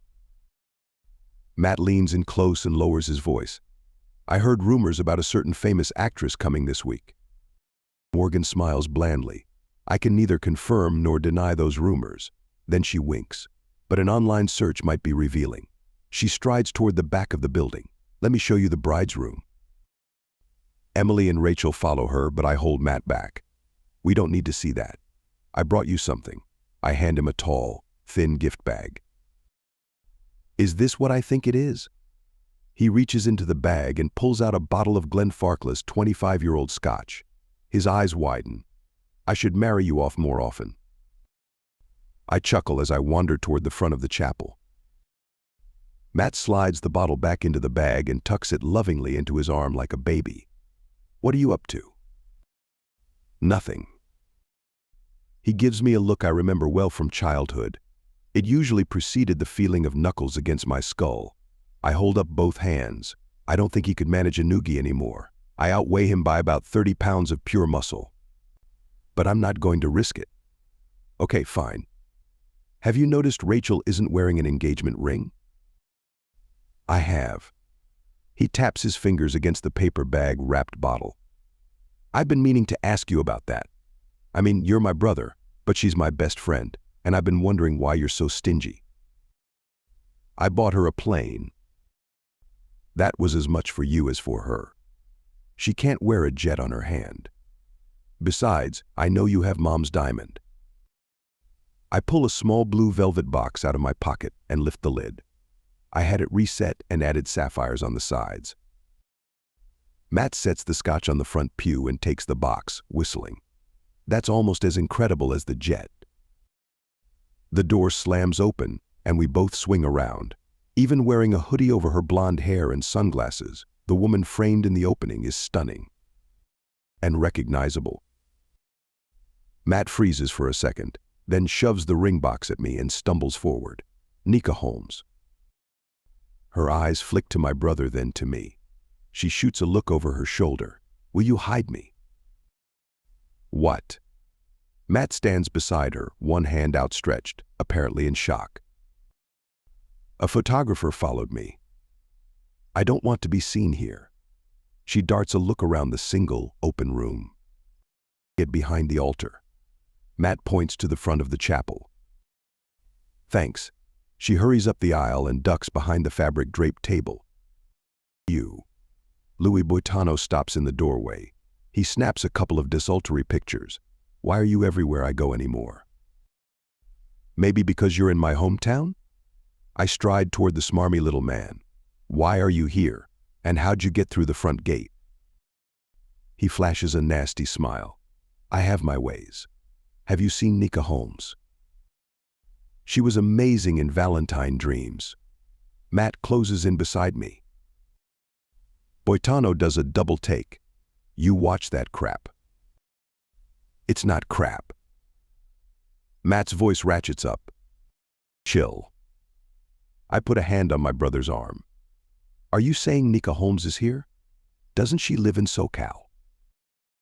I'm going to call the ranch police. Matt pulls out his phone. This guy is trespassing. Boitano glares at Matt. She's here for her father's wedding. His 6th wedding, I believe. He stands on tiptoe to peer over our shoulders. I'll find her. You aren't welcome here. I grab Boitano's shoulder and spin him around. This chapel is reserved for me, right now, and I don't want you here. Go away. You may as well give her up. I'll wait in the parking lot. She can't get away. I push him across the lobby. You must have gotten your wires crossed. This is my appointment, not Holmes's. And the entire ranch is private property. You're trespassing anywhere inside the gates. I suggest you depart before the police arrive. A siren wails in the distance.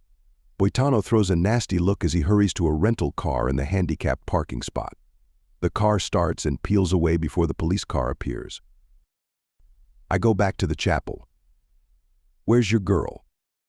Matt flushes, but tries to look innocent. Who? I roll my eyes. I hope she gets away. Did you bring me a guitar? He blinks at the change of subject, then nods at the front pew. I brought the guitar. A guitar case lies hidden in the shadow beneath the bench seat. Your signature author bribe. Not that we officially call it that. The deal I signed with Lockhart stipulates I play Lockhart's exclusively, in public, and they sponsor me by providing the instruments and a nice fee. I pull out the case and open it. The silky wood slides under my fingertips as I lift the instrument. East Indian rosewood sides and back provide excellent sound and a beautiful dark finish to offset the lighter Sitka spruce top. The unmistakable Lockhart rosette around the sound hole is surrounded by a fine line of gold. I lift the instrument and peer inside. This is an original. Matt nods. One of the last ones Lorne actually built himself. We still use this pattern, of course, but this one was handmade by the master. He may be a bit of a prima donna, but he's one fine luthier. I pluck the strings. Matt must have tuned it before we arrived. Only the G string needs to be tweaked. This is incredible. I play a few chords, then a run. Incredible. I knew something was up when you asked for an instrument, but what's the plan? Matt slides the empty case back under the pew. I hand him my phone and point to the left. Go over there. When they come back in, I'll sing, then give her the ring. You record. He gives me a thumbs up and retreats a few steps with the phone. While we wait, I run through the song on the new guitar. The sound is so pure, I almost weep. I finish the final chord and let it ring through the space. Then, we wait. And wait. How can looking at a bride's room take so long? Did your new girlfriend take them hostage? Matt starts, out of a pleasant daydream, I suspect. Nika wouldn't do that. And you know her so well from watching her on the Hallmark Channel. I'm sure she's long gone. Matt pulls out his phone. The left door opens, and Rachel sticks her head through. What's the holdup? I start playing. It's a new song, written for this exact moment. I throw all of my emotions into my voice and my fingers, singing about finding love, about loss and finding it again. Basically the plot for one of Matt's movies, but in real life it's so much worse. And so much better. Rachel stands at the end of the aisle, her eyes sparkling with unshed tears. Although performing usually brings out the imposter complex in me, this one time, I know I sound amazing. The song soars through me as if angels have joined in the chorus. My fingers pluck the strings of the Lockhart, the tender notes falling like sunshine on a field of flowers. As I repeat the final refrain, she moves toward me, wiping her damp cheeks. I play the last chord and let it die away. Then I pull out the ring box and go down on one knee. Rachel, we decided to do this, but I never really asked. Will you marry me? She stares at the ring so long I think she's having doubts, and the imposter syndrome rears its ugly head. Then she puts out her hand and her voice, husky with tears, barely reaches my ears. Yes, always yes. I slide the ring on her finger and pull her into my arms. Our lips meet in a kiss that's both a reminder of the past and promise for the future. Too soon, applause pulls us apart. Matt, Emily, and Morgan clap, so I swing Rachel around to take a bow. That was a beautiful song. Rachel smiles at me, and my heart rises even higher. Is it new? This was the first performance. What's it called? I raise her hand to my lips. Still my one.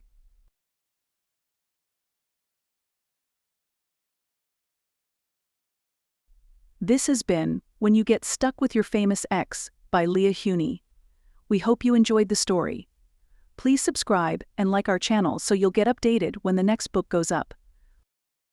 If you'd like an ebook or paperback copy of this novel, you can buy it at cozyandsweet.com or any ebook retailer.